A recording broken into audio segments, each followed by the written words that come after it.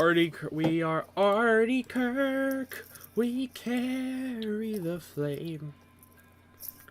Wait, I think we've talked about this before. Have you watched Regular Show? I don't really like Regular Show. I watched it before a little bit, but it's just What? not that exciting. Oh my god. Everything you don't like, you say it's not exciting. It's just not interesting for me. How do you not like Regular Show? Because it's just, I don't know, it's just not that, I don't like the characters that much. The characters are kind of boring. I like you like Smiling Friends, but you don't like Regular Show. Yeah. Well, okay, here's the thing, right? For me, if I like a TV show and how I feel about it is solely dependent on if whenever I was little I was willing to sit down and watch it, like, Yeah. instead of watching something better. Like, for example, whenever I was little I would wait for Courage the Cowardly Dog and, like, Adventure Time and shit to be on. So, like, that's like, what's the one, what's the show that they just, Amazing World of Gumball. I like that show a little bit, but my thing with that is I had a love-hate relationship for it because I would always have to watch The Amazing World of Gumball before I would watch something actually good that I enjoyed, you know what I mean? Like Clarence, I liked Clarence, that was a good show. Yeah, Clarence was good. Let me look up Cartoon Network shows and I'll tell you which ones, like, I liked. And which ones I was like, yeah, this shit sucks. Because, again, most of it was like, oh, this is in the way of a show that I actually do want to watch, so I don't like it. That's the thing. It could be a good show. I didn't mind Teen Titans Go. I actually really liked it for a while, but it's alright. We Bare Bears is kind of boring. I never watched Tiny Toons. Heroic Quest of... I never heard of that. That sounds crap. Bugs Bunny Builders... Oh, never mind. These are shows for preschoolers. Total Drama Island, I never liked, but it's not a bad show. It's, Barney's, okay, never mind. Repeats, again, Scooby-Doo is great, Tom and Jerry's great. Ben 10, I don't remember. I would watch it if it was on, but I never sought it out. Regular Show I did like a lot. Adventure Time I liked a lot. Regular Show I just found kind of boring. Gumball, again, I would watch if it was on, but I didn't like it that much. Let's see. Space Ghost Coast to Coast is something I never watched whenever I was little, but I do like it a lot nowadays. Dexter's Lab I never liked, but I didn't really watch, so that's okay.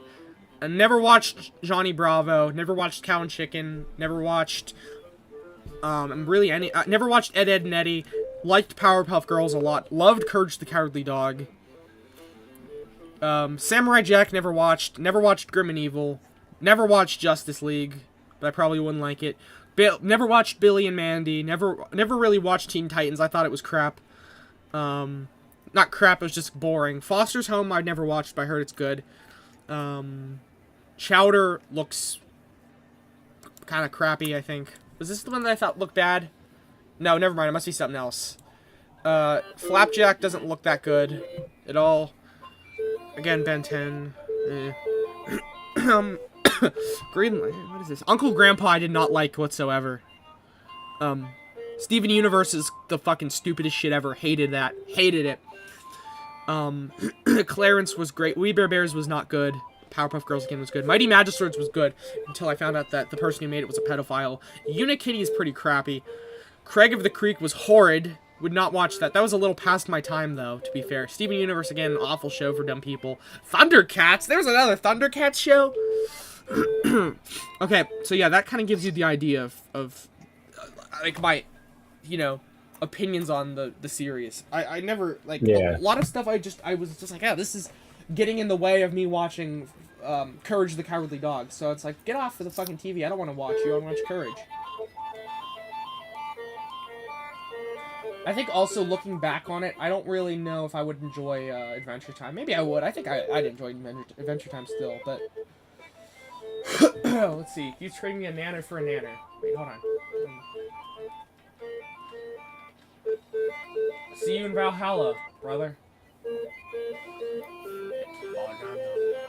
Chip Canyon Chip Exchange. I'm up. Ooh. What are you listening to? What's that Cynthia? It's from Regular Show. It's in one of the that's why I asked, because it's like, I forget what the point of it is, but I've always remembered like the song from it. It's a banger. I see. Man, why do you stream so late? Because I wake up really late because I have a bad sleep schedule. Over the Garden Wall. I've never watched that. I think that's the one I thought was crap. Let me see. Have you seen that one, Ben? Oh, this is the gnome one. Oh yeah, I know that. This looks kind of stupid. It's funny because I was trying to find the garden merch, and it kept coming up with Over the Garden Wall. That's kind of funny. That's like that goddamn suicide merch that I wanted to get.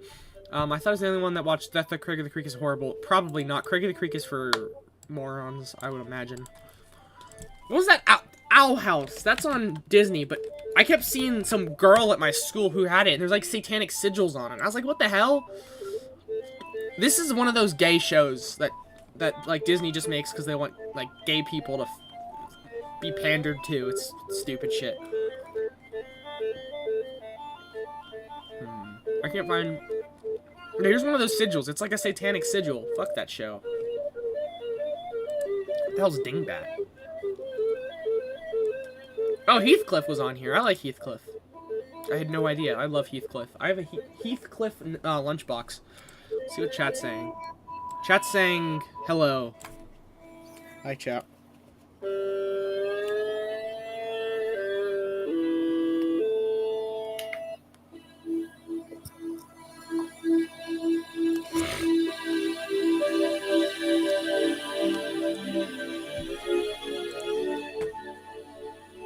Why does it sound like a synthesizer? I don't know.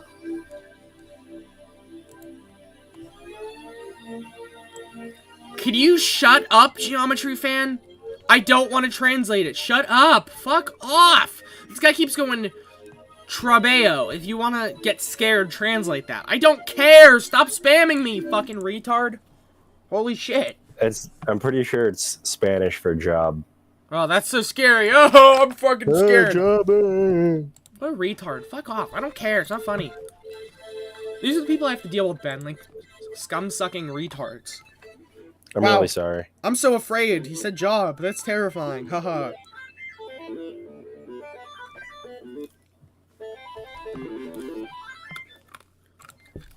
And again, like I said before, I'd rather watch one of those movies that randomly appear on channel that are horrid out than Owl House. Yeah, Owl House looks super gay. Like, literally gay. Play the Jew song that you always play in class. Which one? The Mitzvah. Yeah. How would I could make it neat.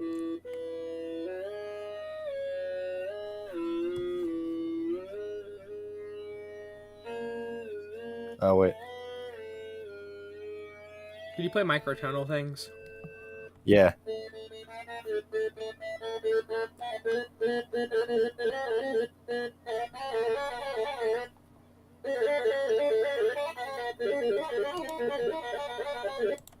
It seemed pretty microtonal.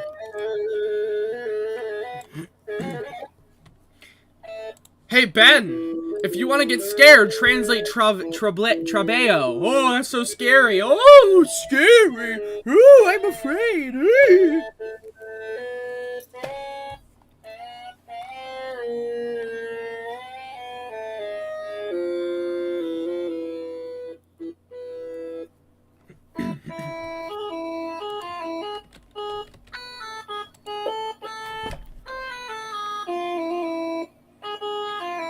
That song's scary.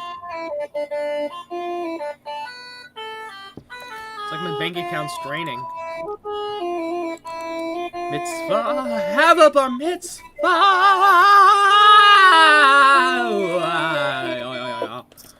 Let's listen to Ramla. I need to figure out how to play the Balatra theme. Oh. Chat, can we get some W's in the chat for Ramla? Wah, wah, wah, wah, wah, wah, wah. I know to play the chords, it would be like, wait, I can figure this out. Okay. It's like, I think it's just like an A minor. A minor! No, it's not A. It might Top be 10 like A minor. E. It is E, I knew it. I strike a chord and it's probably A minor. Oh, I roasted you, chat! Did I roast them, Ben, or what? Yeah. Diddy Blood, Diddy Blood. What the hell's a Diddy Blood? Diddy Blood. Whoa. Whoa. It's like the one song. What was it? Diddy Blood. Oh,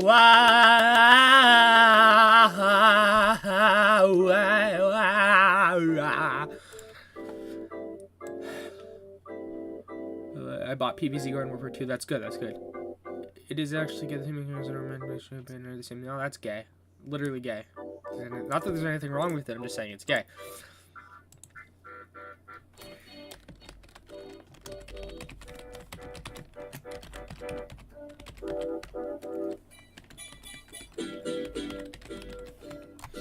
Mitzvah, have a bar mitzvah.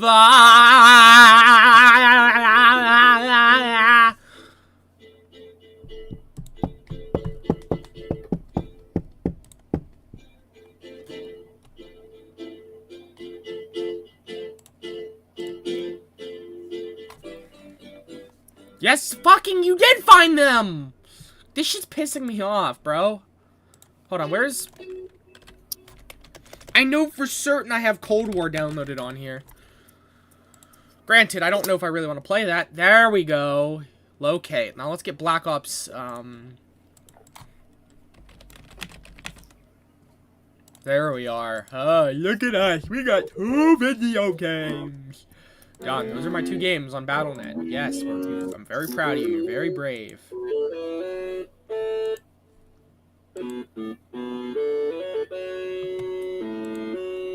I'm actually curious to see how a Cold Snore looks on this fucking god of a computer. This monolithic beast.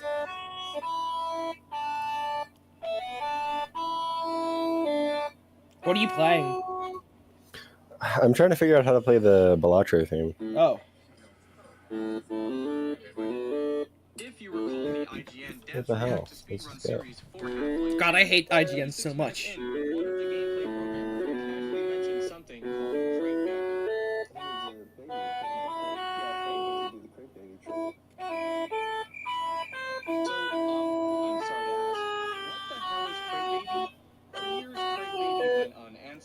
Was it a mysterious speedrun strategy the devs knew about? Was it something related to the infamous Half-Life 3? No, it was actually none of these things. That's how it goes. In the 20th anniversary, developer commentary was added on Valve, and the answer was some of the way to make the police they placed the doll inside of a nearby and see how far they could carry it. After Half-Life 2 launched, Yeah. That was Mitzvahs. Who remembers when Call of Duty tried flexing AI fish? We have fish move out of the way when you get close to them. This was heavily memed because this was not new technology at all, and it was only for a 5-minute campaign mission. Who remembers? No, bro, it was in Mario 64. This song is like deceptively hard to play. Wait, what? Balatro theme. Oh, Balatro.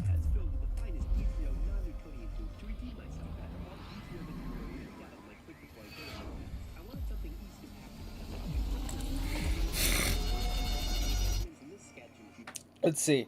This Donkey Kong tie is game breaking. It can 100% every collectible in the game. The best part is you can get it right at the start. When you reach Sublayer 101 in the Lagoon layer, look for this monkey and purchase the treasure. I got the treasure tie. Why is this broken? When you break terrain, a treasure chest has a chance of showing up, and in the treasure chest can be a map of a fossil that helps you buy outfits, or a map of a Bonanza object. And it gets even more insane if you pair this with Thong Bonanza and start smashing things up to get more treasure chests. Boys, we're so Diddy right now.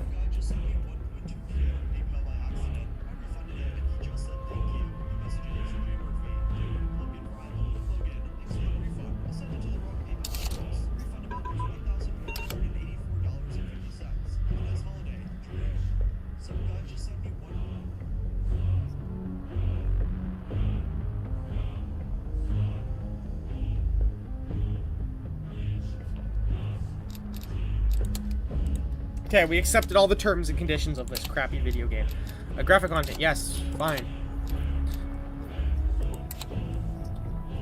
Dude, I'm actually not excited to play this fucking game. Oh.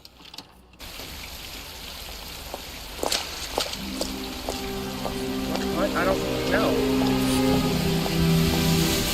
No! Oh, bro.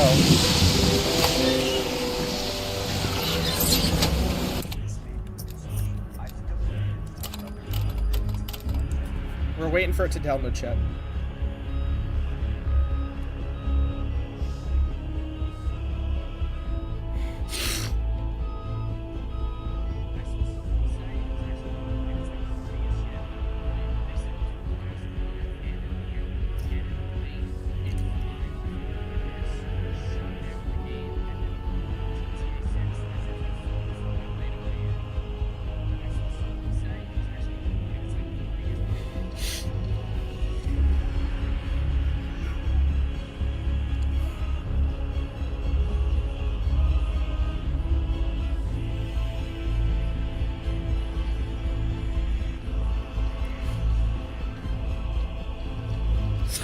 Alright, let's see.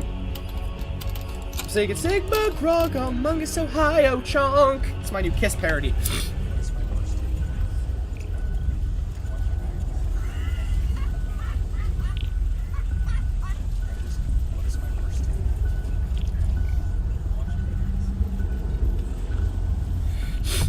Melon, melon, melon is a smelling man. Melon, melon is the smelliest man. Oh yeah.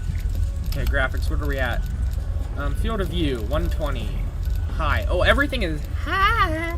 Let's freaking go. Dude, this is taking up so little VRAM usage. I'm freaking crazy like that.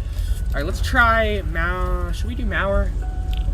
I think Mauer's the last Easter egg I needed to complete. Maybe should I even try this? Let's just do... As soon as I get onto this game, Ben, I'm like, man, this is not fun. Yeah. Okay. Mauer, Detonia. Okay. Alright, boys, let's figure this out. The Sigma Bronco Roblox, a sussy little baka chunk.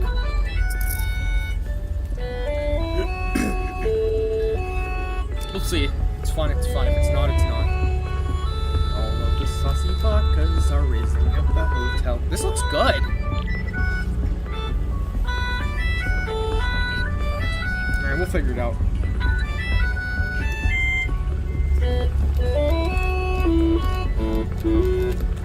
Honestly, I'd rather play Black Ops 6. I know that's crazy, chat, but I'd rather play Black Ops 6 than fucking Cold War. Alright, Ben, we're Cold Warring it up. Luna Yui. Oh, that's an X. I was like, what the hell are they doing here? Not an X, but almost an X. Dude, there was this girl I knew at my old school, and it was weird, because, like, there was, like, 2 times when I talked to her and, like, we liked each other, and literally both times it went nowhere. These were 2 separate years. It was real weird. I don't know what the deal was with that. She always confused me, but... Strange. Yeah. It was just so weird, because, like, I talked to her once. I was like, okay, that's weird. And then, I forget, it had something to do with homecoming. Keep yawning like a yawnster. Dang, alright, I'll see you, buddy. Level request, Acorn, what do you think? I'll let you decide. If you can raise a Sigma, then grab him at the hotel room. Alright, we're gonna try to beat the boss fight to this little game.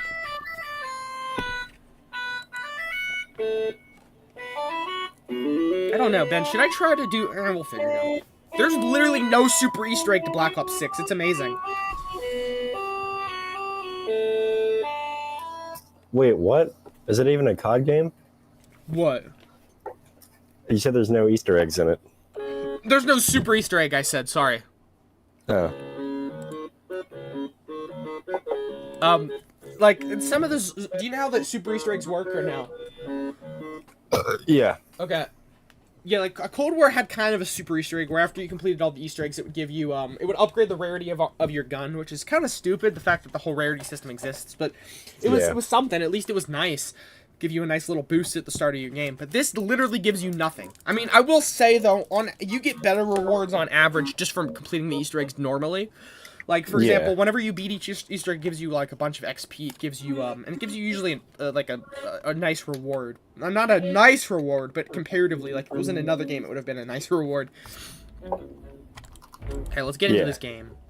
I still have 2 maps left to beat. I don't know which one I want to play, because one of them sucks, the other is actually pretty good.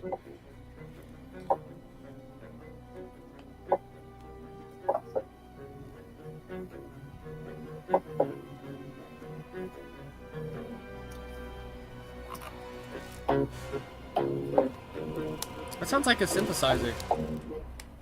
It's the Dead Man's Party bass part. That sounds like that Oingo Boingo. Oingo Boingo. Oingo Boingo! Oingo Boingo!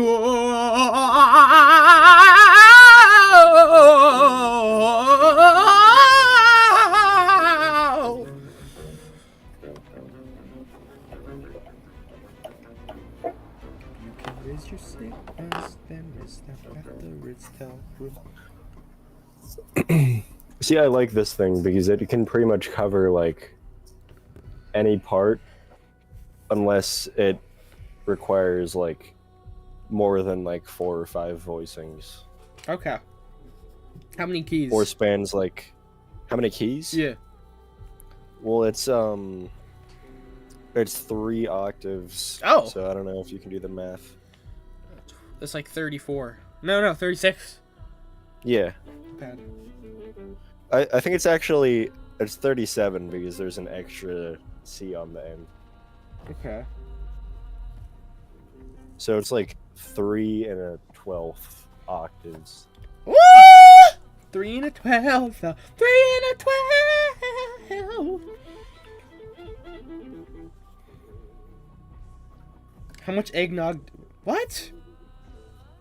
This guy posted a video called how many bullets does it take to stop eggnog? Or how much eggnog does it take to stop a bullet, sorry.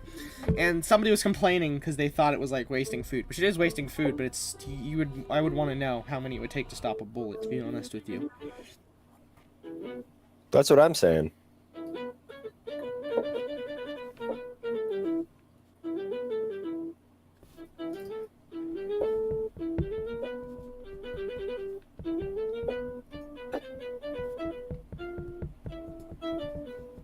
Dude, I gotta be honest with you, I cannot stand the needle drop anymore. I might have to leave his crappy subreddit.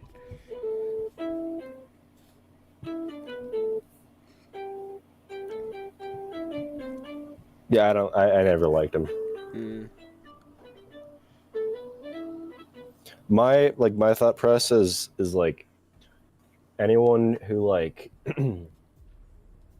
forces themselves to listen to music doesn't have a good opinion, low key.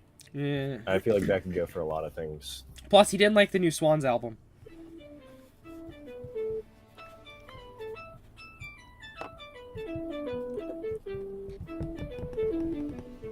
Well, I mean, that's kind of fair. No, it's not. It was their best album. Let's do zombies.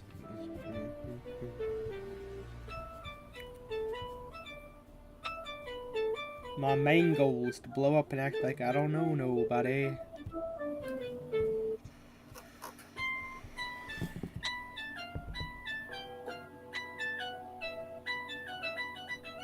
My main goal is to blow up and act like I don't know nobody. Alright, what am I going to be playing? So we have Shattered Veil or Reckoning. I want to play, honestly...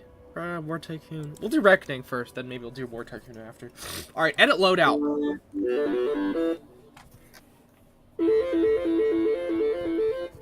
That reminds me of that one song.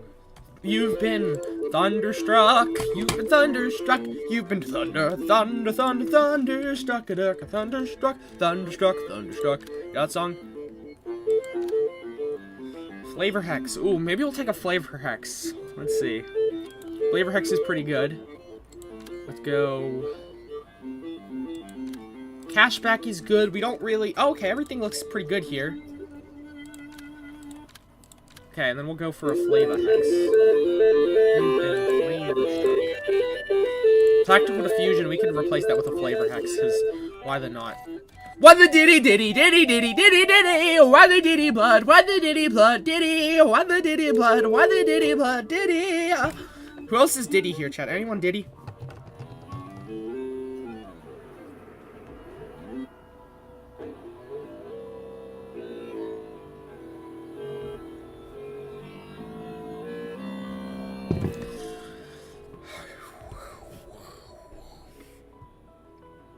Chat, are we excited? Yeah.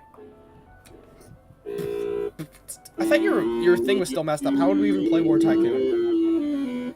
No, it's back. Whenever I was saying we got Wi-Fi. Oh, I don't remember you saying we got Wi-Fi. Of course you don't. I was too busy playing this video. Let's see how long is it gonna take for me to get into the actual lobby.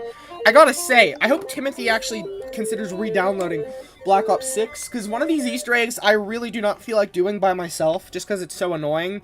And this is one of those games where it's more fun to have other people in, you know what I mean? Yeah. Actually, to an extent, like, I really prefer playing zombies solo for most of the time, but a couple of these maps are really boring. I don't know. Can you buy Black Ops 6 whenever it's on sale? Ew, no. I don't blame you. If you can't run Lethal Company, I don't think you'll be able to run this. Well, I wouldn't even buy it on my Xbox. Oh. No, don't buy it on there. PlayStation. Or my Switch. Or my Switch, too. Wait, what? I wouldn't buy it on my Xbox, my PlayStation, my Switch, or my Switch 2. Oh. Oh. Yeah, that's alright. That was my impression of you. I see.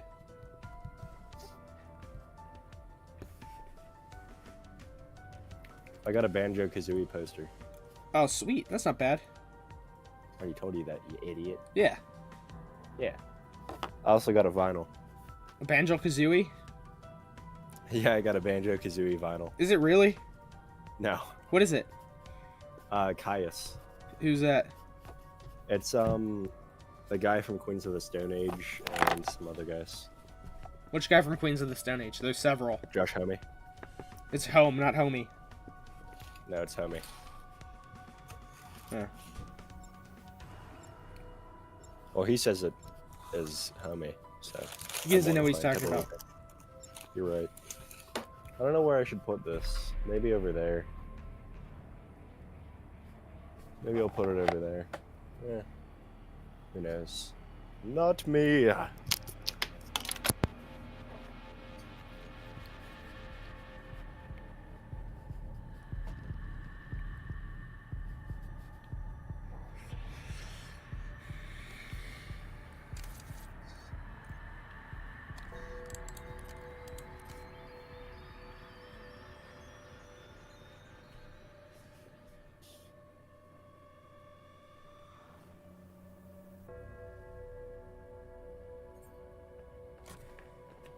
Alright, let's try this again. It kicked me out of the fucking game. Again, mind you, my computer's fantastic, so it's the game itself.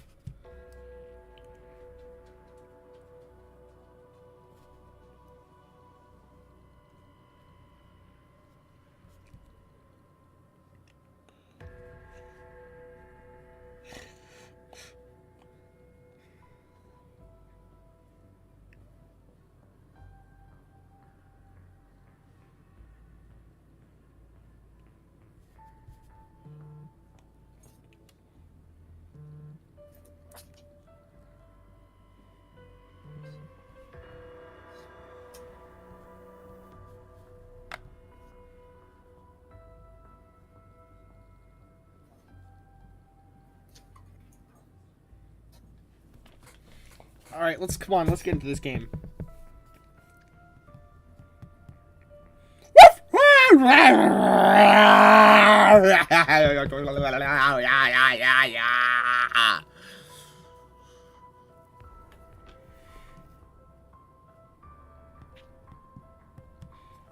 War Tycoon!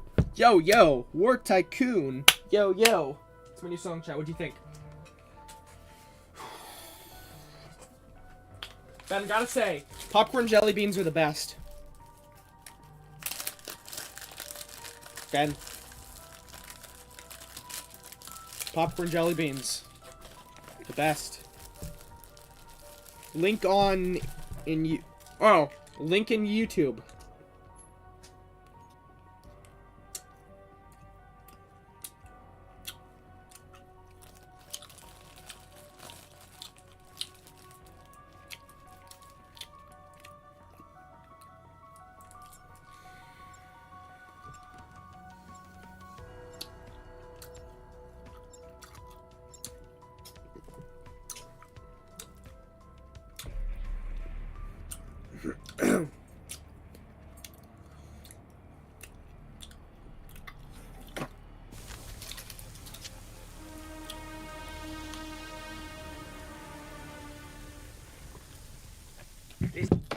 Do you know what I love about this game, Ben? The ether reactors need to be stabilized before they kill us all. Get to my office. Restart whatever systems you can find on the way. Fine. I suppose Sandro Trail is fresher than yours. Josh, It's home, not homie. homie. Hey, fool, what you say, fool? You goofy. Why is my FOV so fucking bad? Dude, do you want to know what my favorite part about this game is? Goofy. I love how this game is $70, and it gives you the experience like you're playing a game made by a group of amateur devs. It's great. Well, I mean, it is. I nearly slipped on your intro. You know what? That's fair.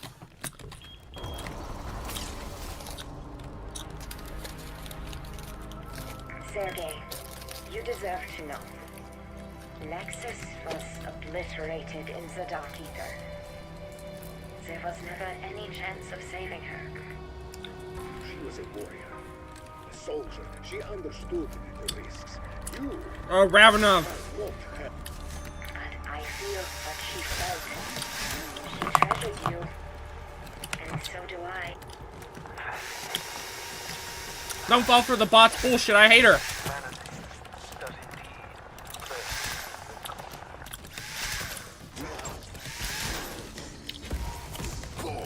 Like, for some reason, everything in this game is expensive as shit. But there's our quickie. Revive. Well, Quickie. Fable never lies. So down the hatch. I will The say, it looks website. really good, though. Kind of. Again, mind you, this is... Spend I'm all not... your money on Quickie. Yeah. I'm not saying this to Yeah. brag, but this is honestly, like, Keep your heads on a swivel. a pretty state-of-the-art computer. This is, like... I mean, it's not the best of the best, but, like, this is pretty much the best you can get for like, a nice, affordable price. It was $1,500, I think. Actually, it was on sale. It was $1,500 on sale for $1,000, which is not bad at all. This is an amazing computer. But I don't know what it is, but, like, just this game should be running so much better than it is. But the game is made by chuds, so it just runs poorly. You know what I mean? Yeah. It runs it's being smooth. ran I mean, on a it could look better, but, you know. Shitbox. This isn't... Well, the thing is, it's not a genuinely, like... It's not a shipwreck. It's just genuinely, like, the game is run Over now. so badly because it's so unoptimized. Cope. No, I'm serious. Like, I have games that run fantastic. Like, honestly, Black Ops 3, even though it's a 10-year-old game, it still looks a million times better than this. I'm not joking. Black Ops 3 looks better. Have you seen Black Ops 3? Yes. Black Ops 3 looks so much better. It's a nuke. A cola. Just normal nuke. There's Deadshot Daiquiri. It's not really a cola, but... I think it's weird that the gang is getting alcohol. It's not really alcohol, it's 115 infused beverages, but still. Moderately alcoholic, maybe, I don't know. Top 10 super mega super awesome chuddy fellas. Okay, we'll go grab that later. Before us always seemed to Honestly, I'm just really trying to remember, like, all the things to get done. Because there's a lot of stuff, like, you want to get done really early in the game. So you don't, like, it's hard to explain. Okay, so this is coming up. Leg 1.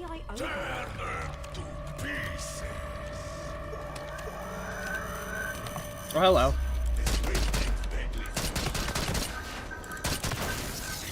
Ah! Okay.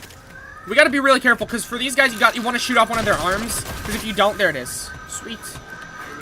If you don't shoot off one of the arms, you don't exactly get, like, stuff done really efficiently. It's a long story. Nice! Nice, we have one of each. One arm and a one leg. This rogue Commando scientist Chud. security chief warned us about Panos. Can I... If he's against the director, how bad can he be? I will say, though, this... You know what? It's not running so bad now. But, I mean, it's one of those things where it disappoints me. Like, this game should be running super amazing. But, again, it's Activision. Like, if my computer was, like, not as good as it should be, I would admit to it. But my computer is excellent. It's just, I don't know. Okay. I'm trying to remember, like, all the strats of things to... Oh, I know what we want to do. So we want to at least get this done for now. And then...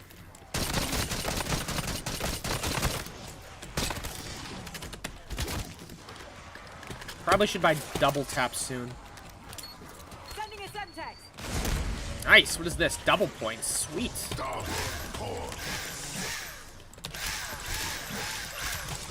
Man, this drill is amazing. There's a power drill in this game, and it's really good.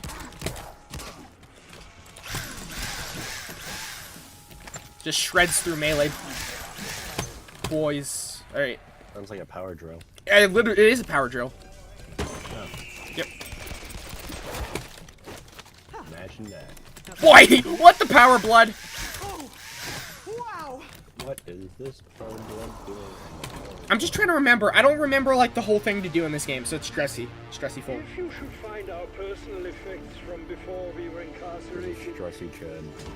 I had some Swedish magazines you should definitely not look at. Let me pull up Mr. Raffle Waffle's guide, because I don't remember what to do.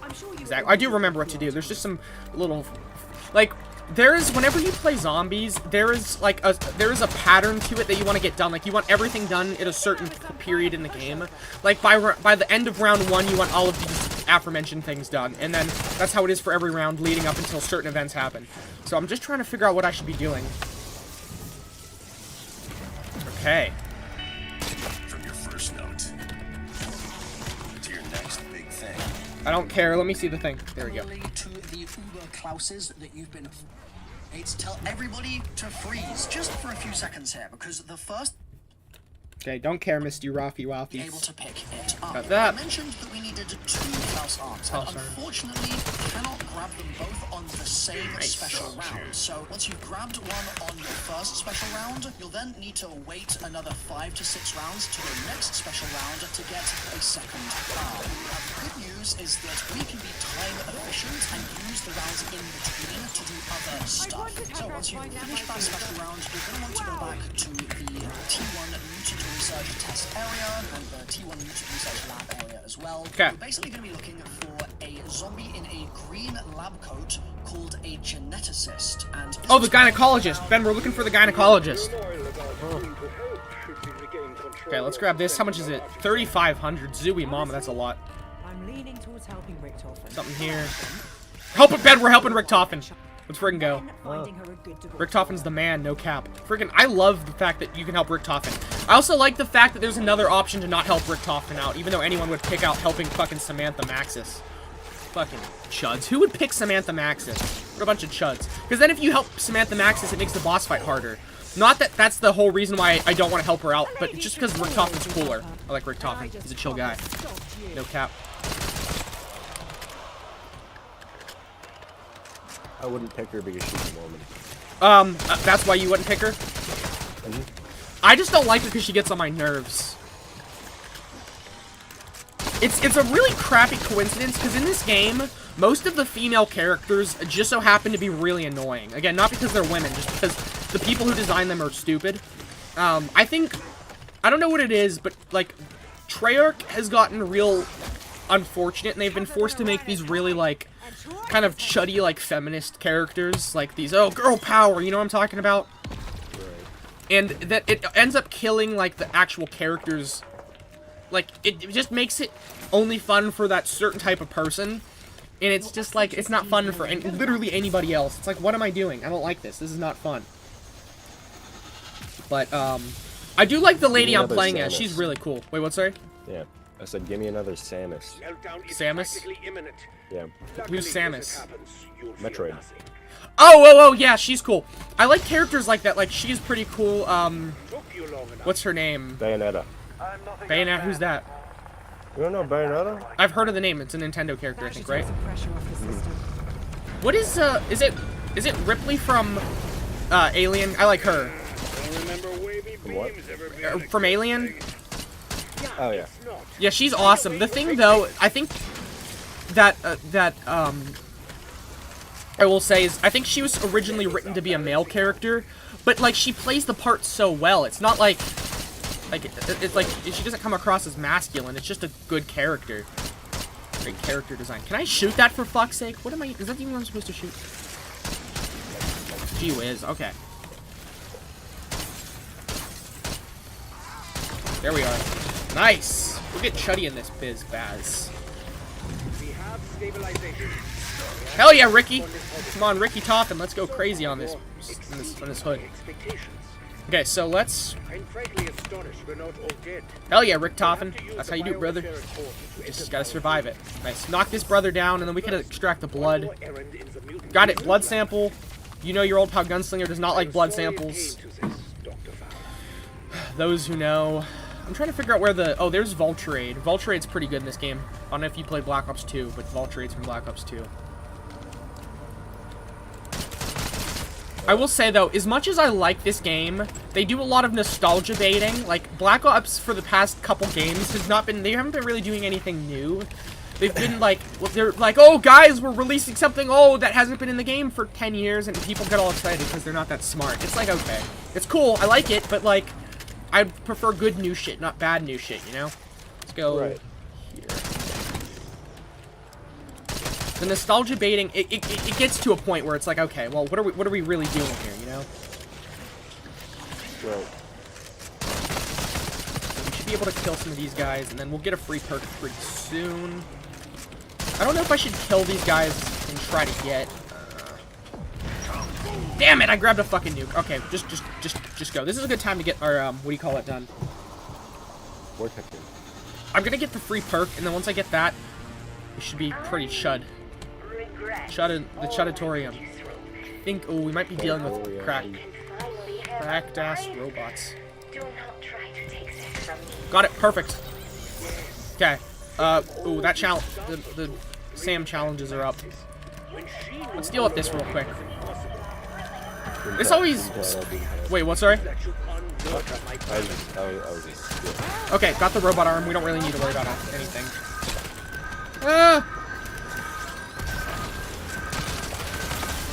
Let's just get rid of the Klaus round. There's basically these robots. It's called Klaus. They run at me. It's scary. I don't like it. Are they German? Wait, what, sorry? German? They have a German accent, I think. He's like, hello, my name is Adolf Klausler. I am the commander of the 3rd Reich. I mean, nothing. Okay, let's do this real quick. So wait a second. And then this is going to turn perfect.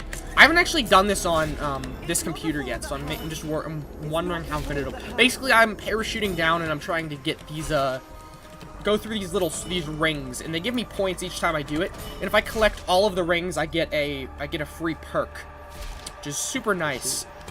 I will say though, the thing that is unfortunate is, were you a big Zombies fan, or did you just play it a little bit?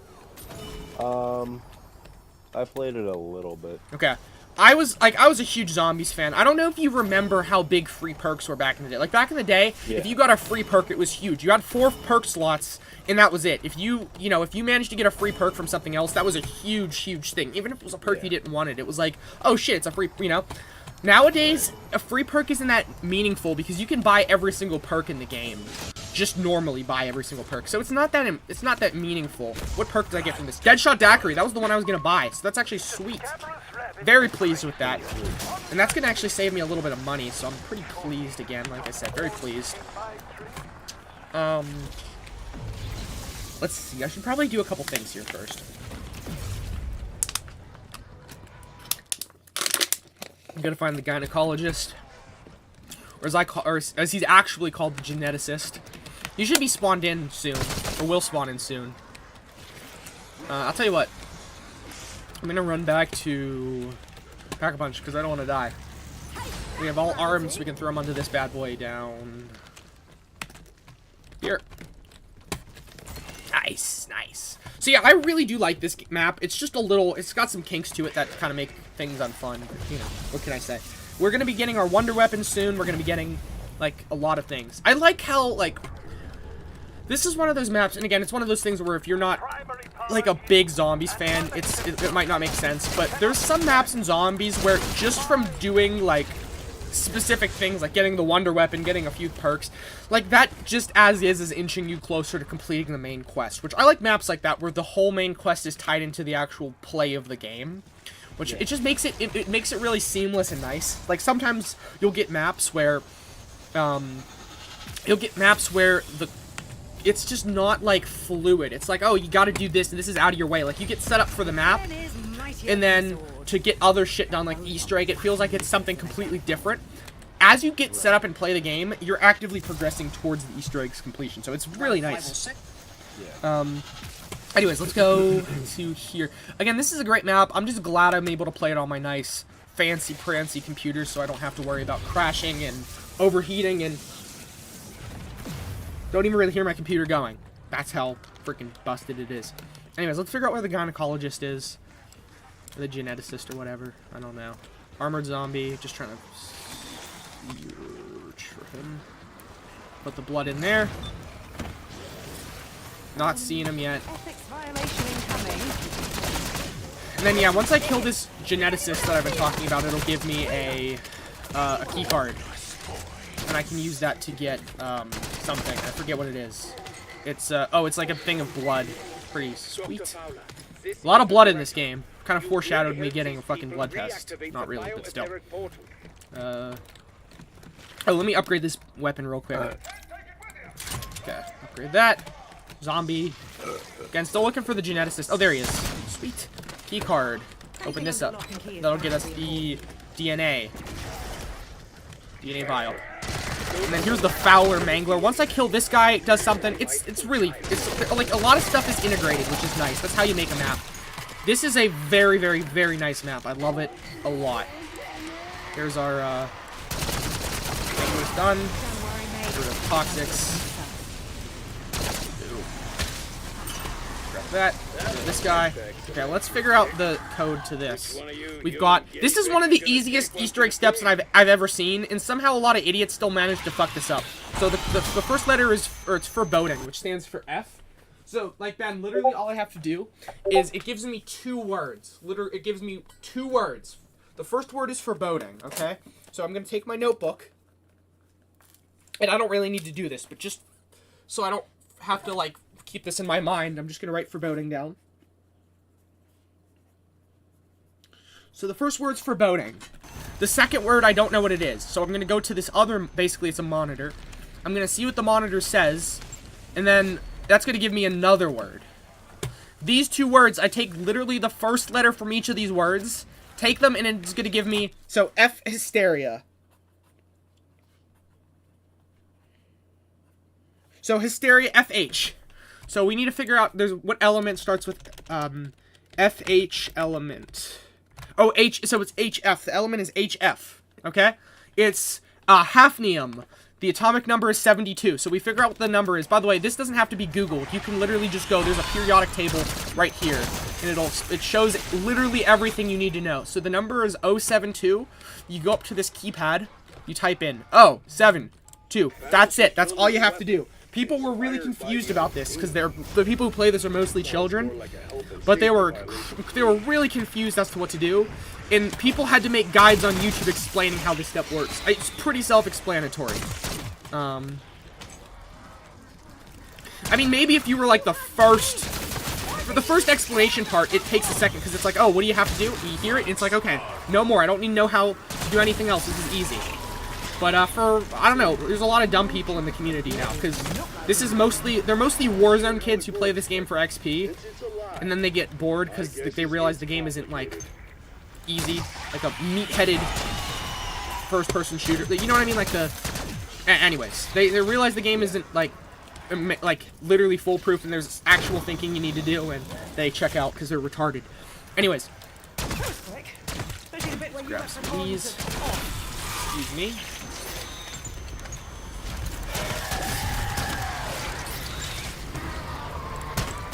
So there we go. We should just get a couple zombie kills when we're done. So there's like 3 of those boys done. Nice. Yeah. Gotta get parasite.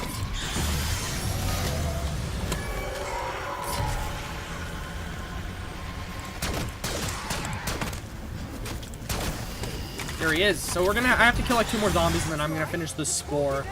Once I finish the spore, oh please don't shoot me.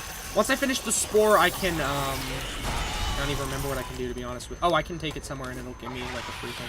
This guy's gonna spawn more guys in. Okay. Hello. Let's get rid of the disciple. He's starting to freak me out a little.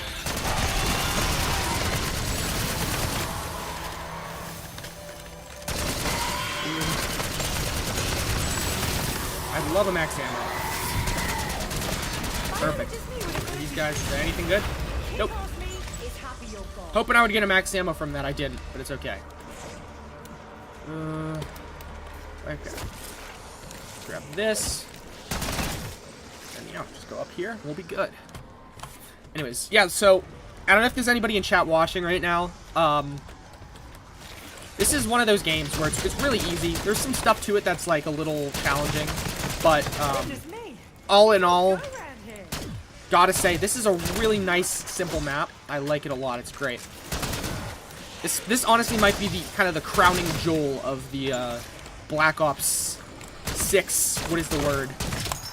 Gameplay, or not gameplay cycle. Just the whole. It's the best map in the game. I'll tell you that much.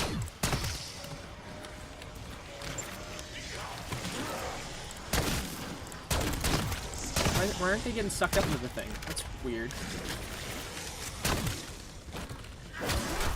Let's try this again. There he is. So they're supposed to get sucked up into this thing, but they weren't. I don't know why. Is that it? No? Can we make this happen? Can we change this a little? Okay. What is going on? Oh, there we are. Got the spore. No need to do anything else. Sweet. Have spoiled it with your coddling. What was your dissertation on, Right. Carlos? Being an entitled twat. Oh, called him a twat. You really showed him, lady. Alright, sorry. Let's see. There used to be more space in here. Now there is a mushroom. Are you hyped, Ben? I'm so hyped. We're Easter egging it up right now. Got 2 freaking zombies chasing me around. I'm getting attacked by a spore lady. Not a spore lady, it's just a big mushroom thing. Ooh. Use this shield so I don't die. Should be it, right? Yep, perfect. This one doesn't do anything, but this one, hell, yeah, it does. So yeah, literally, I just, like, there's these big mushrooms in the map. I just kind of run around them. They're gonna basically, it's filling this thing up with energy. I'm holding like a spore in my hands. I gotta survive the zombies from, you know, hitting me and smacking into me and shit. It's really not that crazy. There's 2 of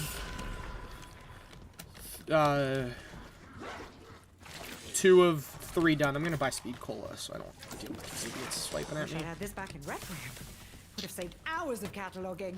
Tell you what, girl, that's what I'm saying. And then I think this is the... I don't know. I don't remember, like, the specific place. Oh, this one. This one's pretty easy. Zombie should be in here soon, I guess. Yep.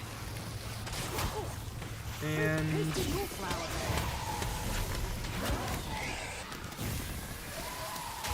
I think we're good. And then where are we going here? Alright. I'm really optimistic. So it looks like we completed the spore. Got this. The only thing now we need to do is take on this little boss fight. I'm gonna... Oh, this is one of those games I just adore. It's really fun. Do not fuck with the big metal ball. There's a monstrosity called the Forsaken trapped inside. Oh, I am going to unleash hell on his malevolent arse. Oh, she said the A word, bro. I'm scared. Can you believe she said the A word, Ben? I can't believe it. I'm taking the Klaus. It's called an Uber Klaus. It's basically just a big robot. Taking him downstairs. He's gonna zap this little guy named Klaus. There's several Klauses. He's gonna zap him, and what that's gonna do is it's gonna basically activate him.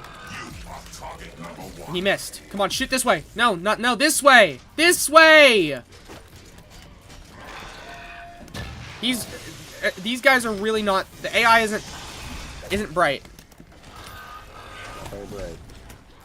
No, zap. I'm just trying to get him to zap that way because he's not zapping the right thing.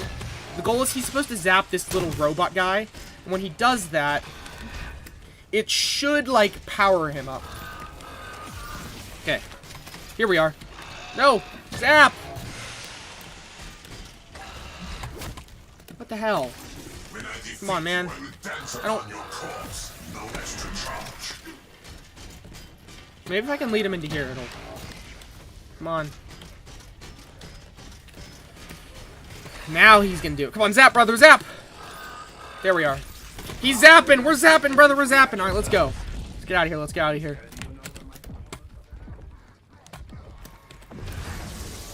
This is one of those little things where there's a lot to it. It's not particularly a nice, fun thing, but it gets done. Oh, hello. There we go. 2 things done. And then yeah, I basically just take him over here. Sorry, I don't know why I talk over this. How dare you? This is a fun game. Come on, brother. Come on, jumpy man! Jump in the circle. Yep. There you go. He's gonna get zapped. So essentially, there's this big robot guy. He's gonna get zapped by this thing called the Forsaken. He's gonna become like really powerful, and we're gonna kill him again. And in the previous game, Cold War, the final boss fight in that game is the Forsaken, which is this big god-like creature. In that game, it's a lot harder than this game because it's like an actual proper boss fight. This is just a mini boss that I gotta be honest, I just shat on. It's a 2-phase thing, but I'm gonna shit on the core even better because it's just a little tiny robot. I think, hopefully. There we go. All done. And then I should be able to get my magical little weapon. Awesome. Sweet. And then there it is. Round 12. I'm already getting my wonder weapon. Let's shit on him, brother. There it is. Gorgaflex. Alright.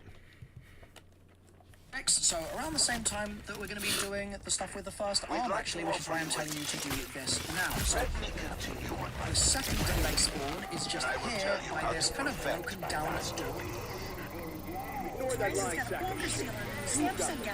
Really nice little Easter egg. Come on. Give you right now. So there's also a chart. Sound. So all of your Klaus limbs to the Klaus head in the Android assembly and held square on him to build him. And then on round 16, when your Uber Klaus spawns in, you need to bring it to this Klaus body, and you want it to do its kind of zap or its ranged attack nearby to Klaus, and that's basically going to zap Klaus to life. And as soon as that's happened, you are safe to kill the Uber Klaus, and you can flip over to the next round as well. Now, while this is happening, because Klaus has been zapped to life, he's going to jump up and start fiddling with the computer next to him. Brother. But if you flip the round and you go to the next round, he's going to go to a new location. So stick with him, like follow closely by his side so you can see where he goes. And he'll get to a final location and then he'll basically stop there. And you then need to... Ben, I'm hyped as shit. This guy's doing this Easter egg step on round 26. I'm doing it on 13. I'm literally... I'm 13 rounds lower than he is. That's pretty crazy. Let me try to get this step done real quick. This is gonna be a stressful old one. Okay, team. Did you see the new Creepcast episode? I don't know why I'm asking you this now. I saw it, but I haven't watched it. Every night I try to watch it, and I'm like... I just get so bored, because, like, with the Jane the Killer thing. I'm like, bro, I can't watch this. Why? I don't know. I'm not a Jane the Killer fan. Oh, shit. I could have died there. How did I not die? Yeah, well, I like the ones where it's, like, shitty. The shitty ones. No, I honestly...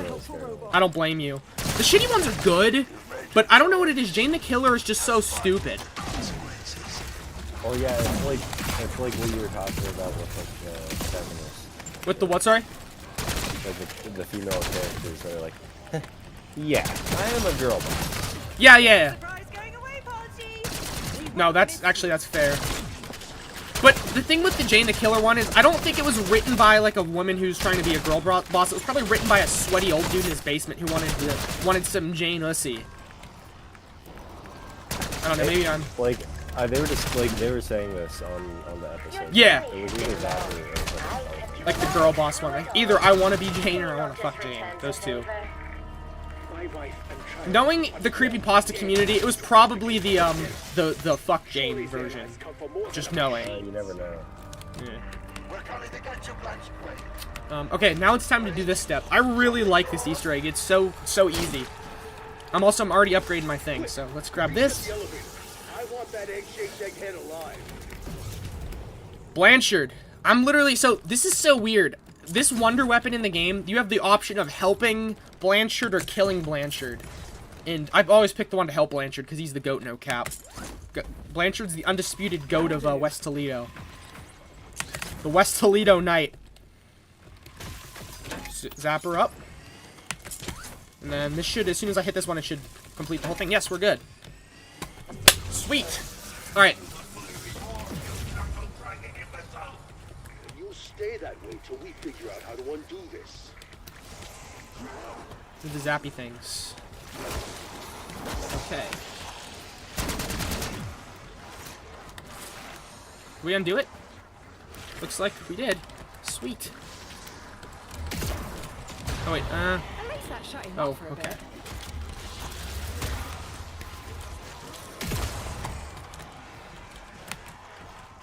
I'll get him out of here. Serves you right for not killing me when you had the chance. Okay, looks like I'm gonna be done with this soon, hopefully. Where is he going? We're done goofing it up in Gronky Land. No more goofing. No more goofing around. Have you listened to... I know I showed you the picture of... Oh, never mind. I think you already answered this before. You gotta listen to Daniel Johnston. He was, Kurt Cobain had a shirt of his on. He's a really interesting musician. Because he's... I think he had schizophrenia. But he's an outsider musician. I really have enjoyed a lot of outsider music in my time. It's good. You'll find something interesting out of it. I can almost confirm. Okay, where's this fucking... Where's Panos? I'm looking for Panos. I don't want... Please tell me I don't have to kill all of these zombies. And I need to save some for later. Please don't tell me I have to actually play the game. Well, no, the thing is, I was like... You know how I was talking No, I about... know, Yeah, I just don't want to waste them. Oh, there it is. The odds could be so much Oh, they're sort of like outside of the round thing. Okay, where's Blanchard? Can we blanch it up, brother? Where are we blanching it? Let's just say I'm blanching it. In my mansion. Okay. Did you watch Gravity Falls? No. I always thought... That is what I blanched in my mansion. That's what is, sorry? The thing I just said, blanching in my mansion. Oh. I was never a Gravity Falls fan. I thought it looked kind of cringe. Maybe it's an alright show, but it just never... This art style... Never... Yeah, it is from that era. Yeah. But I don't know. I think it's on the better side of that stuff. Okay. It might be worth checking out. I mean, Smiling Friends is not bad. I could probably finish the whole series tonight, and I'm on, like, Season 2, Episode 2. It's not a long show, but... Where's... Oh, one more of these guys. Oh! I know why it wasn't working! I'm supposed to kill them with the Gorgafax! Like the Wonder Weapon. Okay, there we are.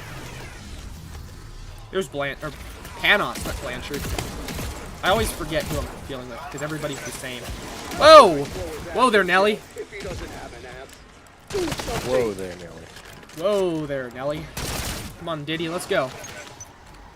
Giddy up, let's go.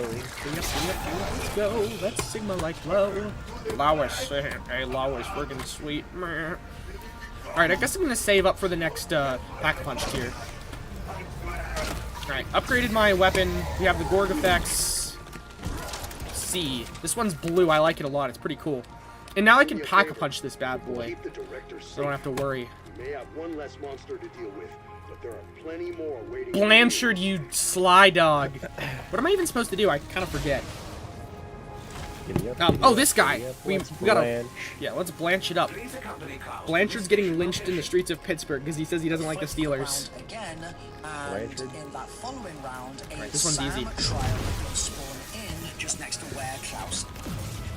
All right, we are doing pretty good. We're round 15ers. Come on, Blanchy, Blanchy Wanchy.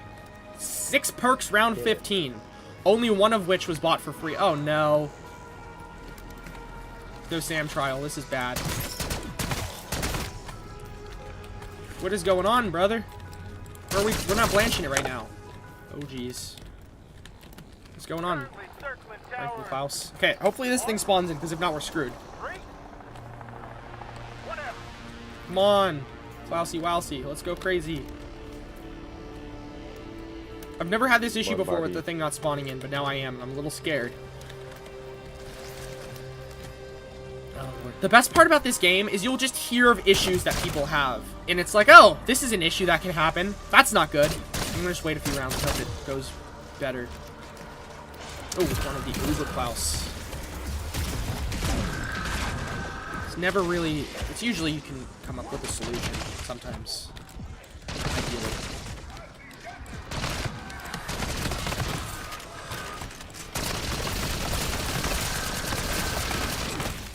Oh, hello. Sweet, that could have been a problem. Wowsy, Wowsy. You're a mousy, little Calcy. I have a cousin named Calvin, and he's a loser. Don't know why I thought I'd mention it, but I would. It's funny. He is a loser. His name is Calvin, so, you know. Wait, what, sorry? What a loser. What a loser. That's what I'm saying. Calvin the loser. That's why you call him Calvin the loser, because his name's Calvin and he's a fucking loser. Sounds like a loser. Yeah. That's what I'm saying. Is. Let's see. Grab this. Grab scrap. I can probably upgrade my shotgun soon. Alright. Top 10 losers of all time. Number 1, Calvin. Calvin Coolidge. It's not his last name. That's the name of the president, but I think you understood that. Madness on the way. Okay. Got our tenderizer tier 2. Let's go freaking Diddy mode. And I'm really hoping I can get this thing done soon, because I'm not a fan of the notion that I have to keep circling and not circling, keep cycling rounds and shit. It's not fun. Hey yo, looks zippier than Strauss's poker bluff. Evac will have to wait. Right. Grab this. Round 16. Are we gaming? Come on. Nope, nothing yet. Amazing.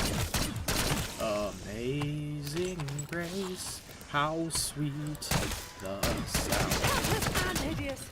Such a shame. We're getting a lot of zombies. I think this is like the last of the round. Maybe? Please, please, Sam trial. Let's Sam it up, brother. Let's Sam it up, please. I'm booging it. Those who know, those who know. As you know. Where's this trial?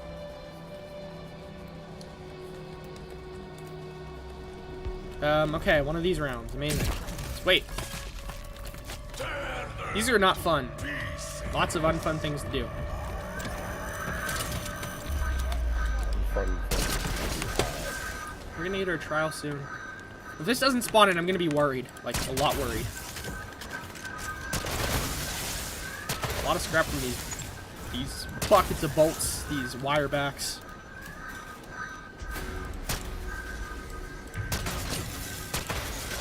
Someday we're gonna be tortured for what we say against the robots.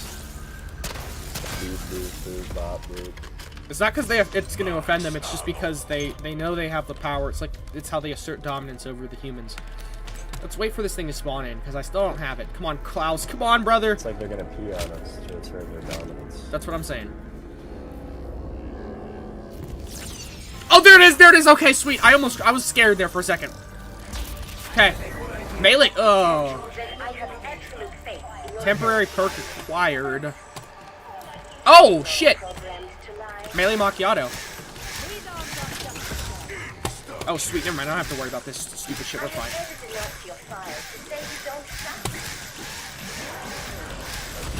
Okay, we're dead. We're fine. Wait, we're fine. We're fine. We're fine. Holy shit. I almost died there. That was scary. Sweet, sassy Freddy Blasty. Come on. I could definitely use melee macchiato. Sweet. Why does Sam have an Indian accent? That's really weird. I don't understand. She's like, hello, my name is Samantha. I would like to be your AI assistant. Like, it's like, bro. I'm the best player in the percussion department. That's what I'm saying. The percussion department? Yep. It will give you so you can go through that teleporter and you'll see him on the other side, just hacking into one of the computers. And that's your sign that we now need a 4-digit code. Could be. That code can be found. That is not Sam. Oh, jeez, I forgot. Well, that's Mr. Raffle Waffles talking. He's a YouTuber. I forgot. This code is really not fun to get. So now what I gotta do, Ben, is I have to go to the next area in the map, and I have to find 3 notebooks. In each notebook, it has like a number, and it has a picture of like an artifact, and then it'll have a date. So what I do, okay, so this one is 6, oh shit.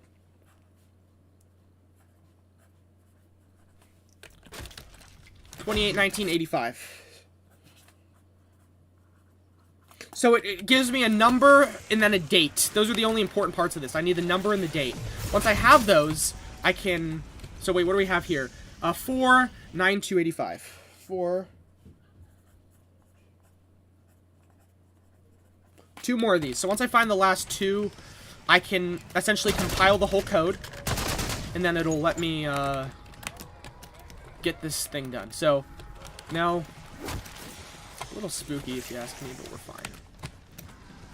Oh, I don't see it. That's bad. 2, 8, 12. I think that's 85. So what's really important is both the month and like the 8, 12, 85. Alright. And then we're gonna need melee macchiato soon, so. Alright.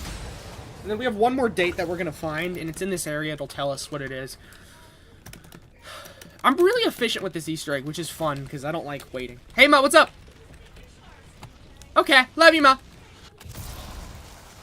Okay, so the last should be here. And it says 10, 12, 85.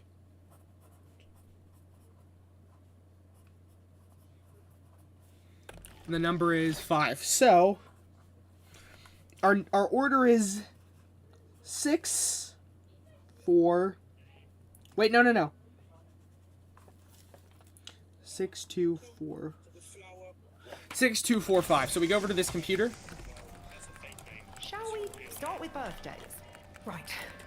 Let me look again. Hold on. 6, 2. That's fake. I said real. That's your real name. It's... Okay. 10, 12.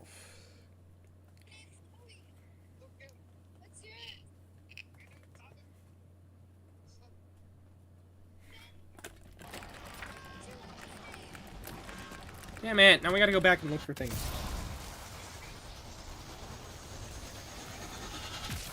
I don't like having to backtrack in this game. It's not fun.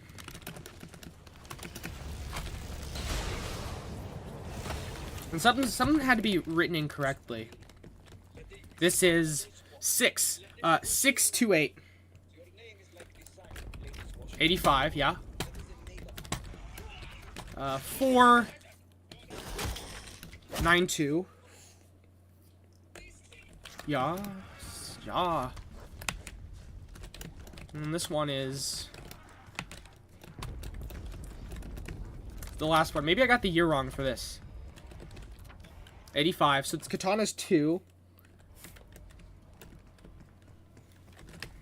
Huh?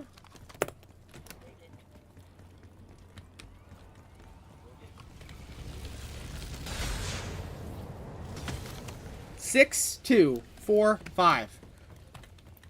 I'm gonna just have to try variations of this dumb code to see if it'll work. 6, 2, 4, 5.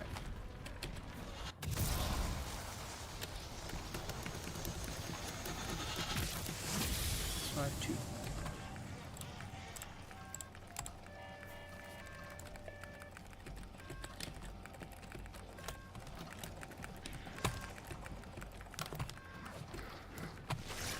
this one, again, it is 10...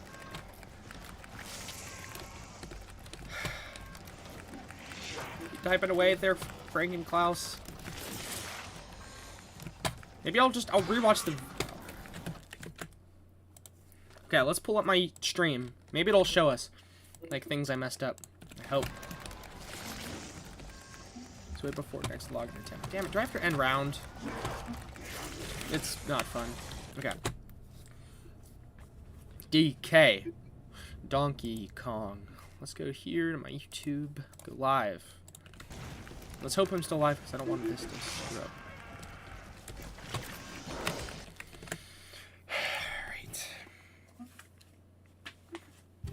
Alright, Ben. This is how we know we're in gaming time. Try using an assault rifle. No.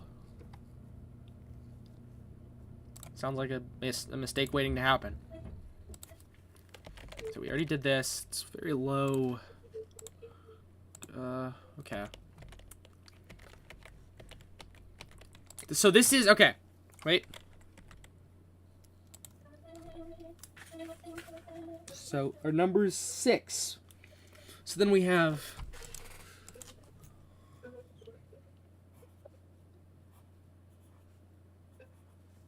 28. 25. Sweet, we got this.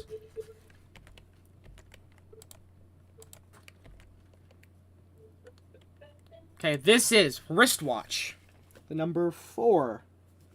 Code is 92 1985. Okay. So what's frustrating about this is I can't figure out to get the code working. Okay. This is 2. Oh, it's because I got this one wrong. I see. 12. 8. 1985. And then the next code, is, like the last code, should be pretty foolproof, if you ask me. Let's see. This one is 5. Then 10. 12. 1985. So it goes 6, 4, 5, 2. Now this should be perfect. I'm gonna wait a little bit and hopefully it'll fix.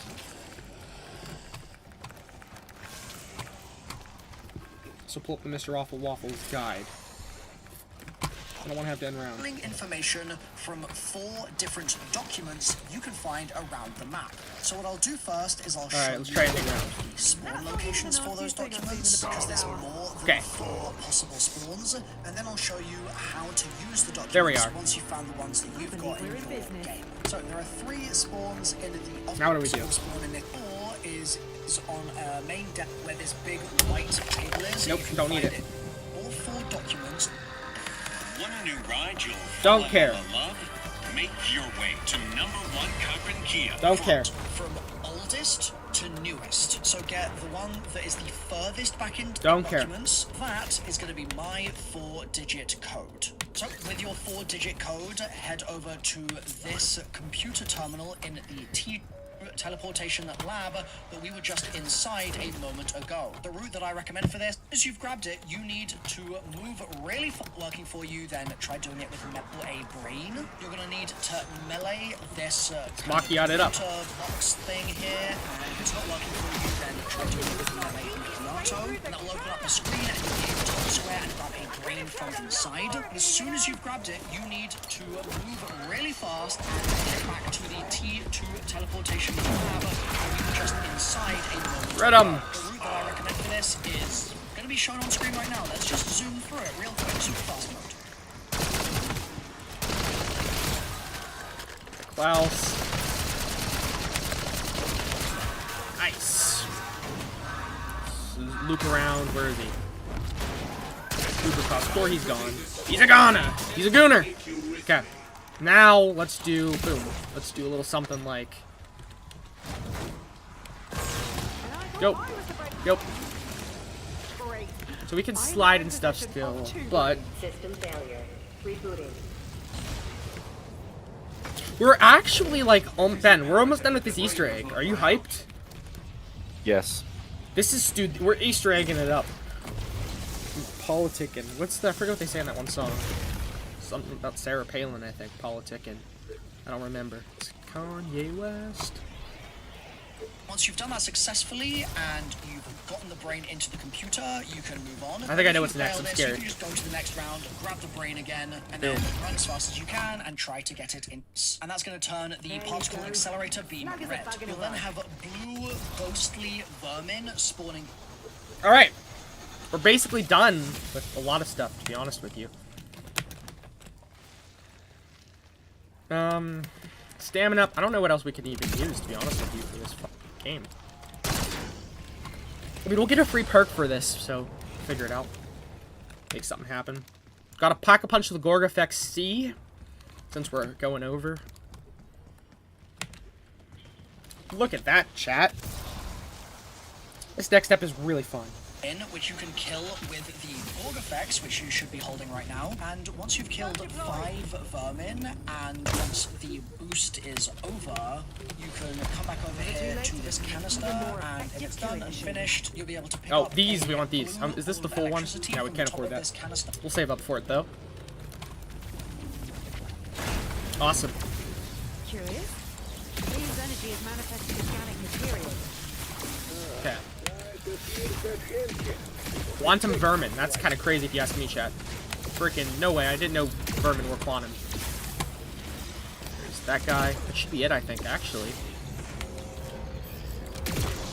Alert. Gravity conditions are being restored to usual levels. Nice. I think we're good. Alright, and then whenever we're ready, we'll grab the shield. I ask you to consider the Oh my god. What? left of Nexus. I have no idea. And it will start kind of glowing around the end of the Gorgafex. You then need to run all the way back to the where Klaus is right now, the T2 teleportation lab, and do a charged shot specifically of the Gorgafex with the dual effect on the crystals on this teleporter here. That will destroy all the crystals. You can then bring your Gorgafex to the T1 quantum computing core room, and in there do another charged shot just in the... She's threatening him, brother. Basically aiming for a spore that is in that window there, and you can actually do this a bit more easily from up top if you're struggling with it. It can be done from down below as well, and once you get it right, a fungal head will drop out. Bro, what? We're fungling. Top 10 funglers. Fungaloid. Fungaloid retard. Fine.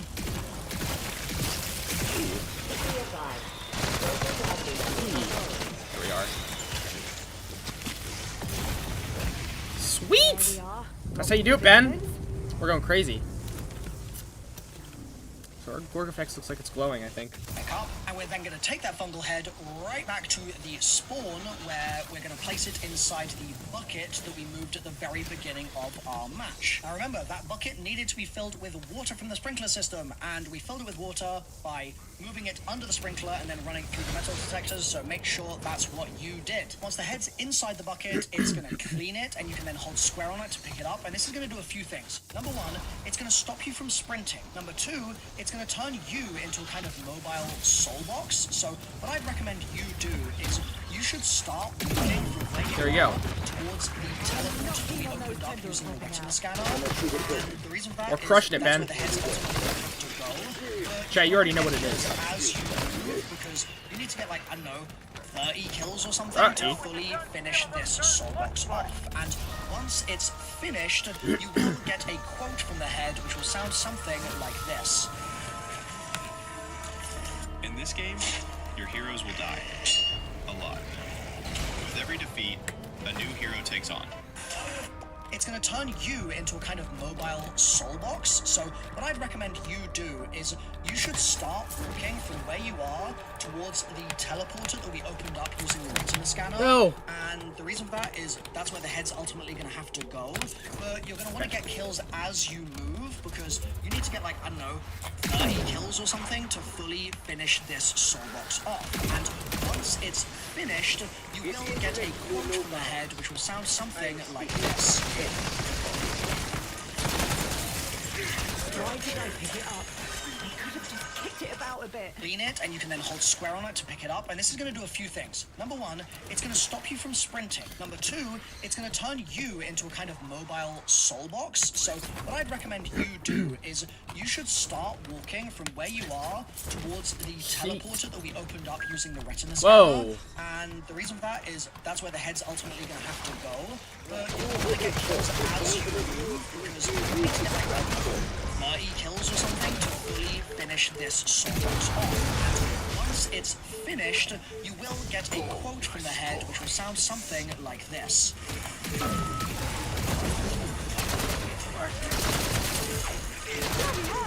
Oh no. So assuming you've filled the soul box up and you've headed back into that Fowler teleporter that I mentioned and gone up to the teleporter that we broke the crystals off a moment ago, you'll be able to place the head on the teleporter, and then you're onto the vacuum seal device step. So the way this is going to work is basically around mainly Tower 1, you're going to find these boxes which contain a vacuum seal device. So uh-oh, Ben, we're going crazy mode. Hold square to pick up a We're vacuum going seal device, crazy which basically mode. works like a Casimir grenade, but the only difference is once you've used the Casimir grenade in You're just a doomed. second, you'll need to pick it back up again afterwards. So, what are they for? Well, we're going to use 4 of these vacuum seal devices to suck up 4 different parts whoa, who that are are you? floating and bouncing around. And I've got a method for this that I think is actually pretty consistent for finding all the parts you need. So what we're going to do is we're going to start Okay, let's pause.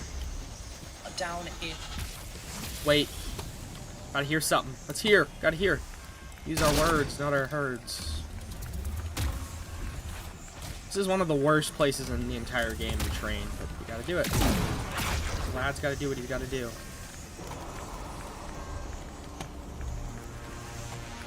There they are. I am impressed at the progress you're making, but to what end? Can you really side with the men who used and betrayed all of us? At least I am a man. A human being. Not some sad, twisted parody of life. Okay.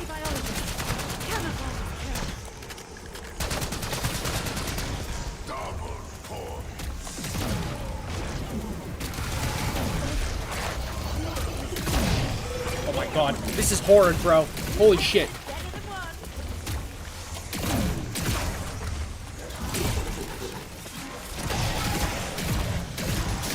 Word effect's not bad, honestly. Pretty busted. That's what happens when you bring teeth exhaust to a gunfight. Okay.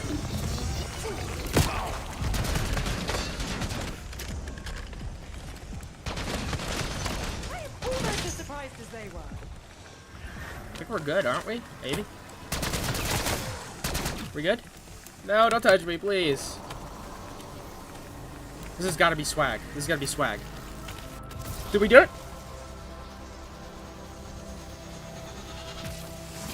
Bloody hell. Just as I expected, you failed miserably. Don't see this inspiring a new generation of wannabe scientists. Spawn, and we're going to look around here for... I hate this stuff. Well, we're going to use 4 of these vacuum... The only difference is once you've used the Casimir grenade in just a second, you'll need to pick it back up. Move, because... What if every purchase was an investment in your business? Good grief. With a Capital One business card, you'll earn unlimited Ah! rewards and get access to powerful tools and capabilities. So you can hit whatever's on your plate. Apply today. No deal. First note to your next big thing Don't care. Let me. is our obsession. All the gear you need. You need to get, like, I don't know, 30 kills or something to fully finish this soul box off. And once it's finished, you will get a quote from the head, which will sound something like this.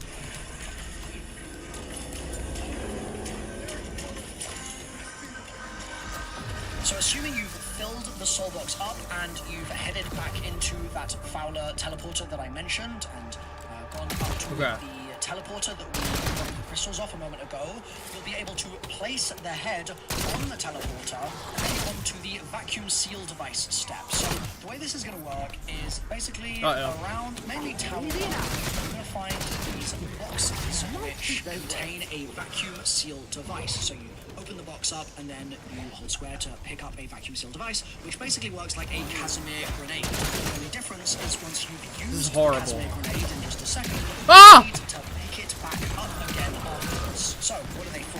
Well, we're going to use 4 of these vacuum seal devices to suck up 4 different...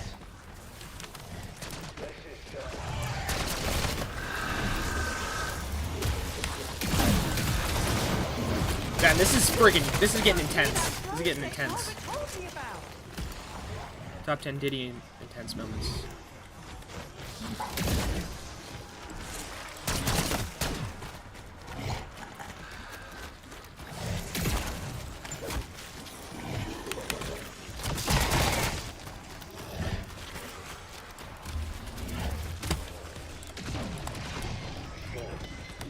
There we go. There's the Casimir that we got.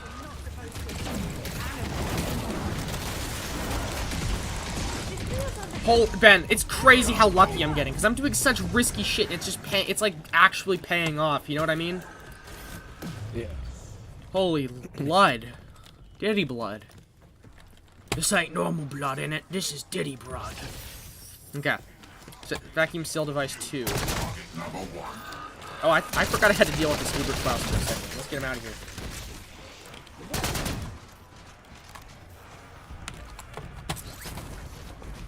And then, probably going to be one over here, but we'll figure it out later.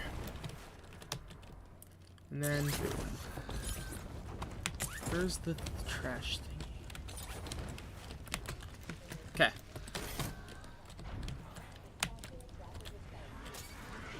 Boom!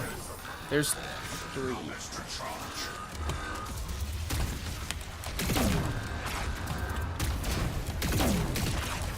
Alright, let's try to... Oh, jeez. I'm actually almost boss fight ready, which is sweet! We're out. This weapon I'm using is called a Maelstrom. It's a shotgun, and it's amazing. It's like a shotgun mixed with an AR. It's crazy. Let's see here. So we got that, and then there's going to probably be one up this way. Purple parts that are going to be sort of floating and bouncing around. And I've got a method for this that I think is actually pretty consistent for finding all the parts you need. So what we're going to do is we're going to start down in spawn, and we're going to look around here for a flower pot moving part. It's going to be a purple flower pot. And if you've got that in your game, what you can do is you can grab the device, the vacuum seal device, near the security room next to the portal, and then use the vacuum device on the flower pot to suck it up. But if you can't find that flower pot, you can go up a level to quantum computing, and in there, on the outside edge kind of thing, there'll be a toolbox moving around. And also out there, you'll be in device boxes. So grab your vacuum seal, throw your toolbox moving around. And also out there is another one of these vacuums. Oh, it's back.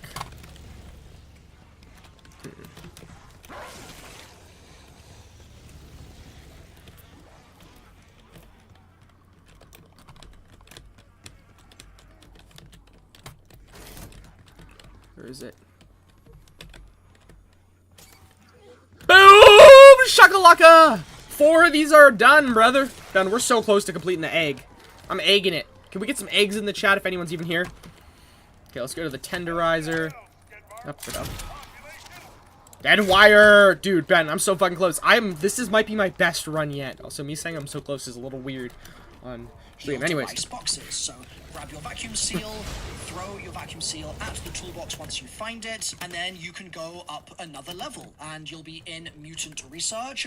And boy, I love this, but it's so buggy. So you'll have like a trash bin and a box. So grab another vacuum device, as I'm doing in the gameplay here, and use it to suck up your part. Then grab another vacuum device. These things spawn, like I said, all over Tower 1. But if you can't find a part, it's okay. You can go up to the executive suite, and there'll be multiple potential object spawns in there as well. So once again, grab another vacuum seal device and throw it at the purple parts that you'll find moving around in this this tower. As I said before, you need to do this 4 times, and you need to remember to pick up your vacuum seal device after you've captured each of these parts, and then you're going to go back to the room that we were in a moment ago with that teleporter and the brain, and you'll hold square on this machine, and that will place one of your vacuum seal devices into it. So you'll then repeat this until it's all filled up, you can hold square on it again, and it will start a lockdown. To complete the lockdown, there are several switches on the walls in the room, and what you're going to do is look for one of the switches that is red, and it's going to make a sound when it goes red, and you then need to run over to it and hold square to activate that switch. Then you're going to wait about 5 to 10 seconds, and you'll hear another audio cue, and another one of the switches around the room will go red, and you need to run over to it and hold square to make it green. Do this until you've done all of the switches, and your screen will go white, indicating that you've finished the lockdown and you're actually ready for boss fight. Okay. Before you go into the boss, you're going to want to consider We're fighting it. things. Number 1, have you got your triple pack-a-punch figured out? Have you got all your ammo mods? Do you maybe have a score streak? Have you crafted yourself a self-revive? Like all the usual things. And you'll also want to start having a think about whether you want to side with Richtofen or with Maxis. Once you feel Bad, we're like doing you've it made right your now. mind up We're and penning you're ready it. for boss, you can hold square on the teleporter portal and it will take you through to the other side. You'll see the Sentinel artifact in there. Go and hold square on that, and you'll basically have a vote to make. You're going to either side with Richtofen or with Maxis. And if you side with Richtofen, that means you'll be fighting Maxis, and if you side with Maxis, you'll be fighting Richtofen. You need to be careful here because Richtofen is a harder fight, so if you side with Maxis, you're going to have a more difficult time, or if you side with Richtofen, it's going to be a little bit easier. So make your decision, and then the elevator or the lift will start raising, and you'll get to this area, and you'll need to fill up these glowing purple canisters. Dude, I'm so freaking hyped. We're about to freaking we're about to fight Maxis. She's a bitch! Beck, we get some L's in the chat for Maxis, some W's in the chat for Richtofen. Ben. How do you spell Maxis? M-A-X-I-S. I like how you didn't know how to spell Maxis, but you were fine spelling Richtofen. Yeah. Okay. Let's have to see. Let's see, chat. Those who know. Those who know, chat. Those who know. Okay, ooh, cash. Sweet. Honestly, this game runs so much smoother on this computer. I love it. And it actually looks amazing too. It doesn't like it looks the way the game's supposed to be played, which is amazing. Little shocker for the Gunslinger fans seeing games run the way they're supposed to be ran. Is Richtofen German? Wait, what? Sorry? Is Richtofen German? Yeah, Richtophn. He's German. No, if it's German, then it's not PHEN. Oh, I think it might. Never mind. I forget how it is. But it's German phonetics. Germanic sigmas. We're about to not low gravity yet. I'm just determining like what the best course of action is for the rest of this fight. Should probably we're probably kill the boss. Wait, what? Sorry. Probably kill the boss. Well, yeah, kill the boss, but I don't know what I should do before that. I need 1,000 to upgrade my what do you call it? Fully, my shield, or not my shield, my armor. And yeah, we're armoring it. Oh, I'm literally gonna have 0 points. That's fun. Okay, I guess we're gonna Semtex. Okay. Let's just get boss fight ready. I'm gonna train here a little bit. I think we'll probably grab another pack-a-punch on the Gorgafex, maybe. Never mind. That guy's pretty dopey. Alright. Round 26. We're 26ing. Top 10. The San Francisco 26ers. Those who know, chat. Those who know. Alright. Let's go for that. I mean, we're literally boss fight ready, so I can kind of get it done if I feel like it. This will give me a free perk if I... Can I restart this and get our free perk? Hopefully. I mean, a free perk is a free perk. So... One of those. One of those. Ooh, hello. Whoa, what am I getting attacked at? I'm getting literally attacked everywhere. That was a huge save. Glad I got saved there. Doppelgas, get him out of here.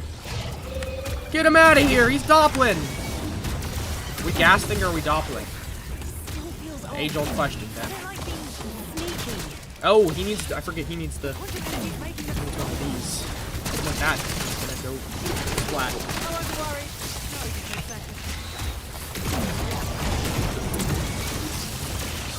Crushing it. Yeah, this should hopefully get me another free perk. There's like 2 free perks. Oh jeez. Yeah, crush him, shoot him. Nice. Are we free perking it? Free hat. I think we're free perking it, can we? Chad, are we free hatting it? I think we are. Okay, let's see. Let's, I'm gonna go take a look. How many points does it say up here? Not even close. It's alright. How much is this? Ball trade. Buy it. Ball trade might save me, honestly. Oh well. It's just gonna make everything smoother.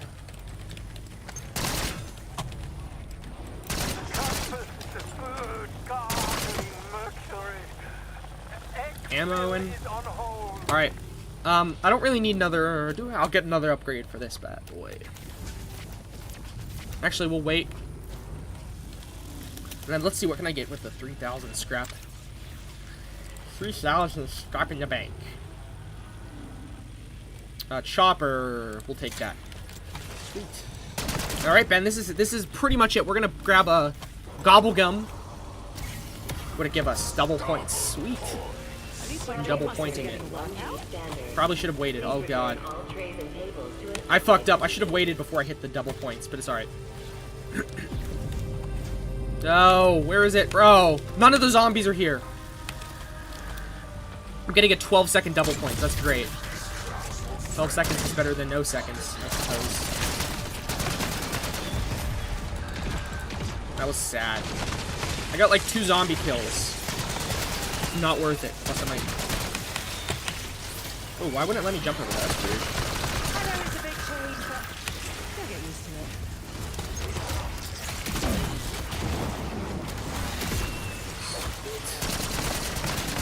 it. Another double points! Zooey Mama! We double pointed it. We double points, brother. We're doubling it. Top 10 doublers. We doubled it or nothing.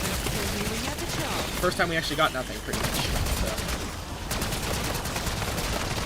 Get Klaus out of here. Oh. Sweet. Hit that hit. Okay, perfect. Get out of here, Klaus. Sweet. What is this? Oh, insta kill. That's we're so here, bro. We're so here. We're in the know. Klaus core. And then we can pack this up again. Sweet. Nice, Ben. We are so fucking back. Alright. We're getting nice. Oh, bro, we're literally getting so much ammo just for this gun. It's crazy. Alright, alright. Oh, wait, I should probably get a, another weapon. Oh, wait, let's see. Casimir or Monkey Bomb? I like Monkey Bomb's better. Hell yeah, we're Monkey Bombing it, Ben. We're Monkey Bombing it. And then is there a... Oh, here's the gobbledygook machine. Come on, let's go. Come on, be something good, be something good. What is it? Free fire, I'll take it. I'll take a free fire. I'll take a free fire. Ben, we're boss fight ready right now. Holy shit. Chat, let's get some W's in the chat. Hold square and then get a bunch of kills near it to build it up. Then when that's done, you can move to the next ether canister, hold square on that, and do the same thing, fill it up, and then the third and final one will be just here. And then once those are all filled, go back to the lift or the elevator, and you'll go up to the boys. We are boss fight ready. There's a bunch of glowy purple crystals, and you'll need to shoot all of those, and that's going to trigger the lift to start raising once more, and this will take you to the actual boss fight room. Let's go. Now, we're going to need to talk through both of these boss fights, even Whoa. though we'll only be doing one of them. Okay, we're good. So, is a harder fuck boss. You can hold square, elf revive, like all the usual things. And you'll also want to start having a think about whether you want to side with Rectifun or with Maxis. Once you feel like you've made your mind up and you're ready for boss, you can hold square. Maxis chose her sacrifice. My wife and son had no choice. Failure! In agony. Richtofen! Ben, we're Richtofen it. Teleporter portal, and it will take you through to the other side. You'll see the Sentinel artifact in there. Go and hold scroll. Fuck you, Sam. You're a bitch. Sam's a bitch. Or with Maxis. And if you sign Let's freaking go. here, and then once those are all filled, go back to the lift. Bitch 6. And go up Roasted. to the Ducky Islands. Thanks a lot, Maxis. You didn't do anything for us. Push over. Crystals, and you'll need to shoot all of those, and that's going to trigger the lift to start raising once more, and this will take you to the actual boss fight room. enabling the director. Both of these Matt, boss fights. Richtofen's goated. Richtofen's goated. Game, so Oh, I didn't mean to click that. My fault. the Samantha Maxis boss fight. She's going to do things like spin around and fire out a bunch of purple projectiles at you that you'll need to dodge. Fuck you, Maxis. We hate you. You're a bitch. Damage her, unless obviously you're getting immunes, in which case just hold off for a second. And you'll also notice red balls, red lights that respawn on her as well, and those will be damage points that you can target too. Now, because she's flying in the Let's air, freaking Maxis. you wanna use weapons Oh, we're Maxising it right now, Ben. We're so Maxis. things like, Is that it? Believe it. SVD or an AMR. The AMR is really fantastic. It's also nice to have a tribologist here on your PhD. It's going to mean that you're just a bit more mobile in that space. Now, as you're going through the fight at the 75%, 50%, and 25% marks on her health bar, some different things are going to happen. Is that it? So she's going to spawn That's a it for her. SAM trial, and if you complete the SAM trial, I think you get a free perk. Hell If yeah. you fail Hell it, yeah. then there'll be some kind of debuff. Similarly, at 50%, I think it spawns zombies, and then you'll get another SAM trial at 25%. It's not the end of the world if you don't complete the SAM trial, but you might as well give it a go. And then obviously, We're Maxising it right now. We're so Maxis. I know. Gluttons are pain. I knew he was gonna say it. I've seen this video before. So you're probably fighting Richtofen. So let's talk about that. No, I am not fighting Richtofen. He's our G. We are not fighting G-Tofen because he's the G. Those who know. No idea what you all have taken from Chat, me. we're fighting. Look at those body Is parts. gonna bust your balls. It's gonna I don't be want my balls absolutely busted. I don't want to screw around with Richtofen because he's the goat no cap. Can we get some goats in the chat for Richtofen? Goats in the chat for Richtofen. Richtofen's the goat no cap. I remember there was this guy who used to kept commenting on Kanye's post, "Yay the goat no cap." He would always comment that. It was real weird. Yeah. The goat, no. What's sorry? Yay, the goat, no cap. You don't? Do you remember him? Or, No. oh. Never mind. I thought you did. It was, and then he would comment it on other people's posts who were like affiliated with him. He would say like, insert whoever their name is the goat, no cap, or just other weird like inspiring things. And I was like, bro, we're not gonna, let's stop inspiring and let's start inquiring. Okay. Oh, well, should we we'll get elemental pop. Go, go, go! Let's elemental pop this shit up, brother. I'm about to elemental pop the ops. Bro, we're elemental popping it. I'm so hyped, brother. once more, and this will take you to the actual boss fight room. We're gonna need to talk Fuck you, Sam. about these boss fights, even though you're Fuck you, Sam. game, so we'll start Fuck you, Sam. with Samantha Maxis boss fight.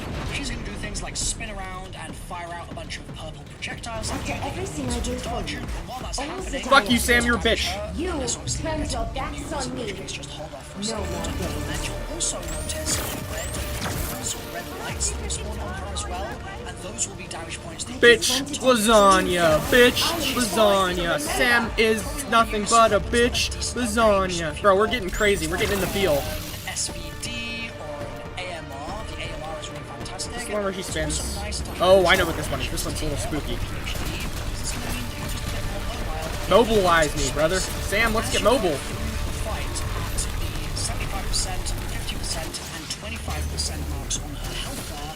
Some different things are going to happen. So she's going to spawn in a SAM trial, and if you hit the SAM Sweet! trial, That's a nice chunk. We're chunking it, brother. We're chunking it. there'll be some kind of debuff. Similarly, 50%. Don't even dare, Sam it. God dang it. It's not the end of the world if you don't complete the SAM trial. You might as well give it a go. And then obviously, once she's at 0%, she's dead. Dead. Sam's dead. We're not yet. I know. Many of you guys are gluttons for punishment. Okay. You're going to want to do the hardest Easter egg possible, so you're probably fighting Richtofen. So let's talk. She's doing her. She's doing her thing. Girl's doing her thing. Fight is going to bust your balls. She's doing her It's thing. going to be absolutely crazy difficult. It's just built that way. The fight is going to start with Uber Richtofen, which is going to work kind of similarly to the Uber Klauses that you've been fighting already on the map. Okay, we're actually kind of crushing it. Holy shit. Holy Incredibly shinoli. tanky, and Ah! That was that for? it's just got tons of different ways that it can ruin your day. If you stand around too long, You're about to get crushed, Sam. if you're not paying attention for just 2 seconds, you're going to get Nuked. Don't nuke me. This guy does some serious damage, and it's really a battle, in my opinion, of patience and of stamina. Because you're going to be in here for a while, showing away as the Rectifun, and there are going to be some immune phases as well, where they're going to go away, kind of like the Shattered Veil boss fight, almost a little bit like that. Wait, where's... And there'll be a bunch of Oh, she's over there. Okay. zombies, and then Uber Rectifun will be back again, and eventually... I think we should be able to... Get Uber Rectifun all the way down, and just like a regular monster. a second Yeah. phase of the boss fight where it's just regular Where is she? Rectifun, except it's not regular Rectifun. I genuinely It's don't know where the Sam Klaus went. version of Rectifun. Oh, there she is. Fly around. It's like fighting against Superman or something. Superman? He's zooming across the sky, but in his hands, just to make your life miserable, he's got a Wunderwaffe. A Wunderwaffe? So, like I said before, if you just stand around for too long, you're just going to get zapped into oblivion. And so this is why I think that the AMR is a really, really fantastic choice for this boss fight. It's Okay. extremely strong and it's great at range. And I also really cannot stress enough, Tribologies is fantastic. So like, don't be worrying about your chopper gunners and stuff like that. I'm not worrying about my chopper gunners. I don't... Actually, I am. You're just going to want to focus on Tribologist for movement Fuck! and your AMR for chipping them down. Like the Wonder Weapon even is not going to be that great for him. So go slow, don't try and rush it in 3 seconds. It's going to take a while. And you'll eventually be able to chip him down and then he'll be dead. But if you still can't finish the Easter egg, you're still struggling at any point, use this, anywhere in the Easter egg, I've got a secret tips and tricks video on screen. Get out of here, Dopply. Dopply Wopply. It's going to have a ton Nice. of tips in there to make sure that you'll never fail this boss fight or this Easter egg ever again. So you've got all the steps knowledge now, you just need tips and tricks, and that's on screen. Click through, and I will see you there. Okay, perfect. Let's go. Watching my Easter egg guide. Drop a like on it if it's been useful, subscribe, all that good jazz. I'll see you next time. Yes! Screw you, Samantha, you're a bitch! We're almost done with this. Ben, we're crushing it. Samantha's getting pwned. Bitch lasagna. Sam lasagna!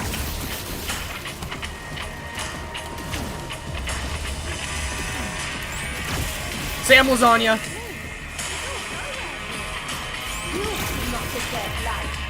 Come on, let's go, chat, let's go. Chat, let's get hyped. Let's get hyped. I'm not honestly a fan of this boss fight, not because it's like crazy difficult, it's just annoying. No! Not you! 17 products on us. No trade-in needed. Plus 4 lines for $25 online. Boom! Finished lasagna. Not yet. We're not even close to fighting this thing, or killing this thing yet. We're like a quarter of the way done with the health, which is nice.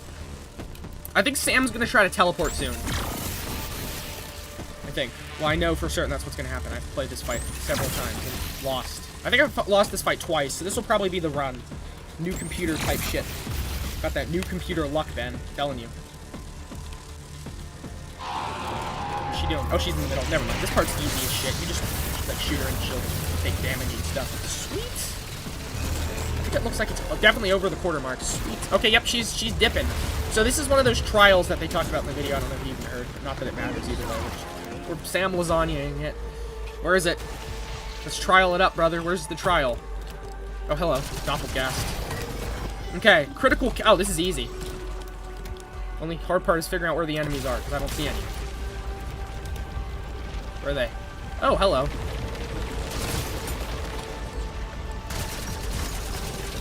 Let's grab this. Got 4 or so crits. I've always got time for new bread. Cheers. 10. Sweet.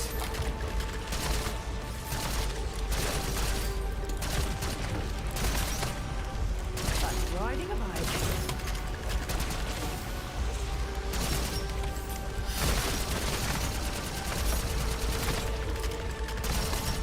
Boom! We're shooting them. I should be able to get this free perk. I mean, there's only 2 free perks, one of which is... Actually, both are kind of useful, to be honest with you. Okay, chat, we've got a couple zombies left to kill. We have 10, or no, 15 zombies left to kill. Or critical kill, I should say. 10, yep, there we go, 10. We're on to 10. 30 seconds left. We should be good, I think. Sweet. Just a couple more. Just a couple more, guys. 5. 5 more. 4 more. 3 more. 2 more. 1 more. We're good. Sweet! Let's go. That was actually so clutch, bro. I was scared. I was actually pissing my pants. Where's the box? To get my loot somewhere. Where is it? Where's my loot? You are resilient, but not invincible. I'm resilient but not invincible, she says, bro. I'm scared. Oh, so where's my loot box? I just killed this challenge and I didn't get anything yet. Which is annoying. I put like a lot of extra work into this just to get a free perk and I don't even see where it is. That's fantastic. Thanks, Sam. Okay, well, no free perk. Well, there is somewhere, but we'll figure it out. We got gypped by the robot lady, bro.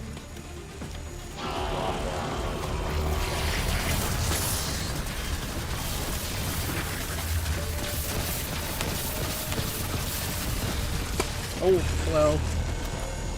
Where are we at? Where is she? Where is she? Is she doing that thing now that I don't want her to do? Oh, she's doing this again. Sweet. We're actually past the 50% mark on this fight, which is sweet.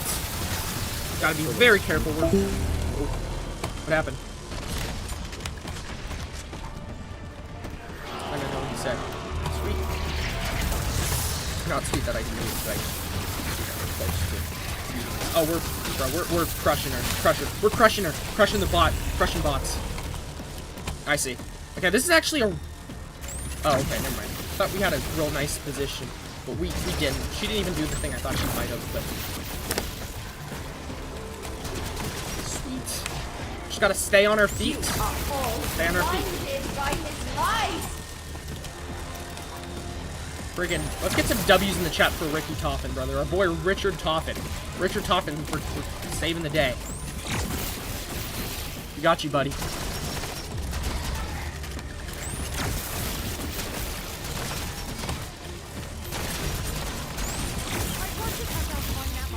I also would really like that free perk, but, you know, you win some, you lose some, right, guys? Also, I thought we got another monkey home. We did not. I wonder if it's somewhere that we have to, like, get to. I don't know. Okay, Richard Toffin. We're Richard Toffining. Chat, watch this. We're gonna Richard Toffin. Well, actually, we'll press X and then we'll... Spam, spam. Chat, we just Richard Toffin. Oh my god, that was a Richard Toffin type of play. We just... Oh my god, we only did one of these for the old Richard Toffin. Chat, we're so clutch. We're so clutch. Watch this. Ready? Okay. I'm actually really nervous. Okay, here it is, Sam Trial. It says, hold on. Oh, these are really easy, to be honest with you. I have no idea where the location... Oh, this is a small location. Zooey mom, I'm spooked. Okay. Oh, this is one of the ones where we don't have to stay the whole time. We just have to complete this little quest. I see. I don't want to waste my... What do you call it, though? My monkey. We'll hold off for as long as we can. Just normally. No, again, we're halfway done. I think we'll be fine. Sweet. Again, if we have to, we'll throw something down. Just, I don't want to risk wasting something. Again, it's one of those things where whenever you need it, you should have it. But we have an extra one of these, so it's not really something to be worried about. Alright. You. And yeah, for this we'll get a free... Nice! Where is the, Oh, there it is. I saw it. Wait, what? Where did my box go? Oh, the free perks. Okay, PhD Flopper. So either or would have been bad. Or, not bad. Good. So, sure. And then we can flop ourselves on the disease. Not really. Bro, we just roasted Sam. We roasted Sam. Holy shit, we should have done that, by the way. Sam, we got you. We got you. We're right where we want you. She's zapping me, bro. We're getting zapped. She knows, bro. She knows she's a goner. She's a gooner. Sam's a gooner. Confirmed.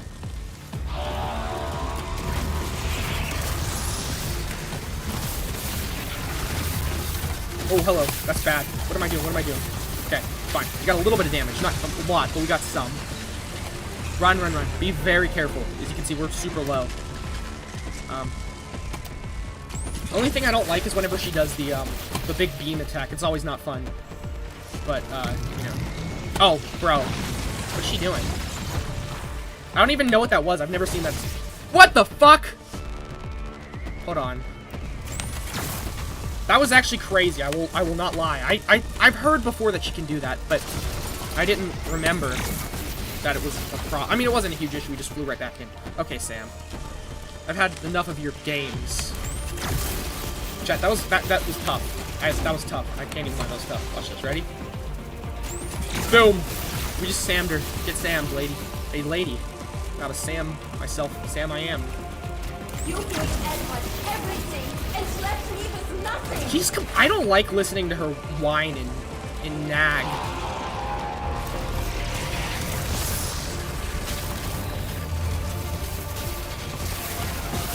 I like how, like, the way she tries to break our spirit is by nagging. That's, like, what Sam does. She's, like, she's nagging us.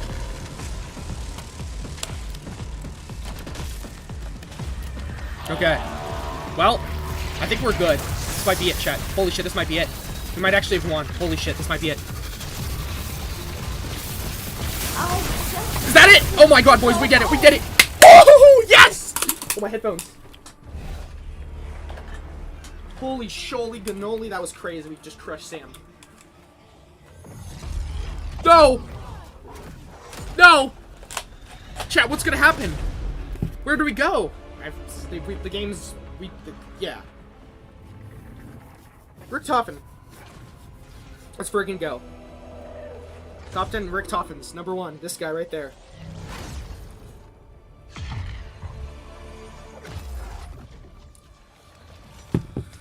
No way! There they are. The squad. Oh, this is so sweet.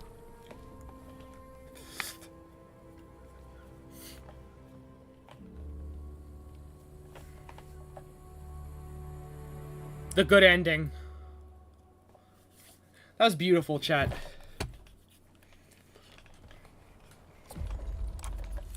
Oh, this is the one where we meet the weird guy. We fucked it up.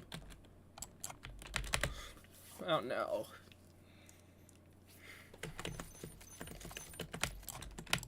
So it says we're... That's weird.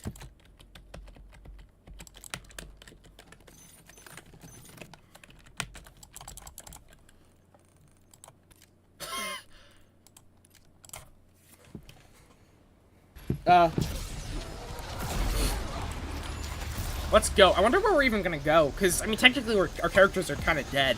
We're not dead, they're in the Dark Ether. Look at that, bro. Welcome to the party. Got a feeling this might bring on a migraine. Can I take 2 wonder weapons, or... Oh, hello. Hold on, let's figure this out. So, can I take 2... Unstoppable. Where's my Wunda weapon? Wunda weapon. I'd prefer taking him. Yeah. Ja? Let's go. I love this. Alright, chat. So we could just honestly train down here. What are we saying, chat? Round 100? You were way over your pay grade. What do you think? Look at this. This thing is glowing. It's crazy. By the way, just in the normal game itself, we basically had all the perks, which is crazy. Crazy cool, if you ask me. Now, as you can see, this Borg effects is not great, but it does its job. So. Alright.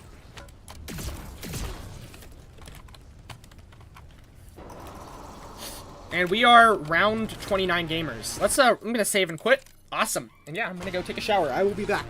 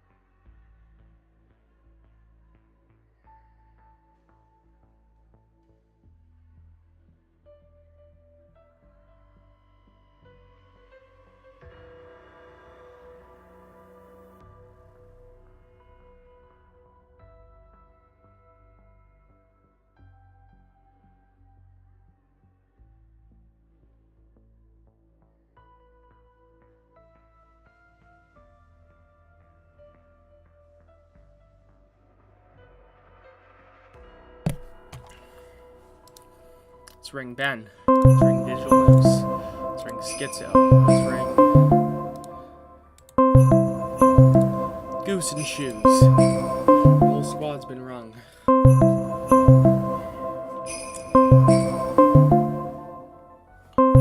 don't feel like being in this call. Let's... Alright.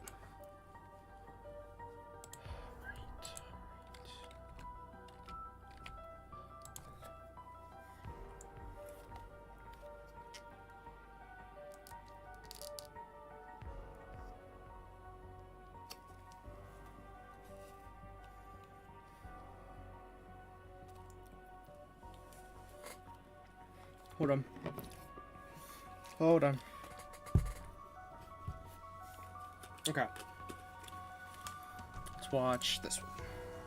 Amex offers, a convenient way for Amex card members to earn statement credits and rewards. Find offers on the Amex app and add them to your card. Just scroll, enroll, and use your card on qualifying purchases. Each week, more offers are added across shopping, travel, dining, and more.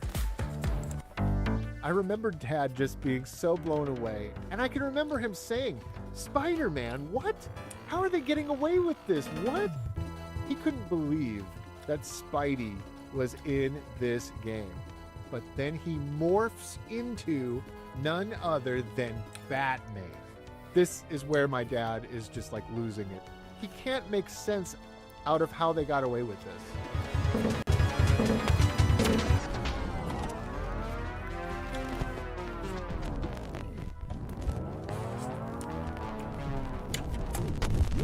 First, a word from this video's sponsor, Magic Spoon. Growing up, cereal wasn't just breakfast, it was the event. Saturday mornings, cartoons on the tube, a big, colorful Genesis. This is Revenge of Shinobi, then there's Shadow Dancers of Shinobi. Holding except that Sugar Crash. There's my dad holding up Revenge of Shinobi and Shadow Dancer, Secret of Shinobi on our Sega Genesis. This is Revenge of Shinobi, then there's Shadow Dancer, Secret of Shinobi, right? Secret of Shinobi, right? We were filming the Genesis Power Team tape that we sent over to my cousins in New York to try to convince them to buy a Sega Genesis. Hope you enjoy it. You're watching Genesis, the Power Edge! That summer of 1991, my Nintendo Entertainment System was stolen when my house was burglarized. The burglars stole my favorite thing in the world, my Nintendo. That's when Dad and I traded up for a Sega Genesis. And so we were in the market for all the latest and greatest Sega Genesis games. Genesis brings you the dazzling powers of the Mystic Warriors, the Ninja, in Revenge of Shinobi. Sega Genesis brings the arcade experience home. Every new game we were picking up was blowing our minds and showing us what 16-bit graphics and gameplay were really all about. And also, we're going to preview one of the best games ever made for the arcades, Alien Storm. You won't believe what you see in this game. I mean, this blows Nintendo out of the water. It was around this time that Dad decided, you know what? We are not looking backwards. We're not going back. So he sold all of our NES games. Our entire collection of NES games were sold for money that we could then use to put towards a library of Sega Genesis games. And we're also going to preview Strider. Strider, once available on NES, Nintendo.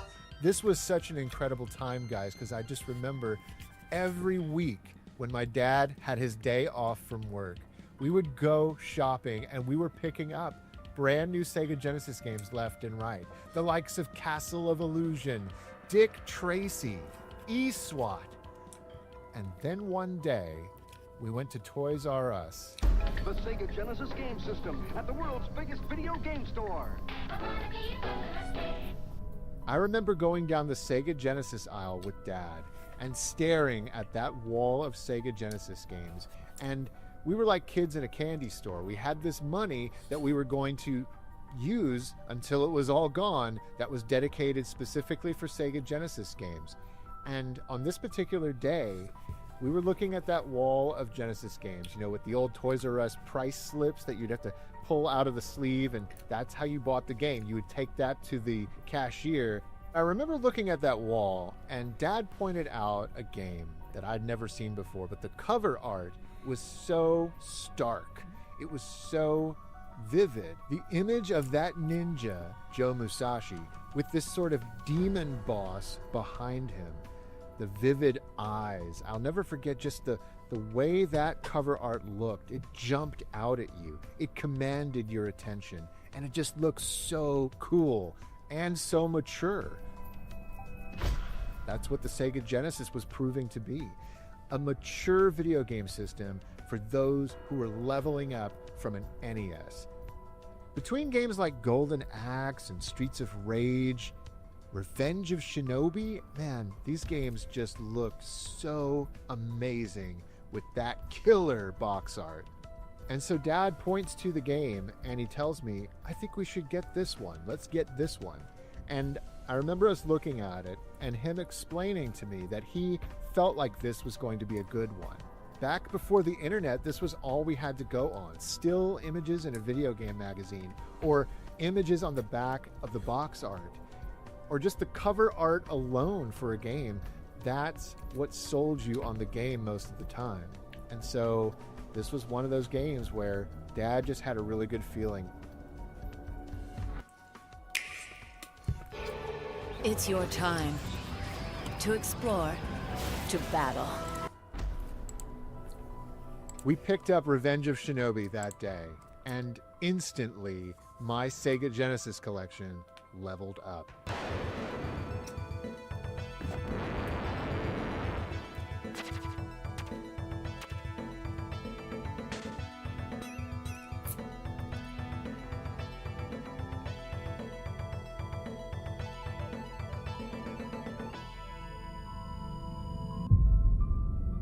I can remember playing this game for the first time with Dad.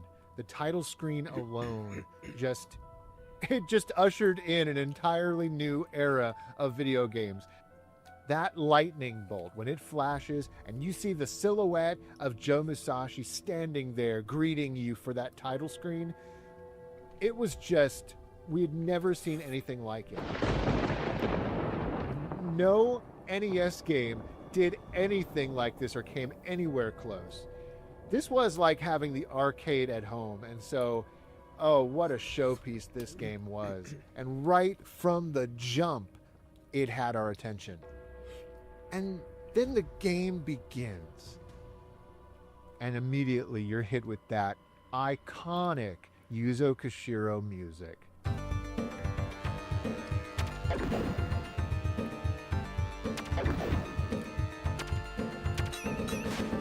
I had never heard video game music that was so layered. And I can remember Dad specifically making note of the title screen, seeing that it said Yuzo Koshiro was the composer of the music. Like, you didn't see stuff like that back in the day.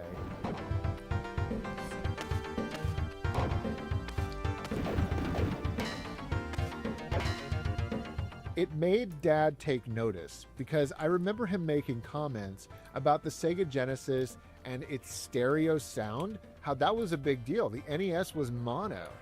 It was games like this that made Dad notice the sound output and the sound quality of the Sega Genesis. I can remember Dad actually looking at the Sega Genesis and showing me, look, Tyler, you can turn the volume up and down on the unit itself. How crazy that was and how it emphasized the importance of sound quality. Three-dimensional sound and stereo color, that three-dimensional sound. It even had a headphone jack coming right out of the system. And so Dad, being an audiophile and somebody who loved music, the Sega Genesis, it's clear to see, it's understandable why Dad fell in love with this video game console. And Revenge of Shinobi was one of the games that made him fall in love. One of the best games ever made. I can remember us making our way through the first couple of stages of that game, just eating it up with a spoon and loving everything about it. The graphics, the attention to detail, the animations of all the different enemies, and the double jump.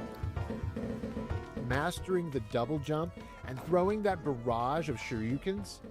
There was an art to mastering the controls of this game, and learning the double jump was so essential for you to even make it past the second level. Because right there in stage 2, you need to learn how to jump on those logs coming off of that waterfall, and you have to jump with precision. And the double jump is the only way you're going to get through this game.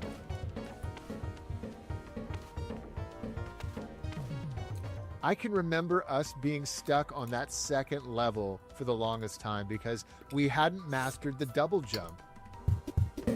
Every new level brought with it this entirely new vibe. I remember getting to that seedy back alley level with the nuns walking down the street and they turn into ninja girls. I remember thinking, what is a nun doing in a game like? And wait, they're evil? Evil nuns? There was so much personality in these enemies. And that's when things started to get a little sketchy with Revenge of Shinobi. Experience the ninja magic of Revenge of Shinobi for the Genesis system. There's a stage early on in the game where you encounter a flamethrower-wielding soldier. And he looks just like John Rambo. I kid you not, guys, when we first encountered this, I remember my dad making a comment and saying, "Hey, look at that, he looks just like Rambo." And it would only get crazier from there. As we made our way through the game, more and more enemies started resembling copyrighted characters from movies. There's a boss that looks just like Arnold Schwarzenegger from Terminator. I can remember Dad pointing this out. Look, it's Arnold. Arnold is the boss. And you're fighting him, and he's throwing cars at you. Really kind of reminded me of Two Crude Dudes, actually. We used to play that game in the arcade.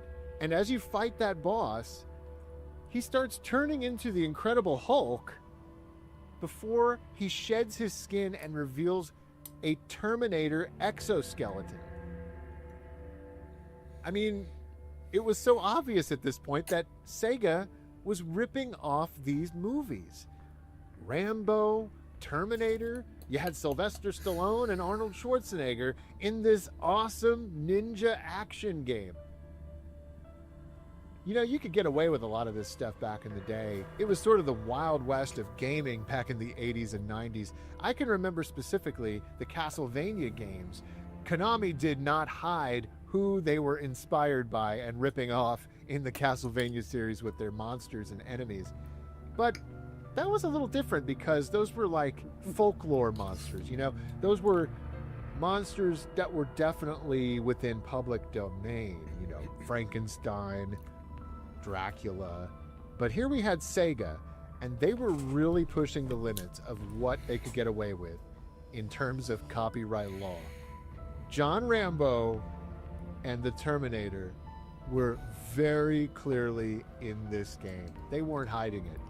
And while we were shocked by all of this and delighted, you know, we love the fact that these enemies were in the game, those two enemies would not compare to what we were going to discover.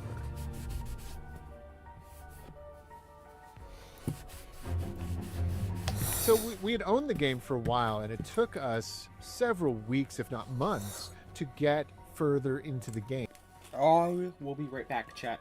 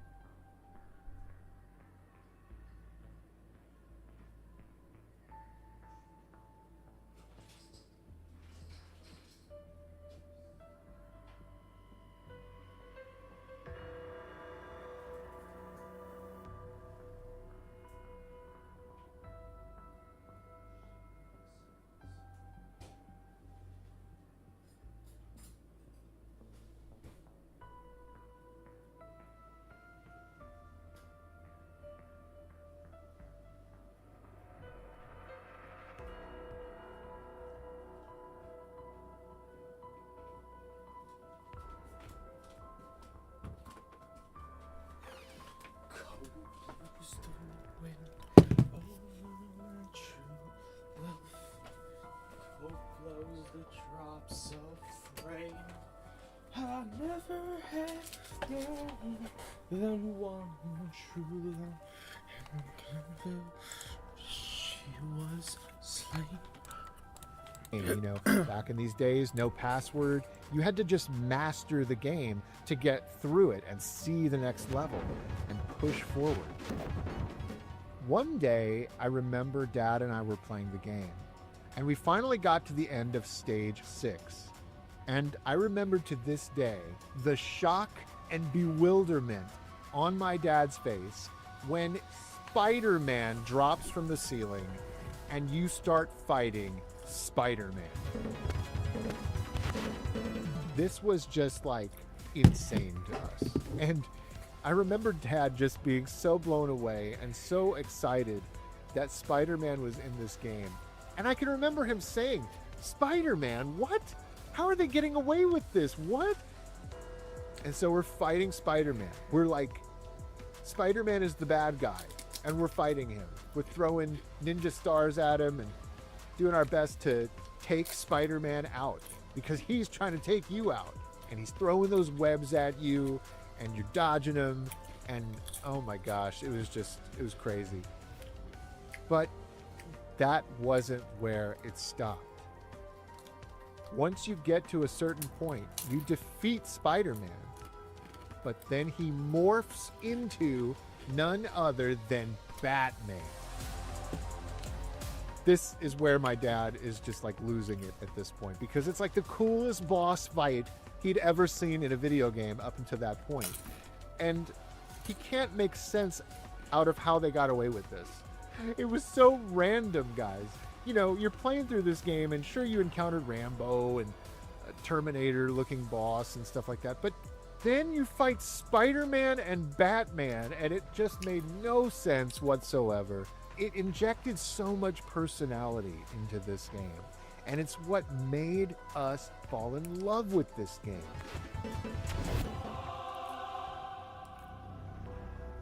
From your first note to your next big thing, your sound. You see, guys, this actually meant more to Dad than just some sort of cameo. My grandfather, Mike Esposito, was a famous comic book artist in the Silver Age of comics, and he drew Spider-Man. Oh my God. Spider-Man was like a family friend or relative to my dad growing up because he was in the house all the time. My grandfather was an inker for Marvel, and he drew Spider-Man daily. This was the family's bread and butter. And Spider-Man was now in our Sega Genesis game. It was a shock. We continued through the game, and it didn't stop there, guys. The copyright infringement was just on full display. There's another boss later on, and it's Godzilla. It's Godzilla. And at this point, I think my dad was just like, who are we going to fight next? Michael Jackson? That would have made sense because Sega made a Michael Jackson game.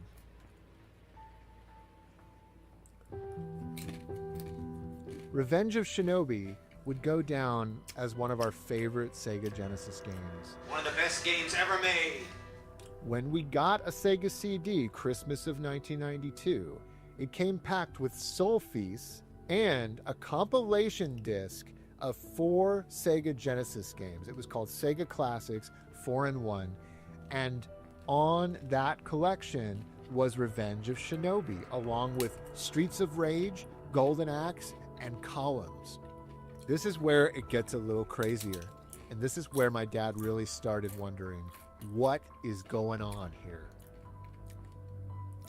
We played through Revenge of Shinobi one day, and we got all the way to that section where you fight Spider-Man and Batman. And after you defeat Spider-Man, he's supposed to morph into Batman, right? Wrong. Instead, he leaves the screen and in flies this like devil man looking character. He looks like a gargoyle or something. It's not Batman. Sega must have gotten into some sort of legal troubles, and Batman could no longer be in the game. Or, and more realistically, Sega was trying to avoid a lawsuit with DC Comics, and they got rid of Batman. Interestingly enough, around this time, Sega had gotten permission and actually gotten the rights to make Spider-Man games. They had the license. You had the Spider-Man game in the arcade, which was a great beat-em-up, and you had Spider-Man on the Sega Genesis. You will notice that Spider-Man actually looks a little bit more like Spider-Man in this version. And some other versions of the game, like the Greatest Hits version that came out, or the Sega 6-pack compilation version. And it actually says on the title screen this time, Spider-Man, copyright Marvel. I remember Dad having this conversation with me and really teaching me about copyright law and explaining to me, oh, they must have ran into some sort of issue.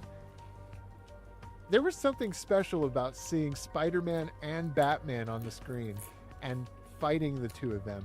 Having Batman be replaced by this kind of generic gargoyle devil-looking character, it just didn't even make sense anymore.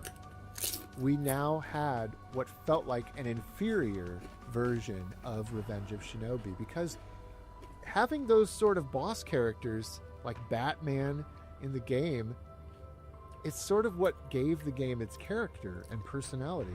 We also noticed that this new version of the game, they took out the resemblance of Rambo. He's now a bald-headed guy, and really, he doesn't resemble Rambo anymore. Future versions of the game would go on to make more changes. A later revision actually removed Godzilla from the game, instead replacing him with like a skeleton dinosaur that's like inside out. You can see his organs. By the time the game was re-released on the Nintendo Wii on the Virtual Console, they removed Spider-Man, and instead it's like a pink Spider-Man. Like he's wearing some sort of pink leotard or something. That boss fight, by the time you play the Wii version on the Virtual Console, it's completely neutered. It's completely something different, not the same.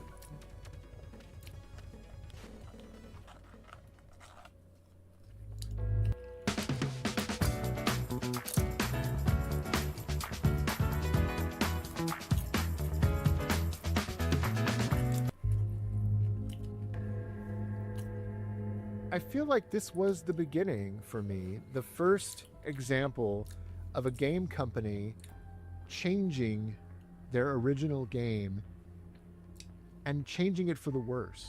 You know, making changes or revisions that end up hurting the game and not helping it.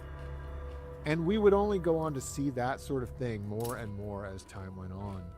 So many games get reissued, and you expect to have the same experience that you did when you were younger, when you first played it. You want it to be just as magical and unchanged. You want to feel like you're a kid again. But then you get to a certain area or section of this re-released game, and you realize, wait a second, this is different. I remember when Wave Race came out on the Virtual Console, and all of the Kawasaki jet ski branding was completely removed from the game. It instead got replaced with Nintendo Wii signage.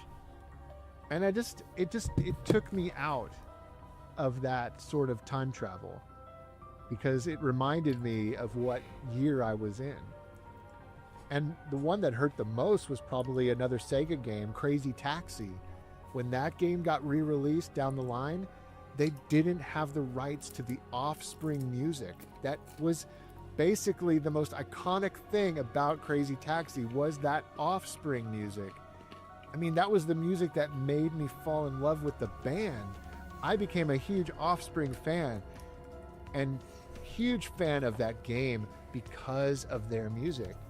And to remove the music is like removing the soul of the game.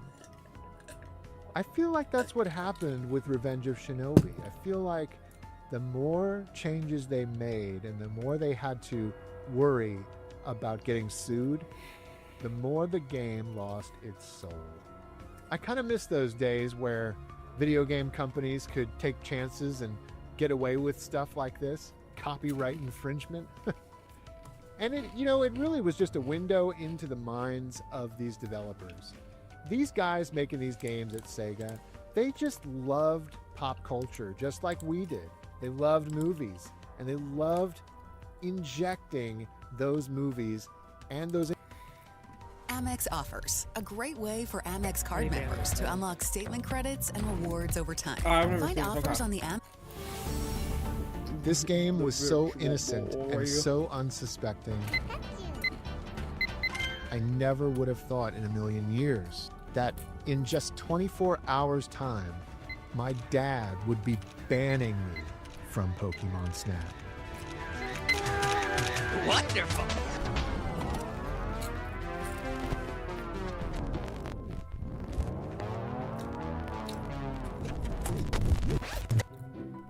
I'll never forget the first time I ever encountered Pokemon. I was 12 years old in 7th grade speech and drama class. There was a substitute teacher that day, and she had declared it a free day. That meant we can do whatever we wanted. And for me, that really wasn't much. I was very bored. I didn't have anything to do. But I noticed a couple of rows over at his desk, Andrew Bond was playing a Game Boy. And so I thought to myself, what is he playing? And I noticed that a bunch of other kids had gathered around his desk and were watching him and talking about this game. So I kind of walked my way over and I said to some kid, as I'm trying to look and see what all the commotion is, I asked a kid next to me, hey, what is he playing? What is this? The kid looked at me and he said, Pokemon. And he handed me the instruction manual. Here, check it out. So I'm looking through this instruction manual, and as I'm looking through it, I'm noticing, oh, this is a role-playing game. Okay, I've played role-playing games before. I know what to expect here.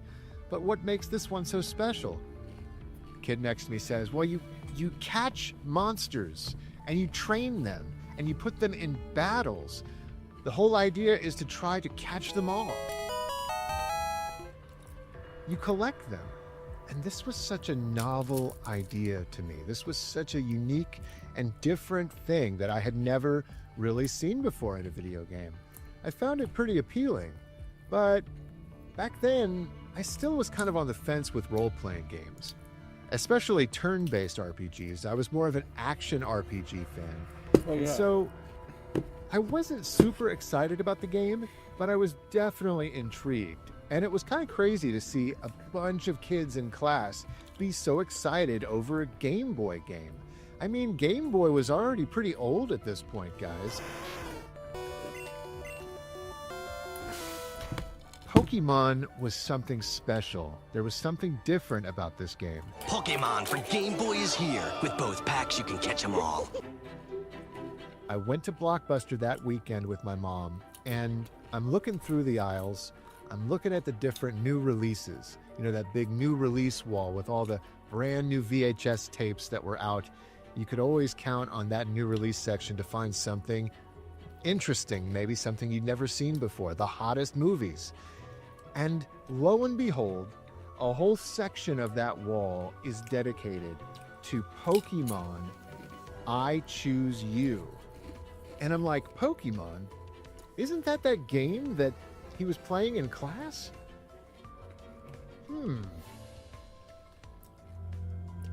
So I went ahead and I rented that tape. From the moment I inserted that VHS into my mom's VHS player, I became...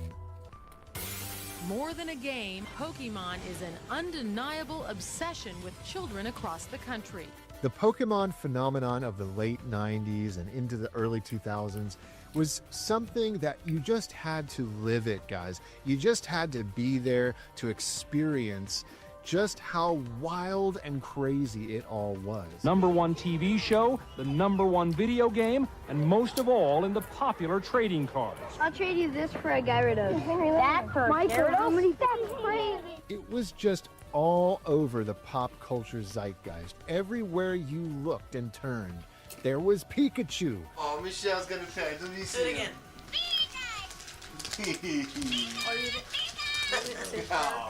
I got caught up in all of Pokemania back then. I remember I got Pokemon Blue. In my classroom, I would trade with my buddy Drew Grant, and the two of us had Pokemon Blue and he had Pokemon Red. And we would trade back and forth with each other Pokemon. Thank you, Drew. You're welcome. Oh yeah, link cable. You can. This whole concept of using the link cable to trade Pokemon back and forth. Let me see the stats. I'll give you a truth about Scyther. Most of his moves, except for one of them, is just a way of powering up her. I would be playing that Game Boy late into the night. I remember playing it until the batteries died one night, guys. I mean, that's how obsessed I was with Pokemon. It breathed new life into the struggling Game Boy. And to me, back then, it just made sense that Nintendo would eventually give us a mainline Pokemon game on Nintendo 64. I mean, surely they were working on one, right? Here they had this winning formula, this incredible game, and it was trapped on an old and antiquated piece of hardware, the 1989 released Game Boy. Surely Nintendo was going to give the fans a 3D open world Pokemon game where you could explore the entire region in a 3D space. Kind of like Mario 64 or Zelda Ocarina of Time. This is the kind of Pokemon game I dreamed of. Taking the formula that was found in Pokemon Red and Blue and bringing it on to the 64-bit Nintendo 64, bringing that world that I loved so much to life. But is that what we got? I'm afraid not, my friends. The closest we got to that dream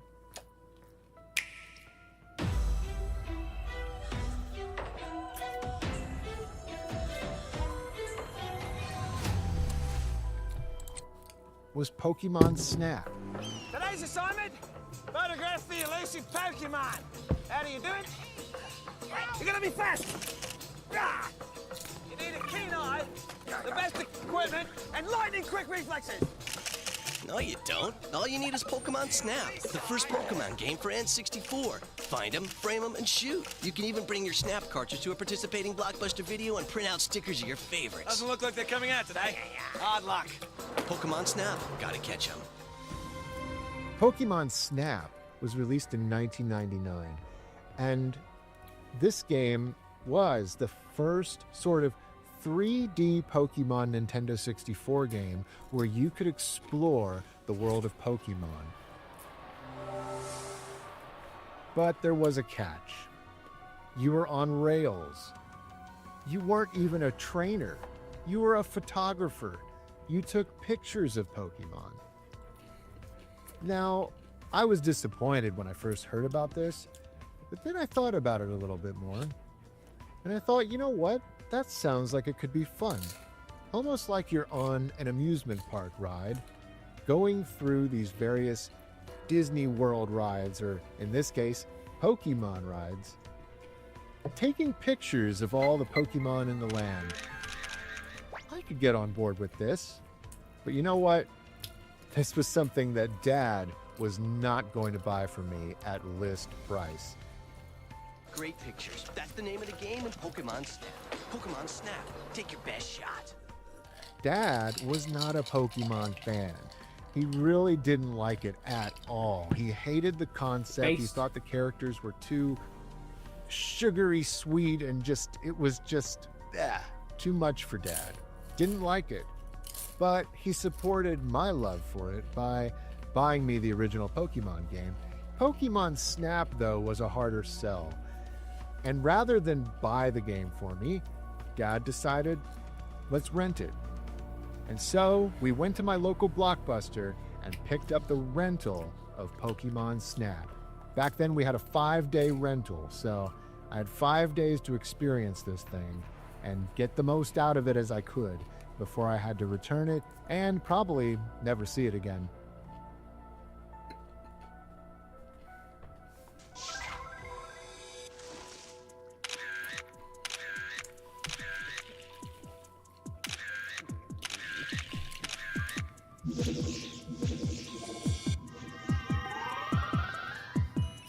The first night I played Pokemon Snap, I remember immediately loving the game.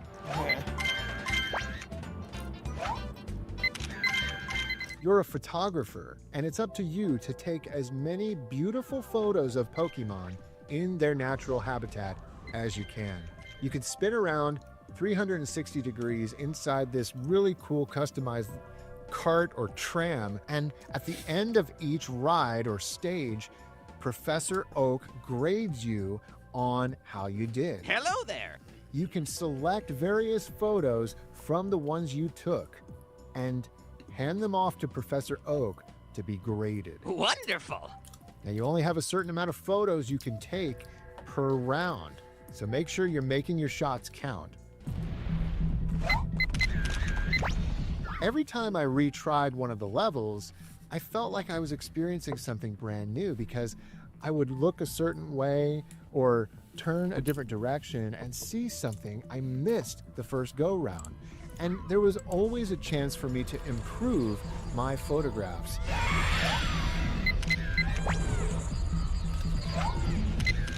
I loved that high score nature, how each photo of each different Pokemon gets graded separately. And it really encouraged you to become a better photographer in many ways. It really encouraged you to get that high score and prove to yourself that, you know what, next go round, I'm going to take a better photo of Pikachu or of Bulbasaur. That first night I played Pokemon Snap, I never would have imagined that such a wonderful and fun game would become something that was actually detrimental to my health. The first thing I did the next day after I came home from school, I started playing Pokemon Snap. And from that point forward, I played Pokemon Snap hour after hour. For over 40 years, wherever great sound is in demand, I remember Dad coming home from work, putting away his things, sitting in the recliner, and just watching me play Pokemon Snap. And I'm obsessing over making sure I get all of the Pokemon I can in each round, taking better shots, taking photos of Pokemon I didn't take before, discovering hidden Pokemon by triggering events with different items that you could throw.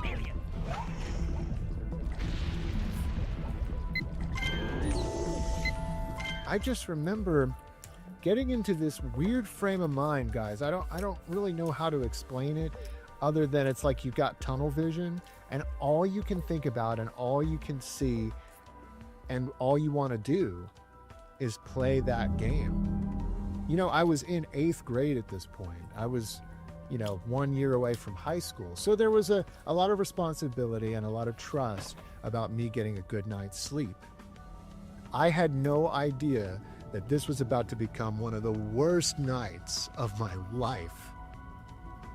In just 24 hours' time, my dad would be banning me from Pokemon Snap.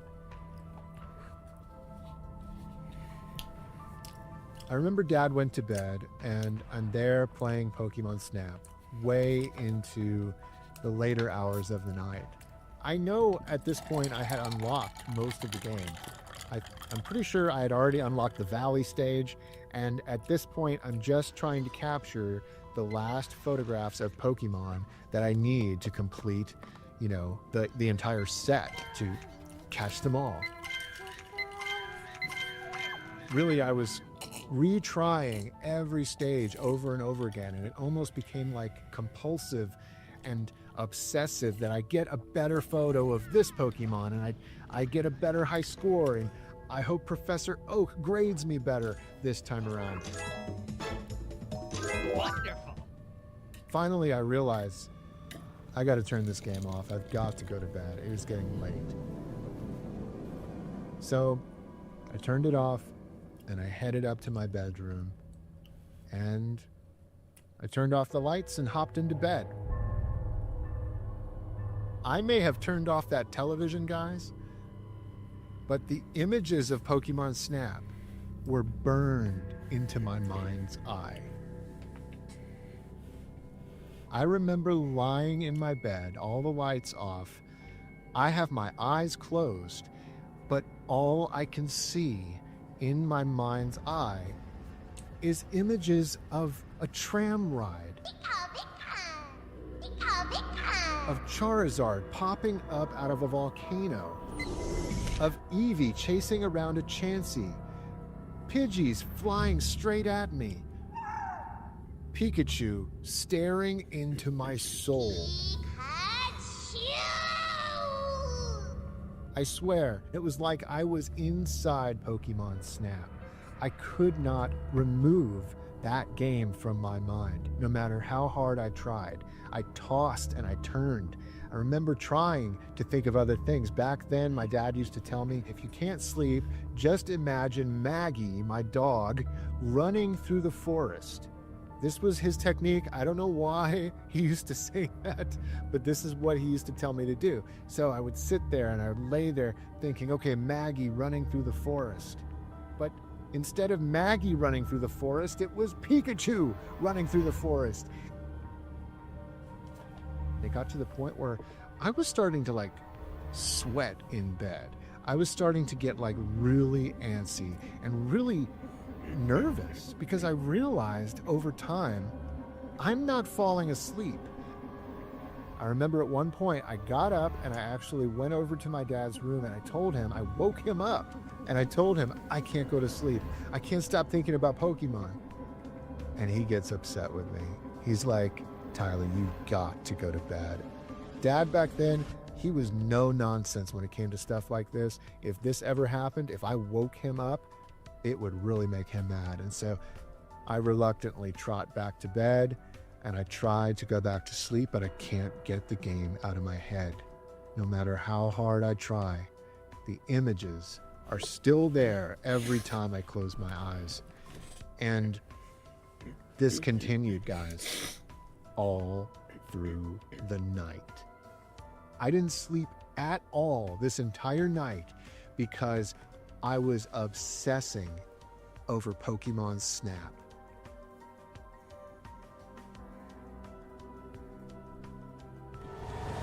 Good hair days start with a routine. An easy routine starts with a daily chew.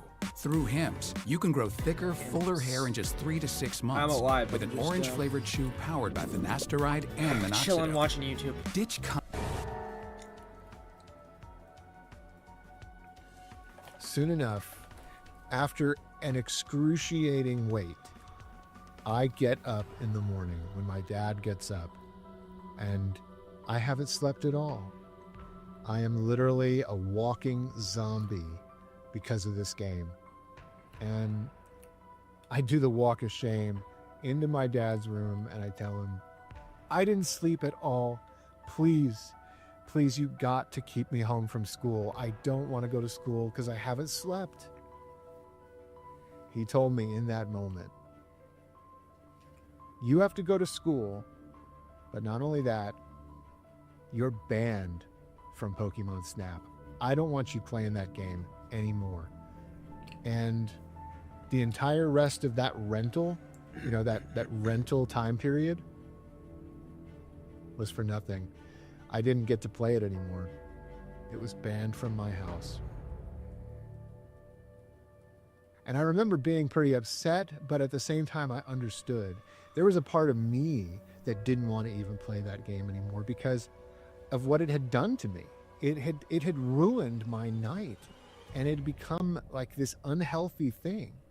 I remember throughout the school day still thinking about it. Like it had firmly burrowed into my brain, and I was still thinking about it even in each of my classes. I was actually scared to go to bed that night.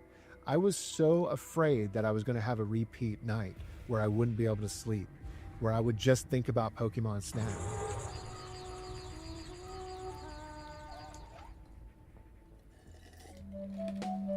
Well, that's about it, guys. I hope you enjoyed this episode of My Retro Life, taking a look back at Pokemon Snap, the game my dad...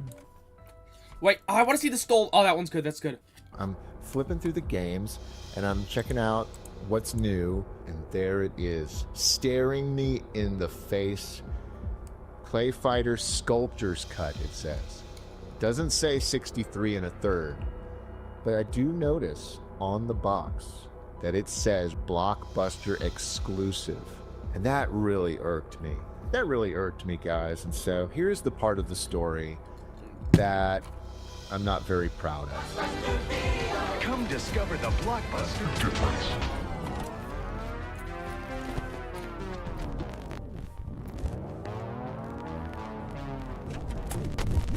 But first, a word about this video's sponsor, Encore.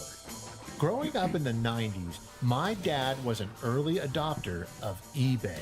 He said on eBay, when you get this, you will be bending the cardboard for the first time. Today, there are so many ways to collect retro games, and I know for sure that Dad would be using the Encore app. Some of you may have already heard about Encore, the new retro games and Encore, for sponsoring this video. When I first heard about Clay Fighter on the Super Nintendo, I was flipping through the pages of EGM magazine, and that's where I first laid eyes on this new Super Nintendo game that was coming out that looked an awful lot like Mortal Kombat. And Mortal Kombat, back in the early 90s, 1993 especially, Mortal Kombat was such an adult game, and it was so controversial that I'm sure Interplay, who developed Clay Fighter, the geniuses behind this game probably said to themselves, well, if, parents are not going to buy Mortal Kombat for their kids, let's cater to an all ages group and capitalize on Mortal Kombat's popularity with a parody of Mortal Kombat that also kind of doubled as an original game. I hope so. Using stop motion animation and clay sculptures for their fighter models, Clay Fighter really on paper is pretty genius when you think about it. The game had so much buzz. Guys, really, if I could put you back in a time and place, 1993, going into the holiday season of Christmas 1993, this game, I'm sure, made it onto many Christmas lists because the magazines were hyping it up. So this was a game that was critically acclaimed, and really that's where I became a Clay Fighter fan. I got Clay Fighter for Christmas of 1993. It was one of the first games I opened that Christmas in front of my family and my cousins. Tyler's going. Clay Fighter! What is it? Clay Fighter! Clay Fighter! Wow!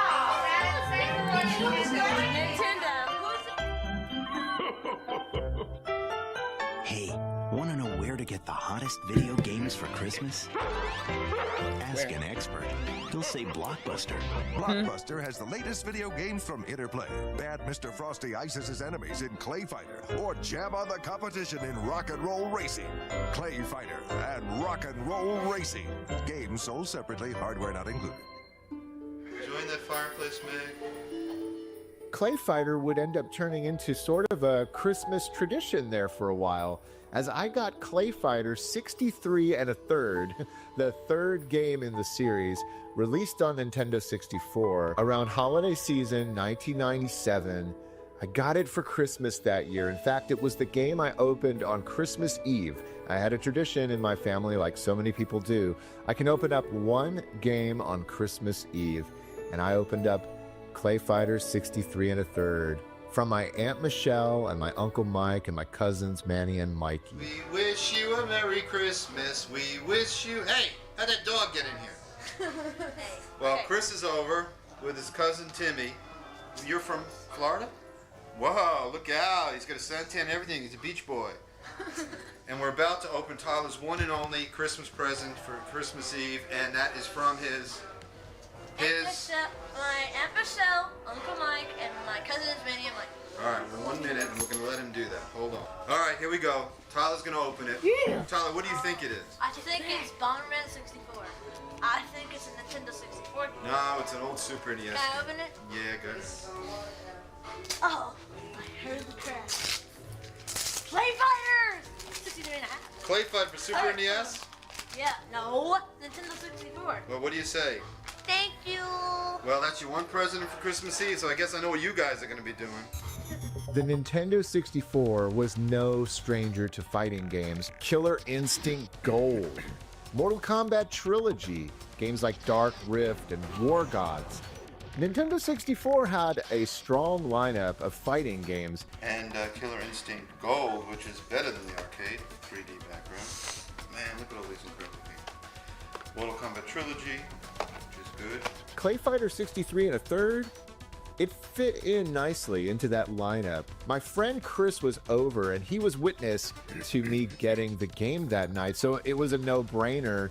We were going to play this two-player game together that night. Perfect timing, really. Well, that's your one present for Christmas Eve, so I guess I know what you guys are going to be doing.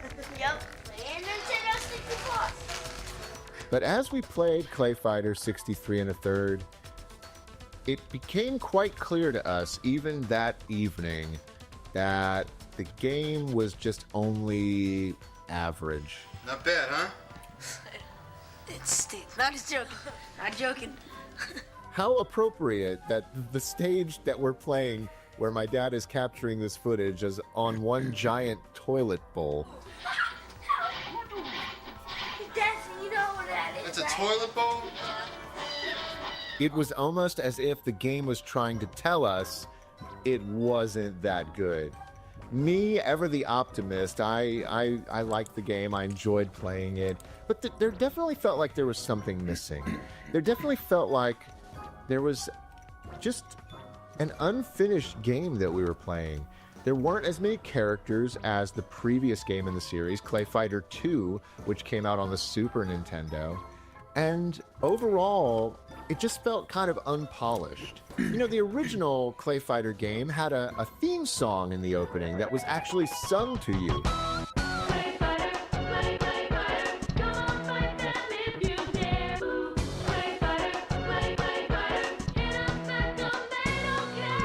And like, that was amazing on the Super Nintendo to hear a song with vocals coming out of your cartridge.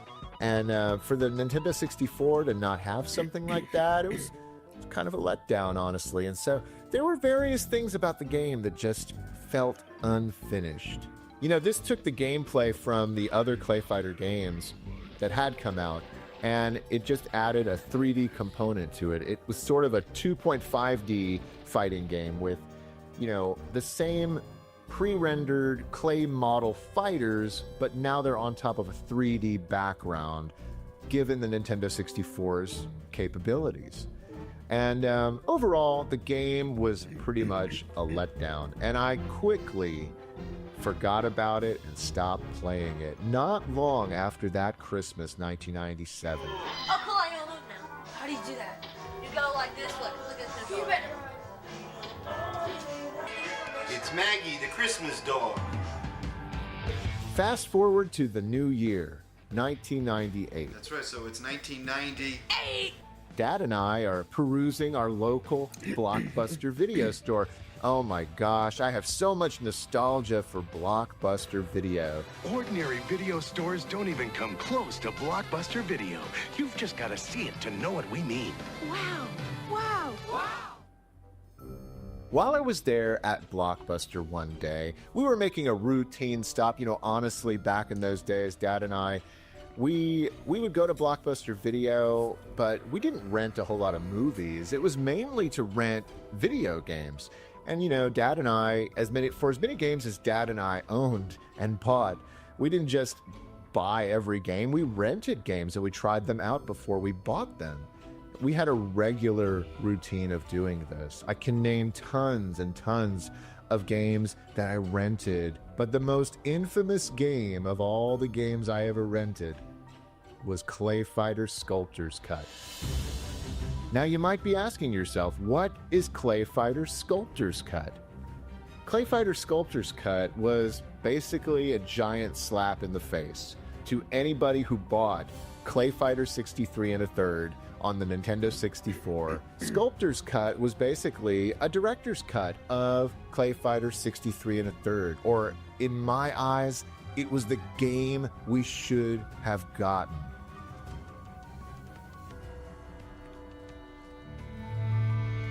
As I'm going through the aisle there at Blockbuster, I'm in the Nintendo 64 section, and I'm flipping through the games, and I'm checking out what's new.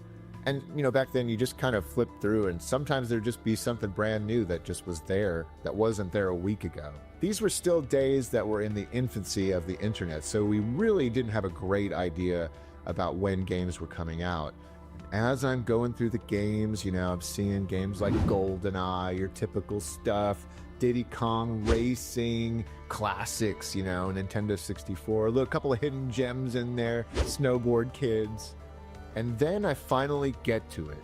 And to my eyes, it looks like Clay Fighter 63 1/3. I almost skip over the game. And I had to do like a double take. I remember I flipped through and I passed it up. And then I thought, wait, that looked different. Because the box art is very much the same, but different. So I do a double take and I flip back to it, and there it is, staring me in the face. Clay Fighter, and I have to squint to read. Clay Fighter Sculptor's Cut, it says. Doesn't say 63 1/3. And I say to myself, oh my gosh, this is like, is this what I think it is?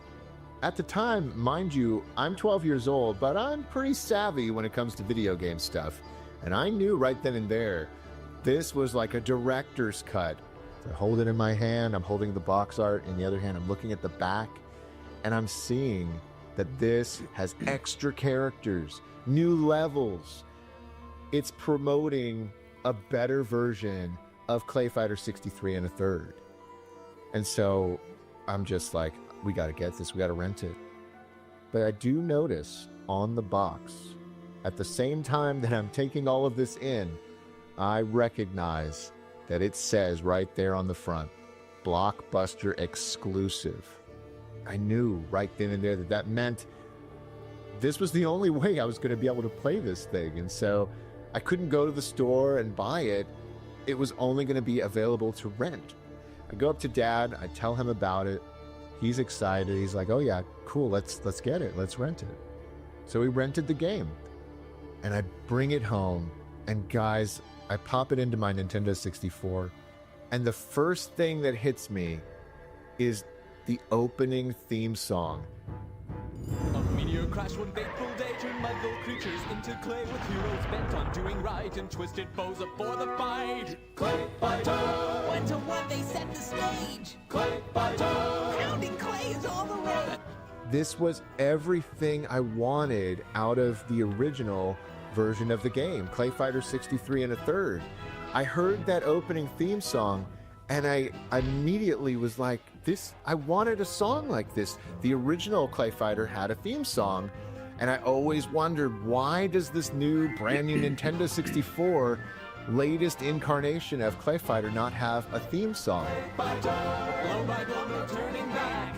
Clay Fighter, living mud on the attack, but who will win the final match? And there it was. It's like they knew. They knew it should have. They knew that was missing, and they added a really fun opening theme song like the original game had. Just the game itself played better too. There was something about it. It's like they tightened it up, and it just played better. It felt more vibrant. There was something about it. It just felt more colorful, more vibrant on the screen. The new characters, the new levels. It's almost like they had more time to work on the game, and this was what it should have been all along. So long, sucker!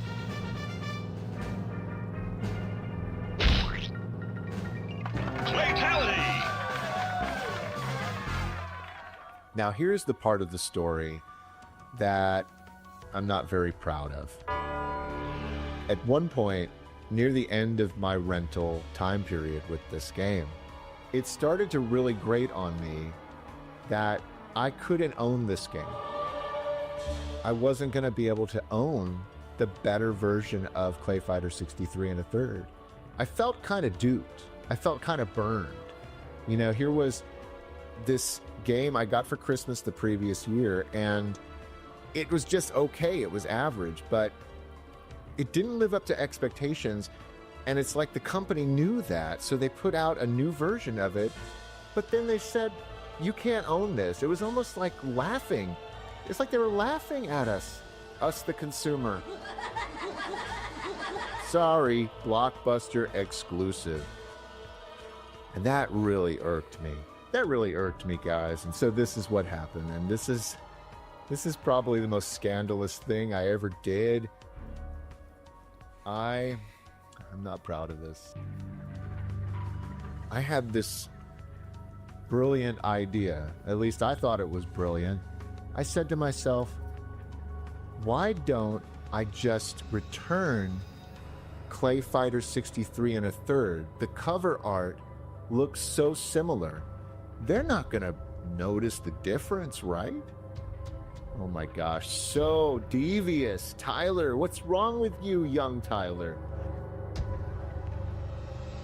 I do get it. I understand that as a consumer and a fan of the game, I felt burned. I felt like, you know, this is what it should have been, and I'm owed this. I'm owed this. We have the game. Why can't it be this game? Why can't it be this version? It's supposed to be this. And so I just made up my mind that I was going to do it. I was going to pull the old switcheroo on Blockbuster. Come discover the Blockbuster difference. Now, some of you might be asking or wondering, did you tell your dad that you were going to do this? And I honestly can't even remember. I can't remember whether or not I told him I was going to do this, but I did it. What do you think this is? My dad drove me to Blockbuster. It was at night. And I remember at night, Blockbuster would be closed, but they would have that little opening and that little slot that you could slip in the movie or the video game that you were returning, the overnight return slot. And I thought, oh, under the cover of darkness at night, I'll be okay to do this. Nobody will see what I'm about to do. And I'm about to pull a fast one on Blockbuster. Instead of putting the Clay Fighter Sculptor's Cut version of the game in the Blockbuster case, I put my original from Christmas 97. I put my Clay Fighter 63 1/3 version of the game, the older version of the game, I put it in the Blockbuster case. And Dad pulled the vehicle up to the Blockbuster, and I just got out of the car, and I was nervous. I was like, oh my gosh, what am I doing? I was kind of having second thoughts even as I'm walking up to that return slot. And I open up slowly. I open up the return slot, and I've got the Blockbuster case with the older game in it. And I'm like, am I really gonna do this? And I've got it like halfway in, and it's like teetering back and forth. And finally, I just dropped it. I shut the slot, and I run back to the car. Immediately, I feel like, oh my gosh, am I gonna get in trouble? Are the cops coming? Are they Blockbuster gonna arrest me? You know, my 12-year-old self. Immediately, all these bells are going off in my head, and I'm kind of scared about what I just did. I go back to the car, and I go home, and at home waiting for me was Clay Fighter Sculptor's Cut. I had it. It was mine. And in the coming days and weeks and months, I really worried whether or not I was going to get in trouble for this. I didn't know if my dad was going to get some sort of letter in the mail. I didn't, Blockbuster used to be crazy sometimes with their late fees and stuff like that. And who knows what they would do in this situation, but nothing came of it.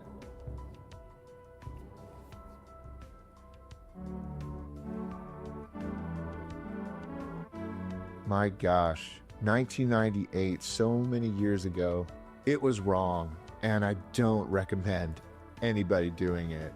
Over time, I was thrilled to have this exclusive blockbuster Nintendo 64 game, it felt very special to me. Even back then, it was like, oh, this is, not many people have this, and not many people have a way of getting this. I wasn't really thinking in terms of rarity back then, especially with a current gen game. But oh my gosh, guys, this game, I had no idea that this version of the game, this blockbuster exclusive, was going to become the rarest, not just a rare, but the rarest game in the Nintendo 64 library that was commercially released. And for years and years and years, this game sat in my collection as a treasure. That was obtained by not the most legit ways. But I also thought to myself, how is anybody supposed to get this? How is anybody supposed to actually own this thing if they don't do it the way I did it?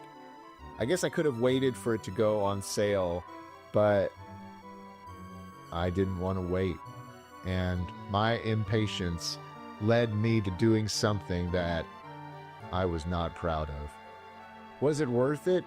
No, absolutely not. It was not worth nearly getting myself arrested as a juvenile back in the day for what was essentially stealing. But I will tell you, I got this really crazy, wild story out of it, and for that, I'm grateful. My friend Brian, he used to say to me, Tyler, you're the reason Blockbuster went out of business. It's because of you, and you pulling the old switcheroo on Blockbuster with the Clay Fighter Sculptor's Cut. And that's pretty funny to think about, but if it was true, I'm sorry. I'm sure that most of you who own this game today probably bought it at a video game convention, or maybe you got it when it went on sale eventually. But man, it is so rare, and I can't believe there are some people, I've seen this game at video game conventions with the box. And I'm like, how did you, because the box exists. They sent this game to Blockbuster with the original box. But most of the time, that box was destroyed by Blockbuster. So many copies of this game got destroyed. All things said and done, this may have been the rarest video game I ever owned in my life. If this is your first time to the channel, do consider subscribing. I love talking about my game crazy family and all of the amazing adventures we had with video games, so many of which were caught on. What a classic. No one knows. I'm watching this. Oh my god, can you shut up, Nitro? Please, for the love of God. It's not fucking funny. You're not funny. You're being an idiot. You're so fucking self-centered. Ooh, me too. No one cares.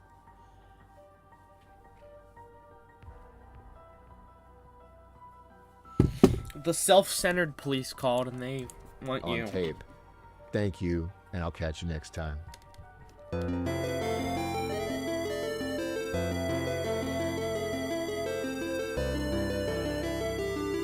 Jeez. Hey, it's me, your very dry skin. I'm uncomfortable and need extra.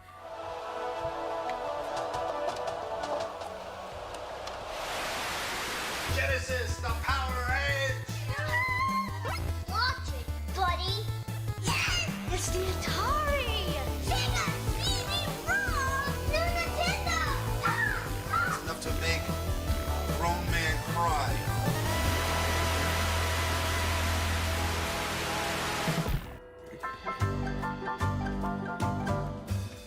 Ah, yes, the hustle and bustle of the Christmas season. The year was 1982, and while I hadn't yet arrived on planet Earth, those who were here were probably playing Atari. Video games are the latest craze to sweep the country and most of the world, too. The Atari video computer system. Don't just watch television tonight. Play it. That's right, Atari was a household name. Watch television tonight. Bleeps and bloops on the TV screen into a multi-billion-dollar industry. Millions of people are addicted to hours of gazing at electronic images on game screens in arcades and in their own homes. That's my cousin Manny with my dad. The two of them were quite the little duo before I came around. And one of the things they would play together was the Atari. Patati! As baby Manny would say. Manny was born into a gaming family, His mom and dad had owned an Atari since the late 70s, and they'd already accumulated a sizable collection of games by the time Manny was of gamer age. It's the thing that holds it. It's an Atari! It's an Atari! It's not the game, it's the box. That holds all the games. My family probably contributed to some major Atari sales during the Christmas season. But so far this Christmas season, retail sales have been generally lackluster. And retailers say it'll only be after these final 2 weeks before Christmas that we'll know the result. But will this popularity last is the question. Well, the makers of video games are gambling that it will. When I look at this found footage that was filmed inside that Sears department store, I'm reminded that I have some amazing footage that my dad captured during Christmas of 1983, a year later. There's Cousin Manny, or Baby Manny as we called him back then. Oh, baby Manny for mommy and daddy. Oh, I bet you it's shaving lotion. Yes. Mommy and Andy and Bert. Hold it up. Hold it up, Manny. Manny was only 2. I'll be right back, chat.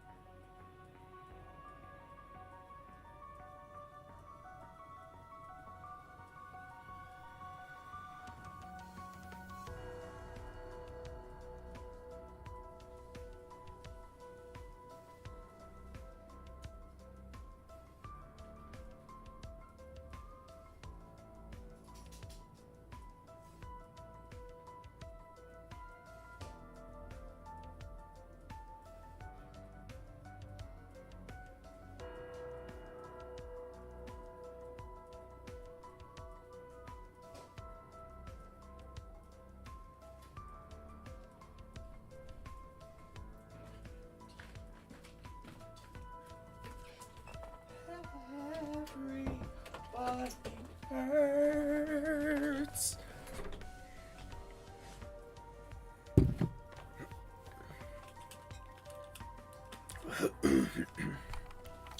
2.5 years old when this was filmed, but he was able to hold an Atari joystick long enough to become a video game lifer. Atari was easy to pick up and play. So simple, baby Manny could play. Or someone like my mom. Oh!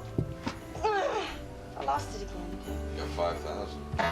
One shot.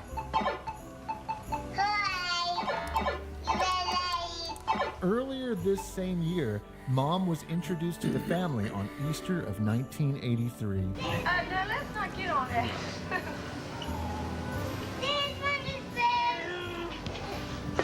She and Dad were quite smitten with each other around this time. He's a great kid. And wouldn't you know it, there's Mom playing Atari. Oh! Oh, God, I got it bounced. Oh! With Dad and the rest of the family cheering her on. Come on, yeah, let's start making one too. Look out! Oh, the other game was better. Try it again, reset it. Reset, how do you reset? Go all the way over Last to you. button on here. Thanks, Manny. Jeez. Oh. No! Oh, God. Come on, get over there, buddy. Whoa. Whoa. Come on! Oh. Oh, You're up to 6,000 on one ball. That's not bad. Come on. This is where it all began, guys. It's so cool to see my family loving video games and loving Atari the way they were. The evidence is right here on tape. They were the... In this video, we're going to be talking about the top 10 video games Dad hated most. Oh, man! Some of the worst gaming experiences were experiences I had with my dad playing games. And as much as I don't really want to talk about these games, maybe doing this video will sort of be therapeutic for me to talk about these terrible experiences. What do you think this is? I know.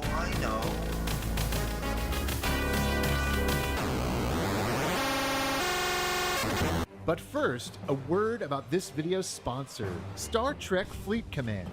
When I was a kid growing up in the 90s, the only Star Trek video game I ever owned was this Tiger Electronics game that my Uncle Wes got me.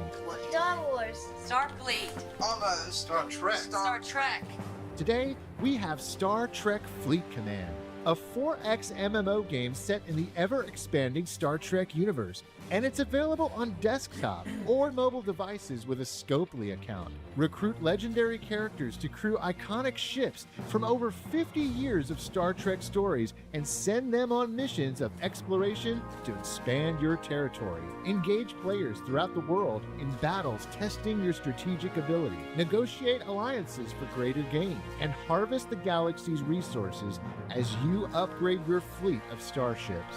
You have the con, Commander. There's no better time to start playing, as new features are continually added to the game, such as the Mirror Universe.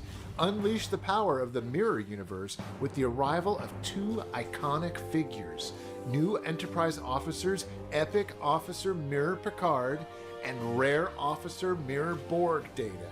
Sign up now and also get Epic Romulan Captain Nero for free. I've really been enjoying this game, guys, so use my promo code BOOST and get Star Trek Fleet Command today. You'll unlock a beginner station upgrade content pack with 300 Latinum, 100k Parsteel, 10k Tritanium, and so on. Use the link in the description or scan the QR code from the screen to install the game and boldly go where millions have gone before. Check out Star Trek Fleet Command today. Thank you, Star Trek Fleet Command, for sponsoring today's video. Dad was a champion for the Sega CD. He bought the add-on right when it came out. Christmas 1992 was the big surprise from Santa Claus. It really enhanced the Sega Genesis experience. There was one aspect, though, that Dad really did not get behind. He was not a fan of FMV games. Sewer Shark was the absolute worst game that came out on the Sega CD, in Dad's opinion. I remember him constantly making fun of this game.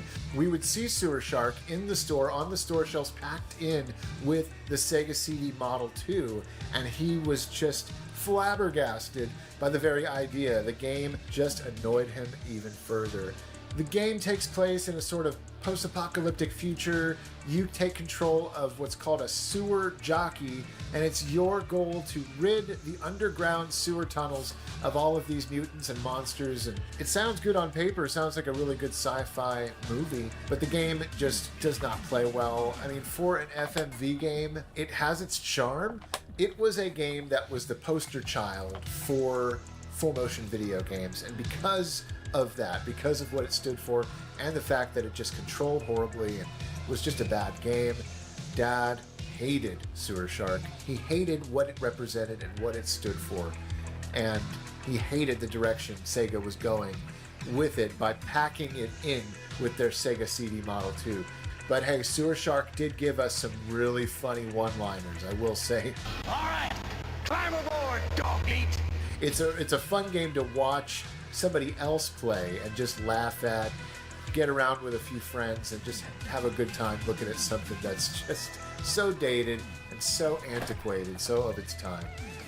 All right, now this one I mentioned before in my top 10 games Dad hated but I loved video.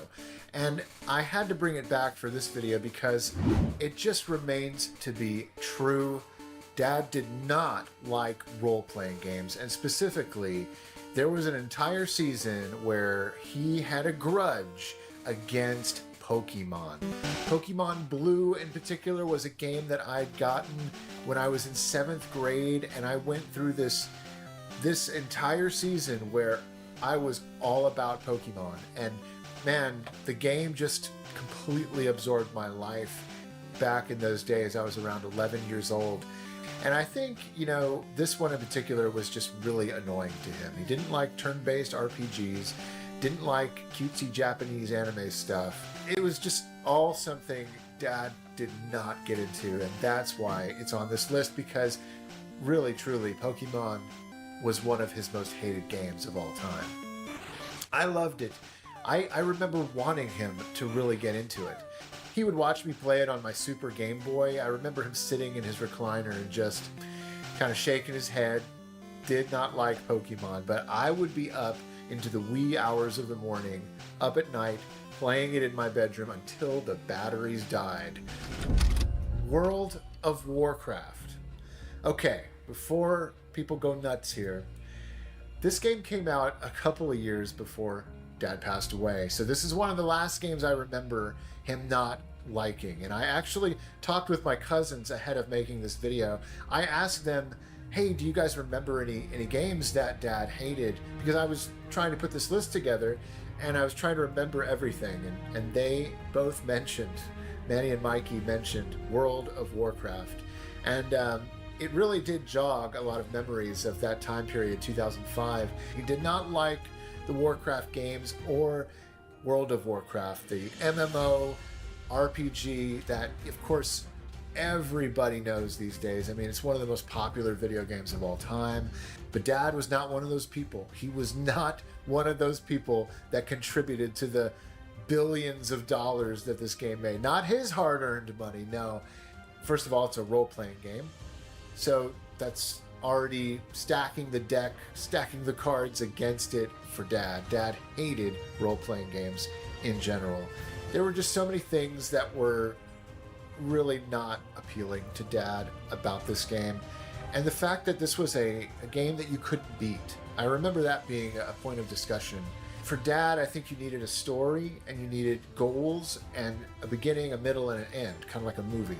The idea of this open-ended, never-ending, massive multiplayer online game, it really didn't appeal to Dad at all. He hated World of Warcraft and often would make fun of it. Virtual Highlight on the Sega Saturn. This game was developed by Vic Tokai, and it was not a good game. I remember Dad wanting to love this game, wanting to fully embrace it. The first memory that crosses my mind is how insane he thought it was that the game took up so much memory on the Sega Saturn's internal hardware. That's superficial. The game itself is terrible. It is a chop fest, and by that I mean choppy gameplay. I swear this thing slows down to a crawl when it gets busy on the screen. It's a sort of open world action RPG before such a thing was really popular, and you would think, wow, that's awesome, you know, it's doing something ahead of its time. Well, yes, but if only it was executed well. It is not executed well. It's a really, really awful game. This one looked really great. The box art was great. It represented something that we felt like was going to be a great adventure, a great fantasy role-playing game adventure, but no. Ya terminaré al niño que...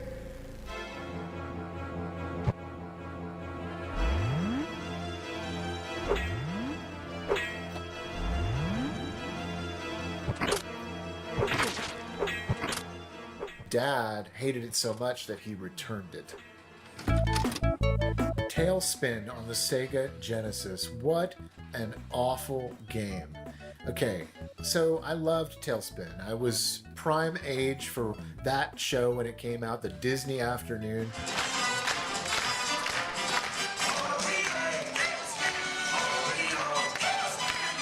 We looked at the game in the magazines, the pictures, the game, visuals on the back of the box. Everything about it looked very good. I mean, the visuals were really detailed. And on the back of the box, I can specifically remember it saying it was a 1 or 2 player game simultaneous. Now, this was always a exciting thing to see on the back of a Sega Genesis box. When it was a cooperative 2-player game, you felt like, oh man, I could play this with my buddy, we could play this together. And I know Dad and I specifically wanted to play this game together. And immediately we knew this was not one for us. It was a game that was plagued by really terrible design choices, the worst control. It's just so wimpy. That's a good expression for this game. It's a wimpy kind of like whimper of a game. I remember Dad and I playing Baloo and Kit Cloud Kicker. You know, you choose the characters at the beginning, and we were playing the game 2-player. It was so hard for the two. This is a game, especially with its bad design choices, trying to play this game 2 players simultaneously is a nightmare. And it's such a shame because the NES game was really good, developed by Capcom. I mean, that was a good example of a Tailspin game. Maybe that's what Tailspin in video game form always should have been. This clunky, unresponsive, incredibly hard and unforgiving platforming game? No. Give me the NES game any day. Well, here we are at Trevor McFur in the Crescent Galaxy. I feel like this is a game that I could do an entire video on because of just how infamous it was in my family and between my dad and I. Atari meant a lot to Dad. Atari is what made him a gamer. And for Jaguar to come out in 1993, it was something that Dad had a lot of hope in. And we ended up waiting and getting the system when it was discounted, but he became a big Jaguar fan, and there's a lot to love about the Jaguar. Whoa, the cat! Lots of great games, but Trevor McFur is not one of them, if you ask me. And if Dad were still here, he would say the same thing. Really, it brings you in with its really cool box art, and you kind of feel like this might be some sort of Star Fox style game with its anthropomorphic, animal characters flying through space, piloting spaceships. Man, the computer generated visuals and those backgrounds just looked magnificent as stills. When the game is moving, you realize this is a turd. What a terrible game. I remember firing this up for the first time after Dad and I got it, and we had some hope that it would be good even though the reviews were bad. And oh my gosh, the game starts with this terrible music. I mean, it sounds like it could have been made on a Casio keyboard from the 80s. Boy, is he talented or what? It's such a bad title screen music opening. It just feels like shareware.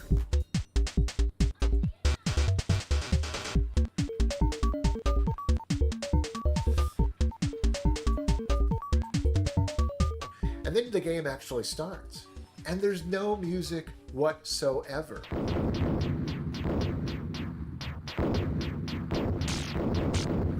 This is the nail in the coffin. This is what killed the game for Dad and I. This game, it's terrible. It's so bad, and it was a game that we made fun of to no end. Oh, we used to say back in the day, at least it's not Trevor McFur. Whenever we were talking about a different game, if a game was bad, we would say, well, at least it's not Trevor McFur.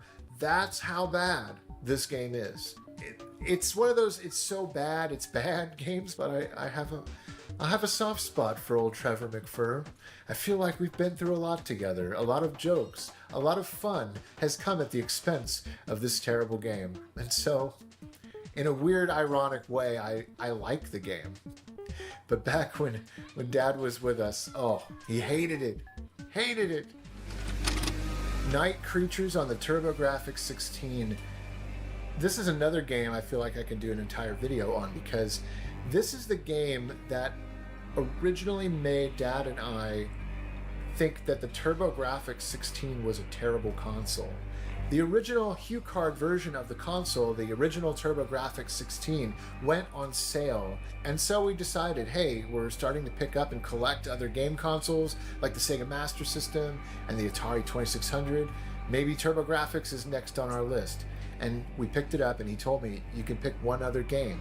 Well, I looked at all the game boxes for the games that were there that were discounted and on clearance, and the game that really stood out to me and looked great from the box art was Night Creatures. How many games duped us with bad box art? This is one of them. Well, we brought this game home and the system. We fired it up, and we were met with one of the worst gaming experiences of our lives.